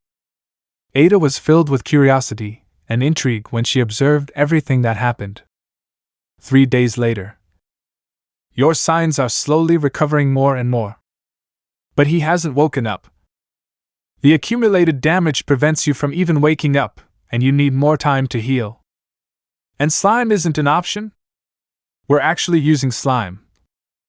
It would be best to be patient and wait for him to return. These past few days, he hasn't had any attacks like last time. But every night, he seems uncomfortable sleeping, as if he's suffering. Even though I use healing magic on him, he still seems to be in pain. Ada-san, wouldn't it be better to take those things off him? No, as soon as you get away from them something bad could happen. But he seems to suffer a lot with that on him. It's normal, he's being forcibly supplied with nutrients and mana through his blood. His whole body is in disarray, so every cell in his body feels the pain, but you shouldn't worry, Master can handle it. But it makes me uncomfortable to see it that way. Then hold on, I can't do anything besides, I'm already sleepy, I'm going to sleep. You just fell asleep all afternoon. They've had me working for 3 days straight without any sleep, so I'm leaving. Eita left the room, leaving the others alone. I think I should refresh my mind a little. Let's leave Shadow-sama in the care of one person per day. Do whatever you want. I'll stay here. Zeta. I'm not bound by his orders. Besides, my loyalty to the Master is greater than any order from Shadow Garden. Sorry, Beta. I think the same, Disu. Alpha-sama? I need to help Ganma, but I can't leave here until he wakes up. He'll be in good hands with Delta and Zeta guarding him. We said that a long time ago. You can trust Delta to take care of Chief Disu. I will only take care of the teacher because I care, not because of orders. I think it's best to follow the advice of the numbers. If we stay here without sleeping or taking a break, we're going to get stressed. We can take turns like we used to. Alpha-sama. Shut up, Beta. I got it. Alpha looked at Delta and Zeta. Upon seeing them, Delta made a gesture of confidence to encourage her leader. Zeta, although not interested, resigned herself and just sighed like a relax guy. Alpha remembered a little about the past and how they all stood by Shadow's side. She decided to trust her companions once more and put her worries aside for a bit. I see. The entire battle against my other self, I was taking care to avoid receiving deadly attacks. Even I felt too much damage. It is completely normal that the girls could not help me even with the best Mitsugoshi technology to heal. After all, we are talking about myself. I myself had created several techniques against immortal beings or with exaggerated regeneration. So it could be said in terms that I was my own counter. Even more so, the fact that my own barely obtained power hurt my body. My theory is that it was because I suddenly received too much power and needed to train it and get used to it, just like what happened almost 4 years ago when I started with the prototype of my atomic and came out with some fractures due to the magical overload. Although another possible reason is that I had barely returned to my body and had accumulated damage. Even though I made sure to regenerate the wounds as best as possible, I still felt that disconnection. And it became even more so when I almost felt it again the moment my mana began to disperse. I was probably on the verge of separating myself. That's all? You were close to dying again. Every night I received reports from Zeta and Delta that you were suffering. They calmed you down. And I was able to confirm that yesterday when I had to take care of you. You were suffering a lot. I understand. How can you remain so calm even when your life was in danger and I was taking care of you? It was a miracle you didn't die again, but what if you had left? The idea of you abandoning us again is... But it didn't happen. I'm back, and that's because you all worked so hard. Stop saying it so calmly. Even though everything that happened was largely my responsibility. It wasn't.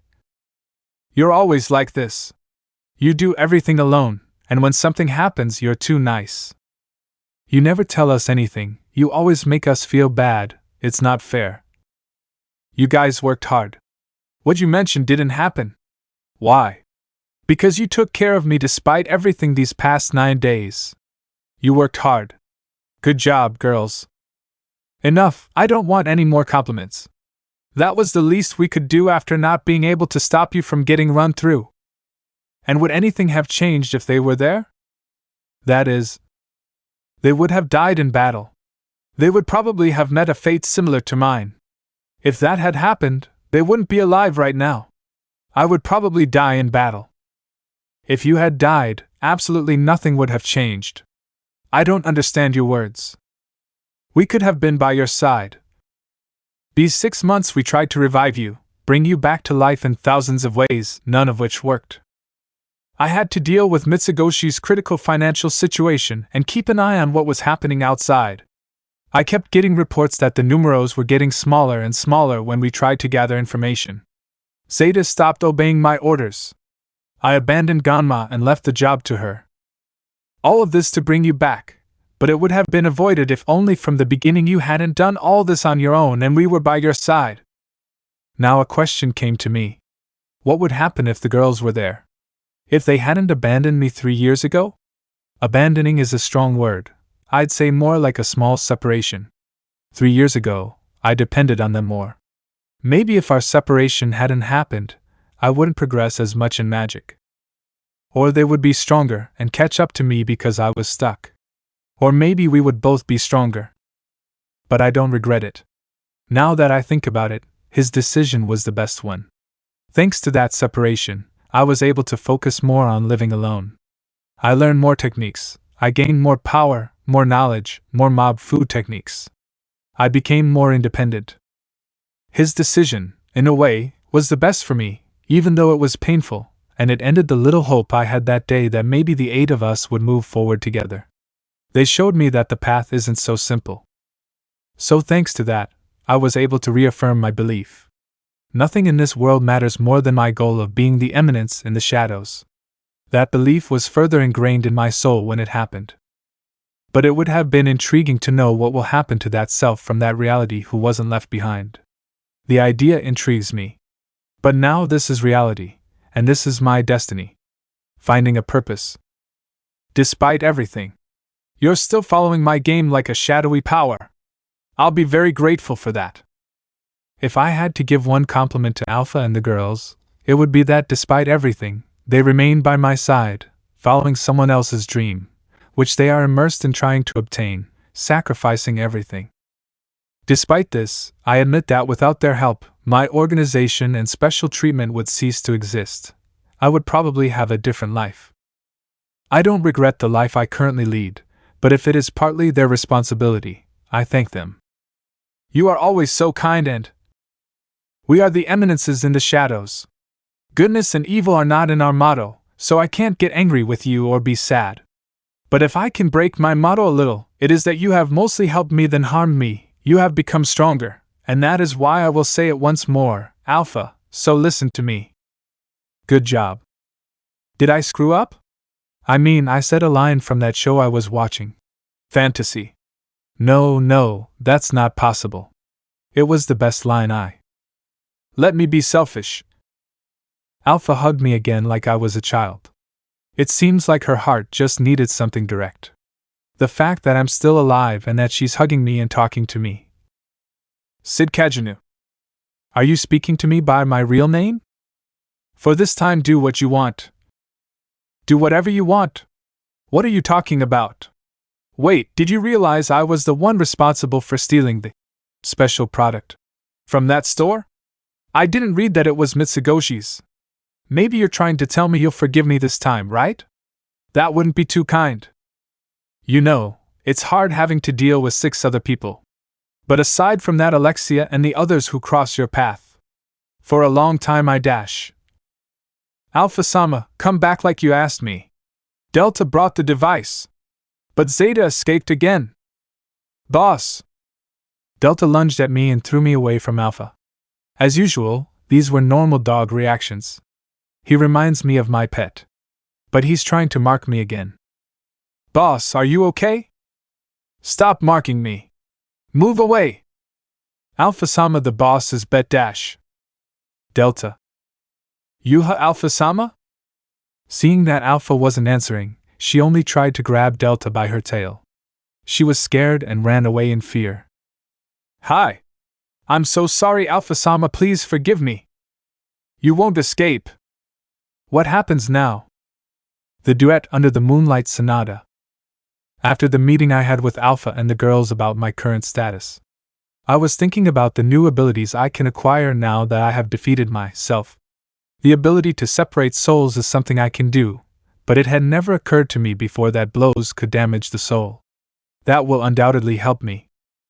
But the most surprising thing was that he was able to create enormous mana beasts so powerful in a deplorable state that they even battled Alpha and the others. If I could somehow create life with my slime, could I create a replica of myself? Could I replicate a pet? I could replicate a monster that serves my tasks and makes my life a little easier. Just thinking about a copy of me getting good grades while I do my eminent tasks or just find myself enjoying life. Cuckoo. But if I did that, I admit it would be a boring life just slacking off and having everything won't do me much good. Besides, I don't like receiving help and I prefer to finish a battle myself. So I discard that ability. Lately I was a spectator of 3-dimensional portals. Other dimensions or worlds, rather. When I was transported to my old world.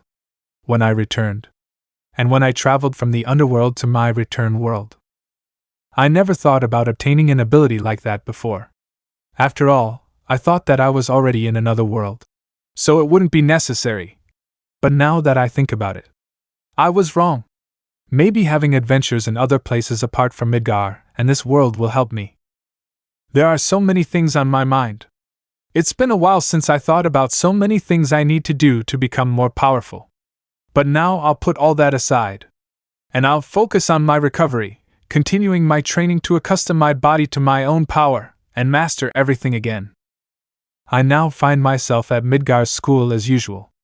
It seems that the repairs to the city of Midgar and Oriana have progressed significantly faster than I would have imagined. Perhaps it's due to the alliance between Oriana and Midgar temporarily making the repairs a little faster. At least I'm glad that the school will be back to being a school and not a shelter soon. However, some rooms are still set aside for the homeless. So it will remain a shelter for a bit longer until Midgar and Oriana finish repairing the city. Classes aren't that hard for that same reason, so I'm doing pretty well. But every day I leave for class, I notice mana presences nearby. It must be the girls. although I told them I was fine and could go to school. It seems they still don't fully believe me. Well, I won't blame them, they must be a little worried. After all, Alpha did a lot of things for me. Although I feel uncomfortable when sleeping and I can still detect magical presences, will they be watching me when I sleep? What fatigue! Cid! Cid Tio! I'd already forgotten about these two. After all, it's been a long time since I returned to this school. The perfect mobs to accompany my mob performance. Hyro and Jaga. Where the hell have you been? We thought you were dead. We even planned to steal things from your room to give you a decent burial, but dash. Be quiet! Were they going to steal my stuff? These mobs are incorrigible. But I do the same thing. I was lost outside the school, so I couldn't find a way back. So that's it, huh? You haven't changed at all, you're still the same. You really are a fool for missing out. But at least you came back alive. You missed out on a lot. The exam is tomorrow. Tomorrow? Everyone has to submit it tomorrow because of the constant delays. Several of them slacked off studying in their rooms, so the principal probably put it on early as revenge. No way. What do you mean it's tomorrow? I didn't study anything, not even a new technique for copying mob fu. Now what am I going to do? Wait. Maybe if I use a receipt. No, I don't think that'll work. I don't have the time or the desire to waste. But there is one form. As always, my colleague met one person who gave us the answers and... Answers? That's right. So this exam would no longer pose prob dash. Hi guys. A girl with long white hair in the form of two large, long pigtails wearing Midgar's characteristic uniform and crimson eyes had introduced herself. It was none other than Alexia, the princess of Midgar. Can you let me talk to Cid for a moment? Curse! It's not fair, Cid! Alexia gave a smile while holding my shoulder a little tightly. She looked at Hyro and Jaga. They fell into that basic cliché as expected, so they literally sold me for a smile that was more fake than anything. Where to dash? Where have you been? Forget it. I don't want to know. So why are you asking me where I was if you don't want to know? I've been looking for you for weeks and I couldn't find you anywhere in this school. There were problems, it's complicated. You always have complicated things. But what if one day you... They? Forget it, I didn't say anything. It's a miracle he doesn't call me a hitch or humiliate me publicly with gold coins, but I think I could really use some gold this time, since I spent all my money on the girls. Well, another mission like the Eminence in the Shadows is preferable for that. At this rate, I'll call myself the Eminence Gold Digger if I keep using that method. But hey, it's not my fault. They're bad people who use money for bad things. I rescued that poor money and I'm using it for good, so it's not stealing, right? Anyway, your sister has asked me to find you many times. It's kind of annoying. Now that I've found you, please stop bothering me every night asking me to find you because it's stressful. Oh yeah? Nei-san does a good job of worrying about me. Too bad when she greets me, it's usually the opposite of what I think of a mob. I understand. I'm glad you're okay. Did you say something? No. I already vetoed. Alright. I started walking to Nei-san's room. I was a little annoyed if she just appeared and hit me or chained me up. I really wasn't going to go in there, but Alexia stared at me waiting for me to do it as if she already knew how my sister acted. She really is ignoring that. It would be better to prepare my usual boring performance. I knocked on the door and waited for someone to answer or open it. Who is it? I am Dash. The door opened just as I was about to finish what I had planned, and I felt an immeasurable force aggressively pull me toward the room by my arm, and the door closed. As if I were being sucked into a black hole. It's you? And aren't you a clone? No. If you're lying and pretending to be my brother, I'm my brother. And Nei-san, is it me? Don't you recognize me? That shy but childlike voice, those clothes. The brand and those eyes. They're similar, but if you're my brother, tell me the secret I told him 3 years ago when we were 12. How do you know my brand of clothing?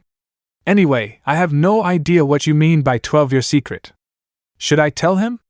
But if I do, he'll kill me. I'll have to come up with something quick to divert the topic. When I was 12, I dreamed of reaching the light. Actually, I just said what I thought about my dream of being an eminence, but instead of darkness it was light. I definitely don't think she's going to believe such a story. Cid! Naysan lunged at me. Like any good NPC, I tried to escape, but she was faster than me and caught me. When she threw me down, the room shook tremendously from the force she exerted. Was she stronger, or was it just me? Cid, are you okay? Where the hell have you been? I was worried about you. I was looking for you for a long time and you didn't show up. I even asked the teachers and the principal. And every student in this school didn't tell me anything for days. I understand you were worried, but asking everyone was a bit of a stretch. It's better than I thought. I was lost looking for a sign. As always, you never change, my silly brother. Naysan hugged me. Meanwhile, I watched a butterfly that was near the window fly by to distract me. Never worry me like that again. All right. He continued looking at that butterfly. Now that I think about it, Cid, I have a question for you. What is it about Naysan? Are you Shadow? Huh. I haven't seen you in a while. Some strange people spoke to me like this. They told me that you were the leader of an organization that you were guarding and that you were murdered. But Naysan, I'm still alive. I know. But I can't stop thinking about it sometimes. I'm not. You probably got the wrong person, Naysan. I saw a body earlier. It looked a lot like yours and had your features. The mana he gave off even though he was dead. It was very similar to yours. Cid, I'd like you to tell me. Who are you? I'm just your brother. I know that. What I mean is, why did you hide all that power? You're wrong, Naysan. Stop lying, it's not going to work. I saw you with my own eyes, you were hurt in a room. Zeta had shown Claire a hologram of the dead Cid to trick her and use her as a pawn in the war against the false organization. This was in the hope of gaining more allies. Clearly, sooner or later she would erase Claire's memory of her lord again, which hasn't happened yet. If her lord discovered her, she would still accept whatever punishment her lord gave her. After all, she cared more about his well-being than anything in the world, and she would sacrifice everything to bring him back, even if it meant using her precious sister. Why did you do that? I didn't think you'd discover my identity. But now that you know, I'm afraid I can't let you expose yourself to the danger of knowing. Because? Why? It's something only I can do, and it's something only I can solve. I don't mean that. Why, if you had all this time? Why didn't you reveal it? Why not reveal that you were the true pride of the clan? Why not reveal that you could protect yourself? Why I wanted to protect you. Cliché phrase that came out. In that case, it makes me happy. Does it make you happy? I mean, you're strong. You're not a weak brother I should look after. Aside from the adorable and noble Cid I met, he's also strong, has strong companions, and is the leader. That means you stopped needing me a long time ago. I really didn't plan on Naysan or close companions discovering my identity. After all, if someone did, depending on their intentions, I would have to eliminate them or do something different.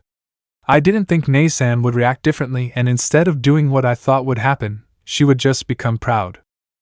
Tell me something. That bandit who saved me that night when we were training 3 years ago. Was it you? Yes. I was. I see. In that case. Cid, you are very strong. Aurora was not wrong when she mentioned that that person saved me because it was important to her. All this time you were saving me. I always thought I was the one saving you when it was the other way around that bothers me. But you did it to protect me, that's also something of you. Aurora? There's no point in hiding it from you now. The Witch of Calamity is in this bandaged arm. She's been talking to me this whole time, and I was able to use her power. Chanabi again? I'll show you. A familiar silhouette I'd seen a while back had appeared behind Naysan. It was Violet-san. It's interesting to say that Nei-san is special. I can detect in Nei-san's soul that it's shared, so Violet-san is alive in her body. It's been a long time. Cid Kagenou. The Witch of Calamity and my sister. Surprised? Not at all.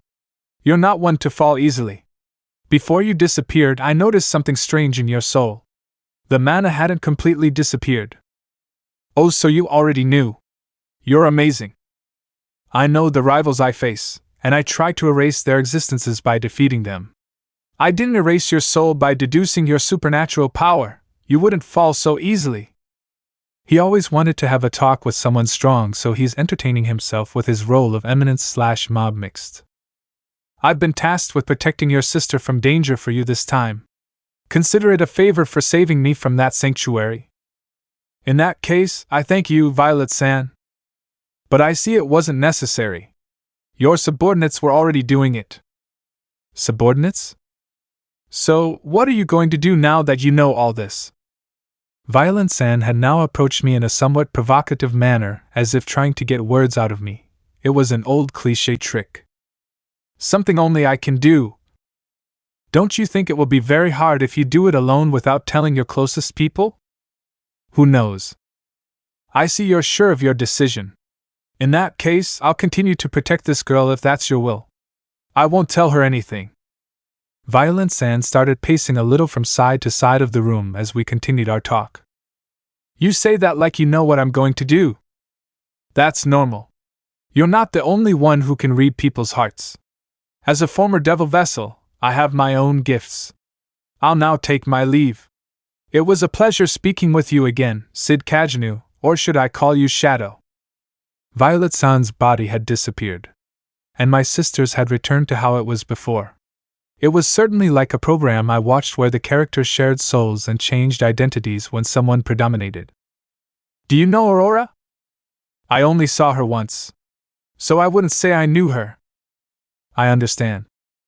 Can I ask you a favor? Before you do it. Do what? You don't have to be so nice to me. I know you will. Erasing my memories to prevent her from discovering your identity. As a way to protect myself. What Aurora knows and senses I know too, and she read your heart. That makes my job easier, the fact that Nei-san is aware and willing.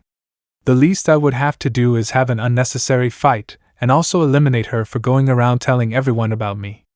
That would ruin my reputation as an eminence. It's not that I don't trust my sister to keep the secret, but unfortunately, an unimportant NPC can't find out who I am, much less if there's a chance that she'll expose me. Also, if Nei-san discovers my identity, it will limit me further from going out and fulfilling my dreams, and it will be uncomfortable to continue acting as a mob. The role must receive a reset, that's how this works. First, I would like you to use your true identity. My true identity is this. Do it. It was the last hope I had that she would think that all this was a joke, and not believe me that I was Shadow. Deep down I did not want to do this, but unfortunately I have no remedy now. There will be no turning back. But now that I think about it, who could have mentioned my identity to Nei-sama? When I use my identity as Shadow, I change the mana that my body gives off as well as my voice with mana, and I cover my face with a mask. The suit leaves no openings. The power that I demonstrate is not demonstrated by being a mob. I mentioned finding my body. Perhaps she was nearby when I died in my first battle and the mana in my body stopped working. Only that reason I see logic, but it would be highly convenient. Is this convenient? The slime surrounded my body and I used the shadow suit again. Nei-san's last wish. It certainly doesn't matter if she sees my true appearance if she already knows, and if she already knows that I will do it. Her last wish intrigues me. Deep down I had that question. What would happen if she or some other mob knew that I have so much power? This will be like an experiment, answering my question. I am Shadow. He who hunts and stalks in the shadows. So that was true. I don't know how to feel about this. Should I feel happy because my brother was always strong without needing my support, or should I feel bad because he never trusted me and never told me? But I did keep Aurora from you after all, right? So we're both equally stupid. I guess you're right. Can I see how much power you have? Is that what you want? Just to confirm that you'll be okay. Let's go somewhere else. I don't want to destroy my room. I'll wait for you on the roof. Wait, but how are you going to get out of here? There are people outside. When Claire turned to see Shadow, he was no longer there, and the door was already open. She ran out of her room in surprise, searching everywhere for Shadow, but he was gone. That's it, I couldn't see it. My brother has amazing speed. Destroy the rear window as quietly as possible to make a badass escape if that's good.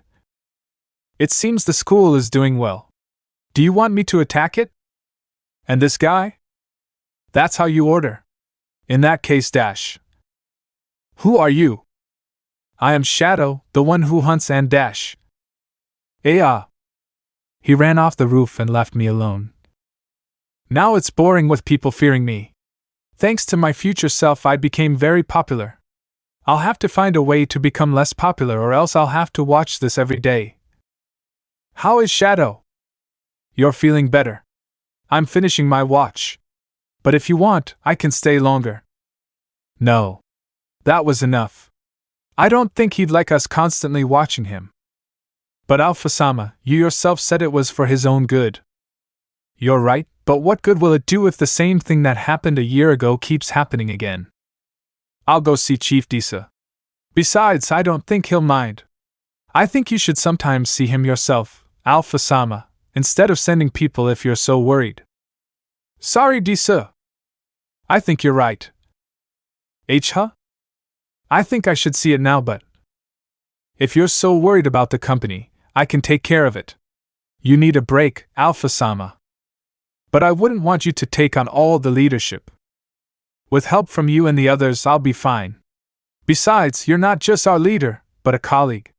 You're constantly working. A break wouldn't hurt. If Alpha-sama visits Bossa, he'll be very happy. Are you sure? Completely. After all, the reason is you and Shadow-sama. Why would it bother me? If I help in some way, I would even be happy if it is for the well-being of both of us. In that case, I'll go. I'll leave it in your hands, Gamma. Trust me. POV Claire. The whole time was no. There's no time to get upset about something like that. Instead, I should be happy for my brother after all. Even if I don't remember this, I'll probably be happy knowing that he's strong, and as long as he's safe, I'll be happy. But why did his back feel so lonely? It was a feeling I'd never felt before. It was probably my imagination, but what should I do now? While I was walking, trying to clear my mind, I bumped into someone. When I looked up, I saw Rose-san on the road. She certainly had a lot of complications before. But I'm glad things are getting better for her, even though I hadn't spoken to her before. She's the Queen of Oriana, and for some reason, she chose to stay at this school, accept her position 100%, or go to a closer, better-paying school. Why would that be?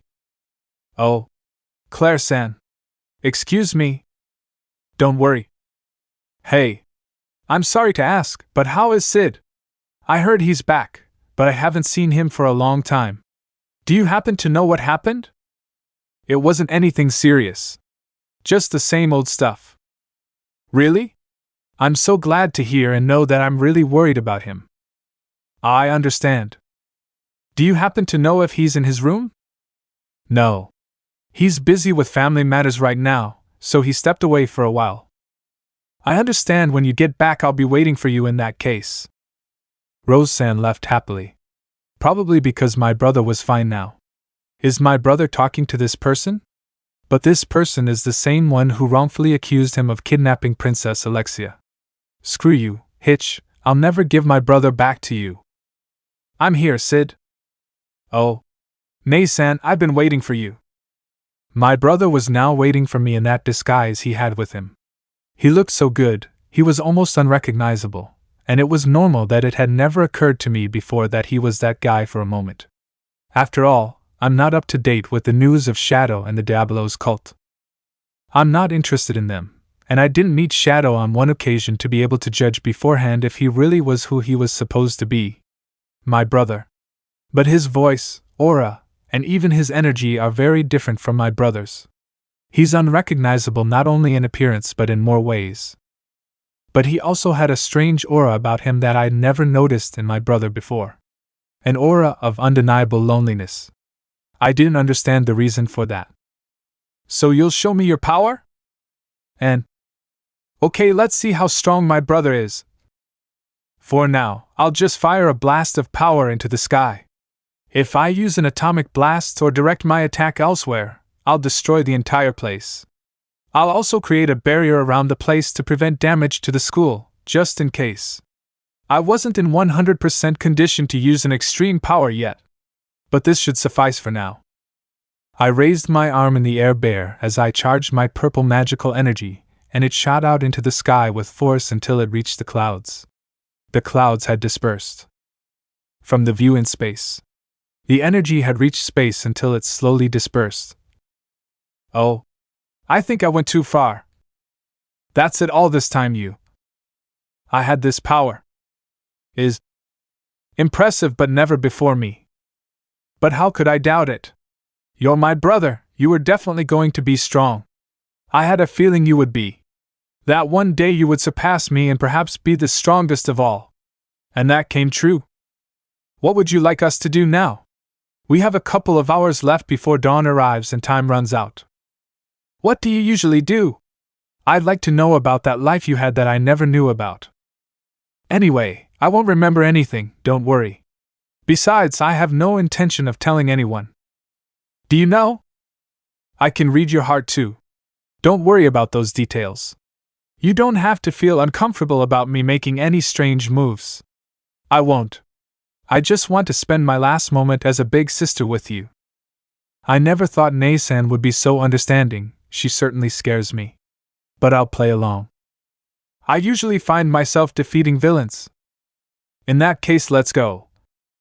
Is that what you want? Yes. I always wanted to fight alongside you one day, when you had the power to come close to me or surpass me. POV Cid. To summarize the night, Nei-san and I found ourselves in dangerous places, facing bad people. It wasn't difficult to take them down, and Nei-san was good enough to not depend on me. She certainly improved. Was it because of Violet-san or herself? I stealthily stole every jewel without her noticing. This trip had served some purpose. Act my hand now! A bandit hunter was going to attack the black-haired girl, taking advantage of her distraction, but Shadow stopped his one-finger attack while sending him away with a kick. Did they hurt you? No. It's normal for my arm to hurt sometimes. Aurora's power is still unknown to me. In that case, I'll take care of the rest. To solo? I am. All. They all approached me, surrounding me in different directions. Atomic sword. I swung my sword and a shock wave surrounded everything, finishing off all the fortune hunters with a single slash. That's incredible.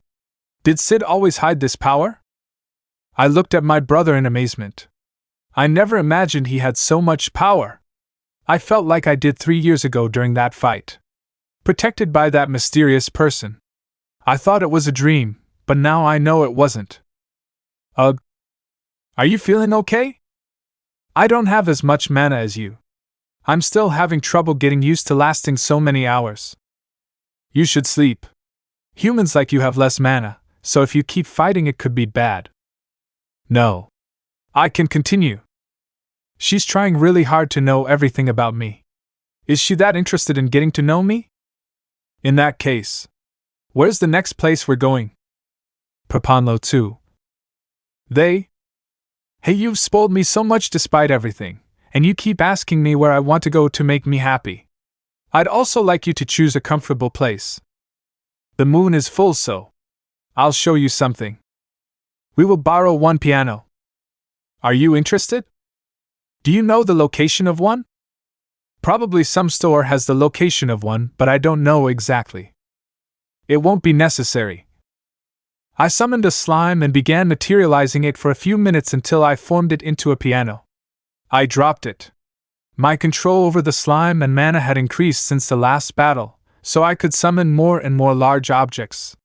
I could even copy more things. This was really useful.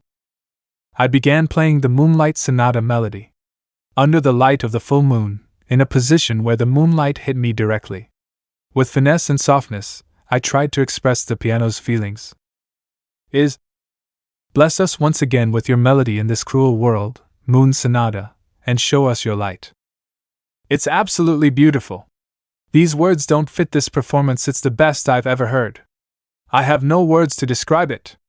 I don't know what generated this song, but it manages to completely convey every feeling of depth. The piece that has accompanied me for more than 3 decades since I played it. Who would have thought I'd wear it once again in the moonlight under that person? The boy's crimson eyes in a low tone remembered the little of his past life and the meaning of his life. The sonata represented the non-existent emotion. No one understood the non-existent emotion of that song, which was more than a song. That apart from accompanying that boy for 3 decades, also accompanied him now in his darkness. I let go of the piano and my presentation ended. I stood up a little, moving away. I didn't have the words to describe the song my ears had heard.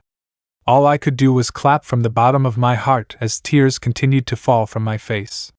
I looked like a little girl, but this was another level of peace. The peace that has been with me for a long time. Do you mean you're the original author of the piece? No. But it's a piece that has a certain value for me deep down. I understand. Where else would you like to go? Just one more. Are you sure? I wouldn't want to make you uncomfortable and make too many demands on you either. You're bad at lying. I'd just like one dance. In the light of the full moon, by your side, brother. To any song you like. Understood. If that's your last wish, I'll fulfill it. We can temporarily rent the visual studio near Mitsugoshi for just one dance. Mitsugoshi? I don't know if Alpha and the others agree. Welcome. Please be welcome to the Mitsugoshi Company party room. Don't worry about the money, it'll be free. Free? She knew it, so don't worry. Sometimes it's strange that Alpha has already planned what I'm going to do. I don't know if I'm going to feel good or bad. Please join me and allow me to give you a tour. Shadow. Claire-sama? You're popular with the girls, aren't you? No. You better. There are various rooms, from a theater to a cinema, and more new things that Mitsugoshi is creating, but it's still a prototype. I just want to buy. Cinema. That's right. We also have new products. And we have a clothing room. It's like a huge variety store. New approached me and whispered to me while my sister had fun exploring the whole place. I just stood there staring. It certainly brought back nostalgia for me. The place was a typical mall I told the girls about. I didn't think they would steal my idea too. So, does she know? And I know the decision you make will be the best one, so I hope you enjoyed this place. Thank you. That's amazing, Cid. Look at this. It's just a retro console. Retro console? But that means that ETA is moving too fast. This console reminds me of the 90s in some ways. It's a good step forward. But I'm not a gamer, so I don't know if it's going to be very useful to try one now. They are devices that allow you to entertain yourself by controlling a particular person or being in a fake world.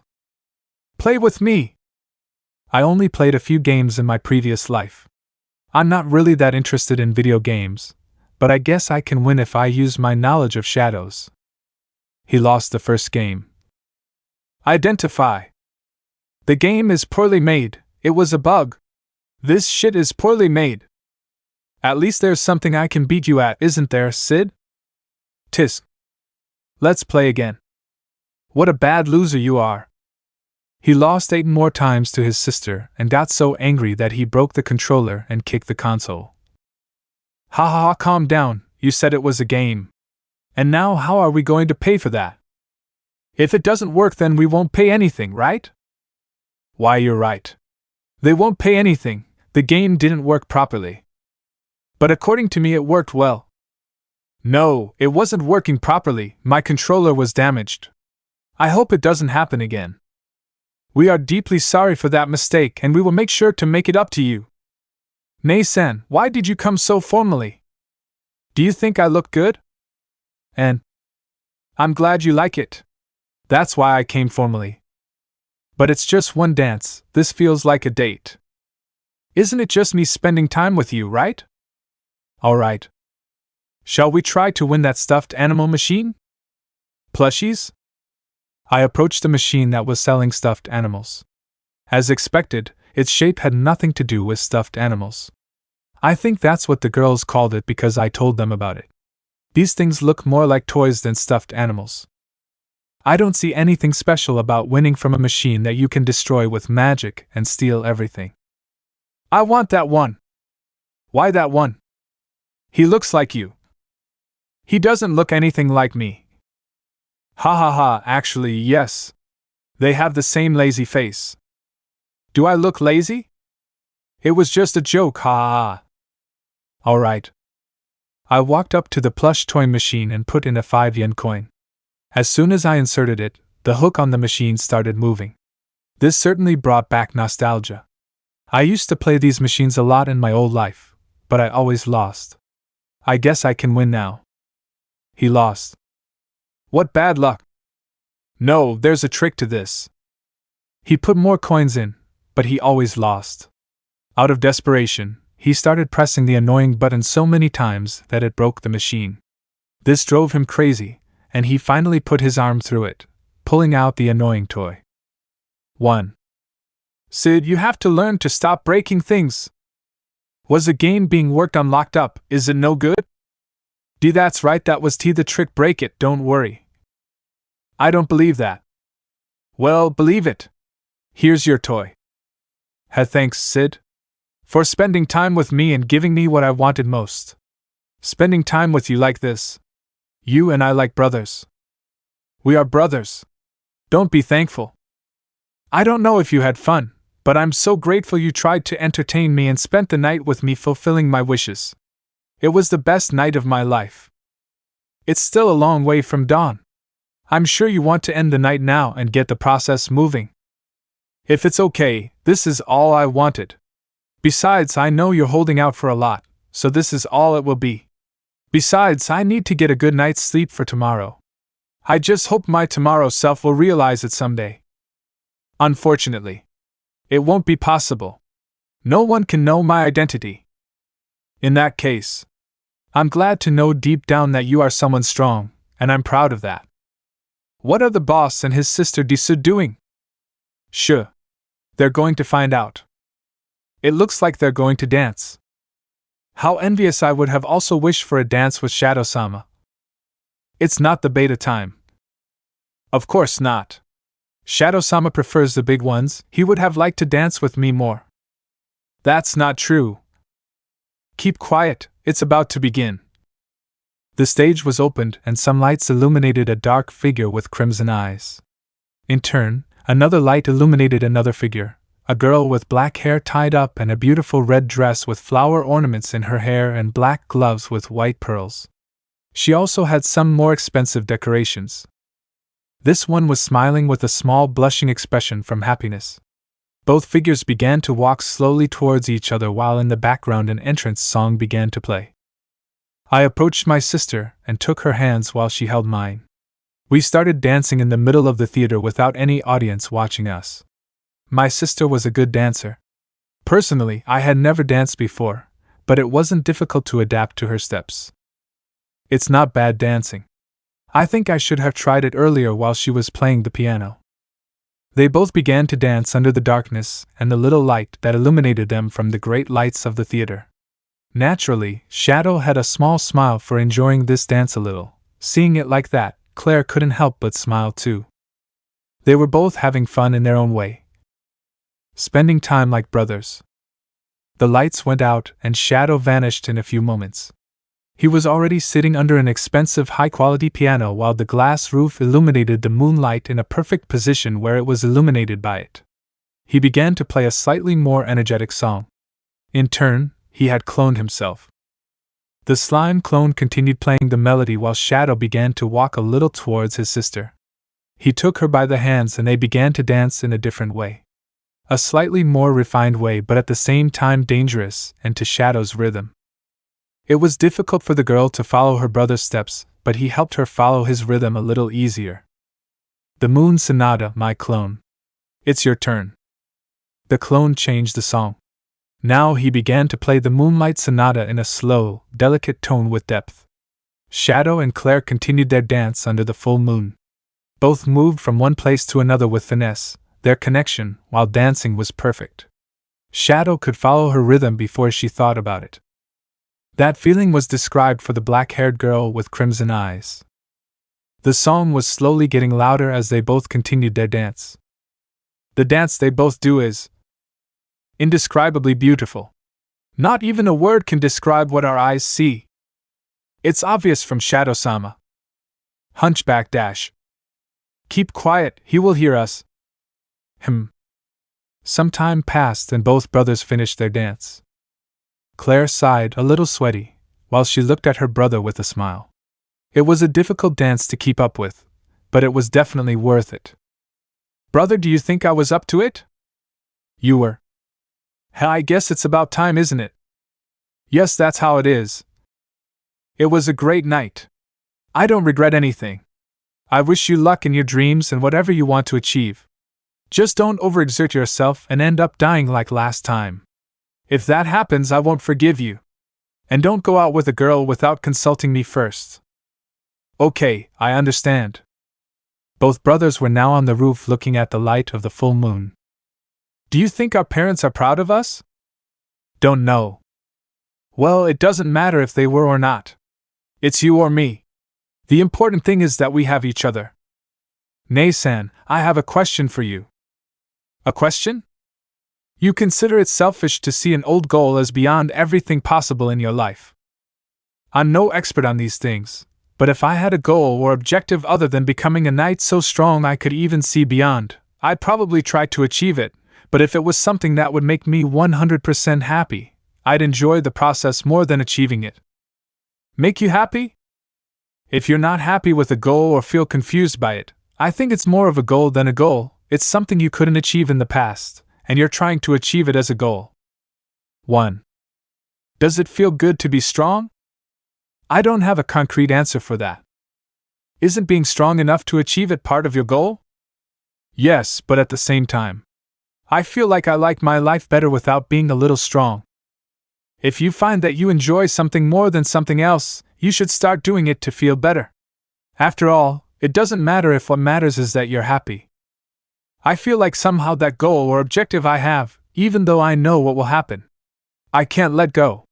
Because it's something only I can do, after all. Cid. But despite that, I'll probably change my mind in the future as soon as I achieve it. I never thought about the progress other than achieving it, and surely when I do, there won't be any difference. So why not look beyond that goal you so desperately want to pursue? Look for more? There's more to it than that. If that was your hobby from the beginning, it means you can find another one sooner or later. Or maybe. Just think about your future but at the same time enjoy your life as only you know how and only you like. That makes sense. Tell me something. The battle against that person? Were you responsible for finishing her off? But how did you come back?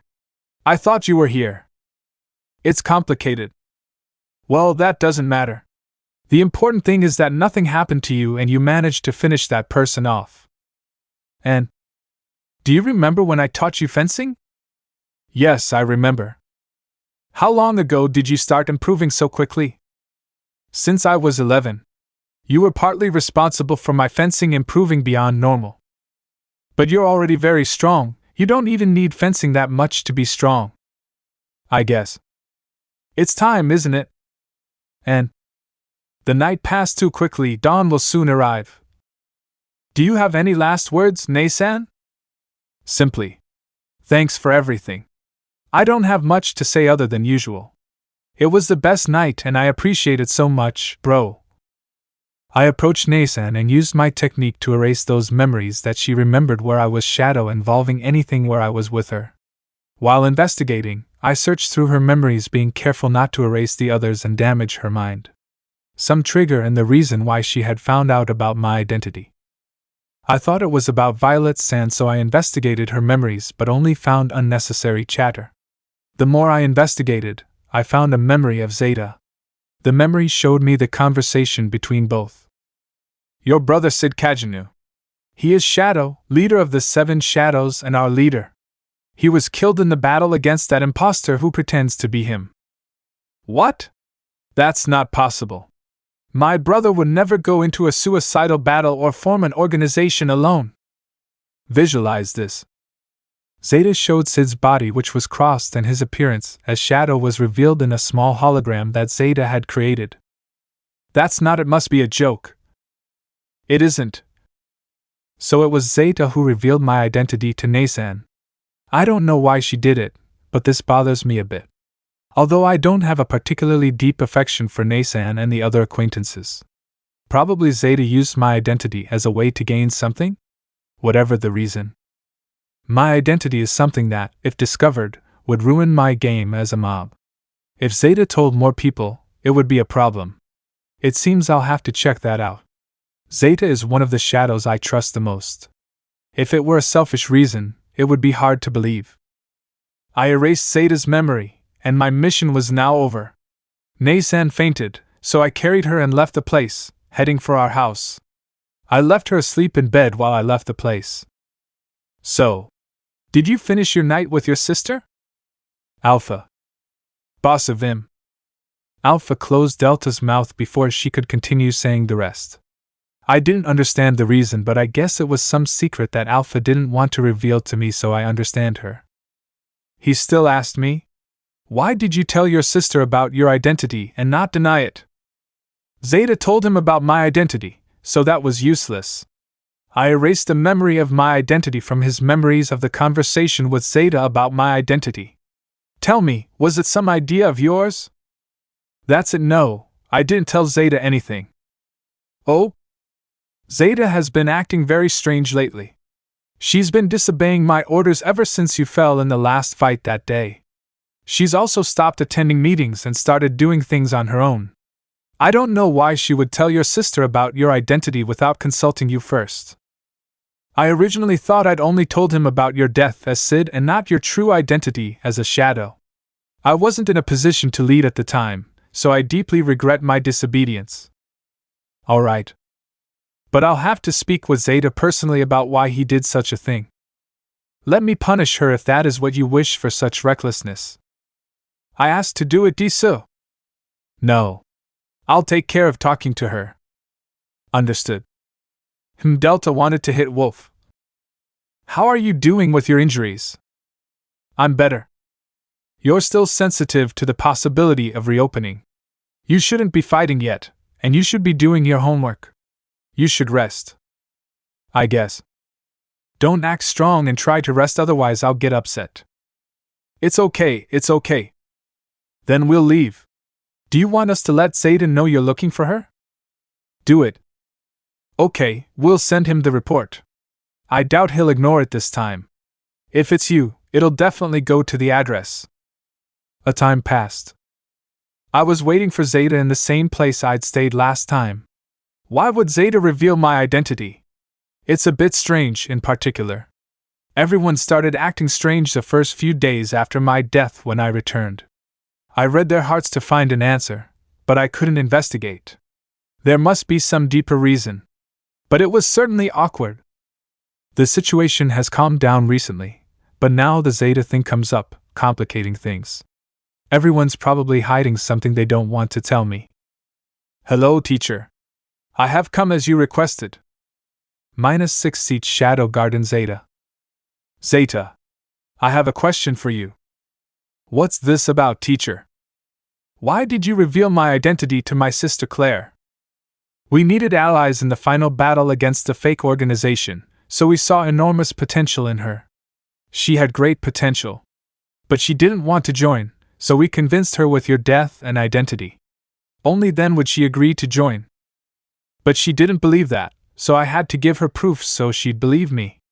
I trained her, and she was also trained in Shadow Garden. Alpha-sama gave me permission to do that. So you used it for the final battle? We were lacking help. And I think she deserved to know that, teacher. Who knows more? No one else, just her. Although I was planning to erase that memory. But I see you got ahead of yourself, as always, master. I'm sorry if it bothers you. If it bothers you, you can punish me however you want. But I'm doing this to protect you. I assume that by erasing the memory you mean leaving it from zero. I don't have control of that technique at your level. It would be a risk if I used it. I probably wouldn't remember anything about you, but if it was to save you and also keep your identity safe, I would do it after all. I would do everything for you, master. Unfortunately, I don't think that's a good idea. You'd be ruining my plans if you do that. I'm sorry, teacher. I just wanted to help you. You're not helping me by revealing my identity to anyone I know and using them as a pawn. I didn't need my sister or anyone specific for the war. The war was only between him and me. You guys got involved. You're too kind, master. And you needed resources if you couldn't or the others needed to act. Besides, I was the one who brought you back. The others weren't going to do it since you were a prototype. So one of the reasons I came back was because Zeta had kept my body? I understand. But I think revealing my identity, if it was unnecessary, wouldn't particularly bother me. But it bothers me that it didn't come at the right time. Today wasn't. If the story doesn't continue the way I want it to or has an unnecessary change, I don't like it. I don't question your methods, but don't reveal my identity to anyone again. Otherwise, I'll get upset. I have plans, and if you interfere with them, I won't be able to trust you anymore. I understand. I'm so sorry about that, master. I just wanted to help you. No one else in the garden tried to revive you in the last battle. They gave up. I've been planning your resurrection for almost a year. And as soon as you do it, I had to ruin everything, but that's why the fact that it was a world without you devastated my idea. Don't worry about it. You did a good job. Just don't make that mistake I kept pointing out again. I appreciate you keeping my body in good condition until the end. Maestro. The reason no one can know my identity is because of the Zeta motto. Don't forget it. We are eminences in the shadows, we hunt and stalk in the shadows. If someone reveals their identity, it wouldn't be in the shadows anymore. You know because you are part of the group. Another unknown person, even a family member, can't know. It's just one rule that must not be broken until the end. Actually, apart from that, it's not that I'm that interested in the motto. It's because I couldn't be a shadowy figure anymore if some random NPC knew my secret and lived with it. No one should know, it's a secret. I understand. I'll do it, master. Zeta approached me, wanting me to pet her head. I petted her head like she was my pet. Zeta just accommodated herself. Her fur was soft to the touch, like a wolf's. You should reconcile with the others. The others don't understand me when I talk about protecting you. So no. But you were all family. With or without me. You should try talking to Alpha and the others one more time. After all, you all have the same goal. My goal is different from theirs. It's your protection and serving you. They see it as exaggerated. We don't agree. At least try not to disobey Alpha. He's been complaining to me about that lately. I understand. If that's the case, at least I'll be tolerant of them. But my loyalty isn't to the gloomy garden, master. It's to you. So she's like my right-hand woman. It doesn't sound bad. I could do missions with Zeta without the intervention of any specific shadow. After all, the girls exaggerate about them. And I trust Zeta for espionage, aside from being the most talented and with the greatest potential within the Shadow Garden. I could trust her to keep a secret, aside from helping me find things, more than with the others. But it will only be on special occasions, as always. I understand. Teacher, I have a question for you. If you could be immortal, or have eternal life, what would you think about that? I've never really thought about that before. Honestly, I've been saying more and more that I'll live 300 or 600 years, but I've never really thought about my future as an eminence in the shadows. What will I do when I reach my limit? Wait for my natural death? Or simply remain an eminence until the end and do what I love most? But it would be interesting to be immortal, but I don't think it would help that much if only a few could defeat me, and my life wouldn't be in danger, which would make me feel less excited in fights. But eternal youth or eternal life, I would like to have. Immortality, probably not. Eternal youth or eternal life would be a good idea. Maybe. I understand. I'll do everything possible to give you eternal life, Master. Just wait. Only then will anyone ever take you away from this world again like they did a year ago. In another faraway unknown place. What was it? Where are we? Alpha-sama? Damn that jerk. Shadow-sama sacrificed himself for TSK. Why did he do that? Alpha hit the ground annoyed with helplessness while remembering the figure of her lord. This won't stay like this. Us. We will avenge you. This information will be invaluable to the Diabolos cult. But it's still not enough. Can you check to see if there's any way to discover the identity of the leader or any of those 7 shadows? It will be difficult to do so. Technically, it would be like spying on them all day, but they are highly sensitive to their surroundings and have killed many of our comrades for trying to spy on them. Even the best artifacts that help conceal their appearance don't achieve much, or they also have their own equipment to prevent them from being spied on, or they must hide more. If it's not done by a high-ranking officer, there's no point in doing it, but no government will cooperate with me to help me with that as simple espionage. That's sinking very low, and all because of their stupid egos. From now on, now that we know the power of Shadow Garden, we will have to be more careful with them. We don't know if they might discover what we are trying to do. That's right. Knowing someone's identity will be essential for a surprise attack. But if they discover us in the process, they'll set a trap for us. We have to make a 100% calculated plan that works to prevent that from happening.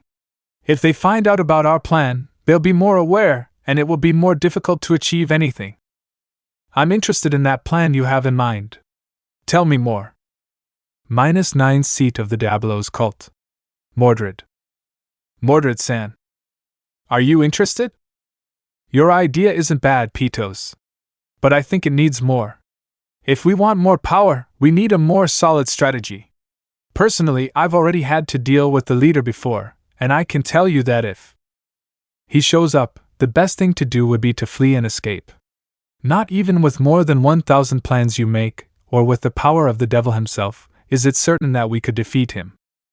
Are you serious? But you're one of the strongest seats. You still can't judge that guy to be that powerful. I don't have to be as strong as Seat 1 or Diabolos to know that the leader of Shadow Garden is a monster. If you plan on facing his organization, it would actually be easy to defeat. Long ago, even Fenrir and his faction, even if they had died, would have lowered a large part of the members or even the entire organization. But the problem was the leader defeated him. And deducing my last encounter with him was easy. Was Fenrir-san defeated easily? That's impossible, he's the 5th seat.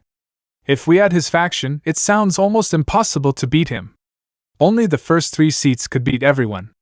Even Loki-sama would have a hard time beating Fenrir's entire faction. That's why defeating him in a duel would be practically impossible. We would have to replicate a sealing spell equal to or stronger than that of the 3 heroes. But let's forget about the issue of facing the leader without the full support of the cult. That won't happen. Perhaps we'll only earn that right if we do something that those at the table like, so they reconsider our request. Let's leave the leader for last. If you need a spy for the 7 seats of Shadow Garden, I can be it. They can't detect me because of my artifacts, and even if they do, I can use teleportation or take care of one personally with my faction. If you try to defeat the leader, forget my proposal. It seems you're the one who knows the leader best. You don't want to know the reason. In that case, what you say is true. It's better to go for the weakest first. Why don't we take care of their weaker allies in that case? That will attract their attention. No. If we do that, we'll draw attention, but it will be too much. They'll sense someone strong, and if we beat him, the leader might notice. Let's rethink our strategy. What if we find out who the leader is? I won't follow him. Even with my teleportation, I don't feel safe escaping him, so I refuse to go on a mission like that. I understand.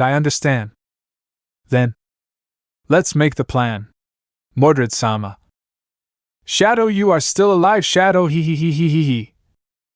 At the school in Migar. Damn, so much happened today that I couldn't study. The worst part is that Hiro and Jaga haven't shown up to give me the answers, and I don't think I can copy in this condition. Relax, maybe the exam will be easy to take, so I shouldn't worry too much about it, that's for sure. He grabbed the exam and looked at it and analyzed it. I have no bucking idea. What is this? I didn't understand anything about it.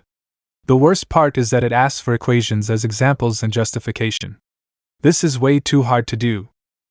I looked everywhere, trying to find a way to copy someone, but there wasn't an opening I could exploit. If I moved now, it would be nearly impossible for me to copy. The system was too advanced. And I wasn't in a position to use my full speed right now. Maybe if I let a clone do it. No, that won't work. But if I don't answer soon, I'll be lost too. Where are Hiro and Jaga? With the mobs. So you two stole the test answers, huh? We didn't know what the answers were, we swear. That's right, the one who gave it to us is called Cid Kagenou. We have nothing to do with it. Yes, that's right. Idiots, I won't fall into that trap. You'll be punished, not only by not taking the exam but also by having to go to extra classes. You'll be helping the janitor clean the school. Yay? But that's not it. Silence now, do it. Yes, sir. Damn, Jaga, it's all your fault. You got the answers from a scammer. Because of you we got caught. I needed them. I didn't know the answers to the exam, so I didn't study. Well, now they'll be studying in the extraordinary exam, and they'd better not even think of copying it, because you'll see what will happen to them in that case. We are so sorry. This exam is too complicated. I felt a familiar magical presence near the classroom. I turned to the school window and saw Zeta looking through it. She was making some kind of gesture with her fingers that I didn't understand. She says B is correct? She's trying to give me the answers, but I can't understand her language. Screw it, I'll just answer what she says. A time passed. I had managed to pass the exam with the highest grade. Even I had surprised myself. I thought I was doing it crazy. I probably understood all of Zeta's signs, but this was standing out too much. Now people were asking me a lot how a commoner like me got such a high grade. But just this once, I'll say I was lucky. Otherwise, I'll start attracting attention. I must improve my speed more, but heal faster so that the next exam I can cheat without Zeta's help. Although Zeta could help me cheat the exams now that I think about it, but I would prefer that she not see me as an idiot who can't answer a simple advanced algebra test. But now that I think about it, what is Zeta doing there? Well, that doesn't matter so much. Thanks to her I was able to pass my exam successfully, so I'll be sure to give her a little reward when I see her again. If Zeta was so good at responding, it's because she was a genius, or because of her spying ability to copy. Apparently, she's better at infiltration or stealing than even I am. I wouldn't doubt that Delta could also be useful in these cases, but she's too conspicuous, and she hides in very obvious places and makes a lot of noise. It would be easy for anyone here to spot and catch her. Either way, I'm approved, that's what matters. Now to celebrate, I'll go hunt for more gold diggers. I don't think so. I'd rather steal money from others with my games. It's fun to watch them suffer when they lose to me in such simple board games. I wish Hiro and Jaga were here. I would steal too much money from them without hesitation, and if I lose I would just have to take it back with my slime without problems. My new card game presented by Cid Kagenou. I think I'm inspired now. I'll go play the card game tonight, and steal money from the poor tenants who can't play as well as I do. Let me know in the comments below if you guys want the next part. Also check out my other video that has been shown and left. Thank you for watching. If you enjoyed this video please like and share this video. And have a fantastic day. Bye.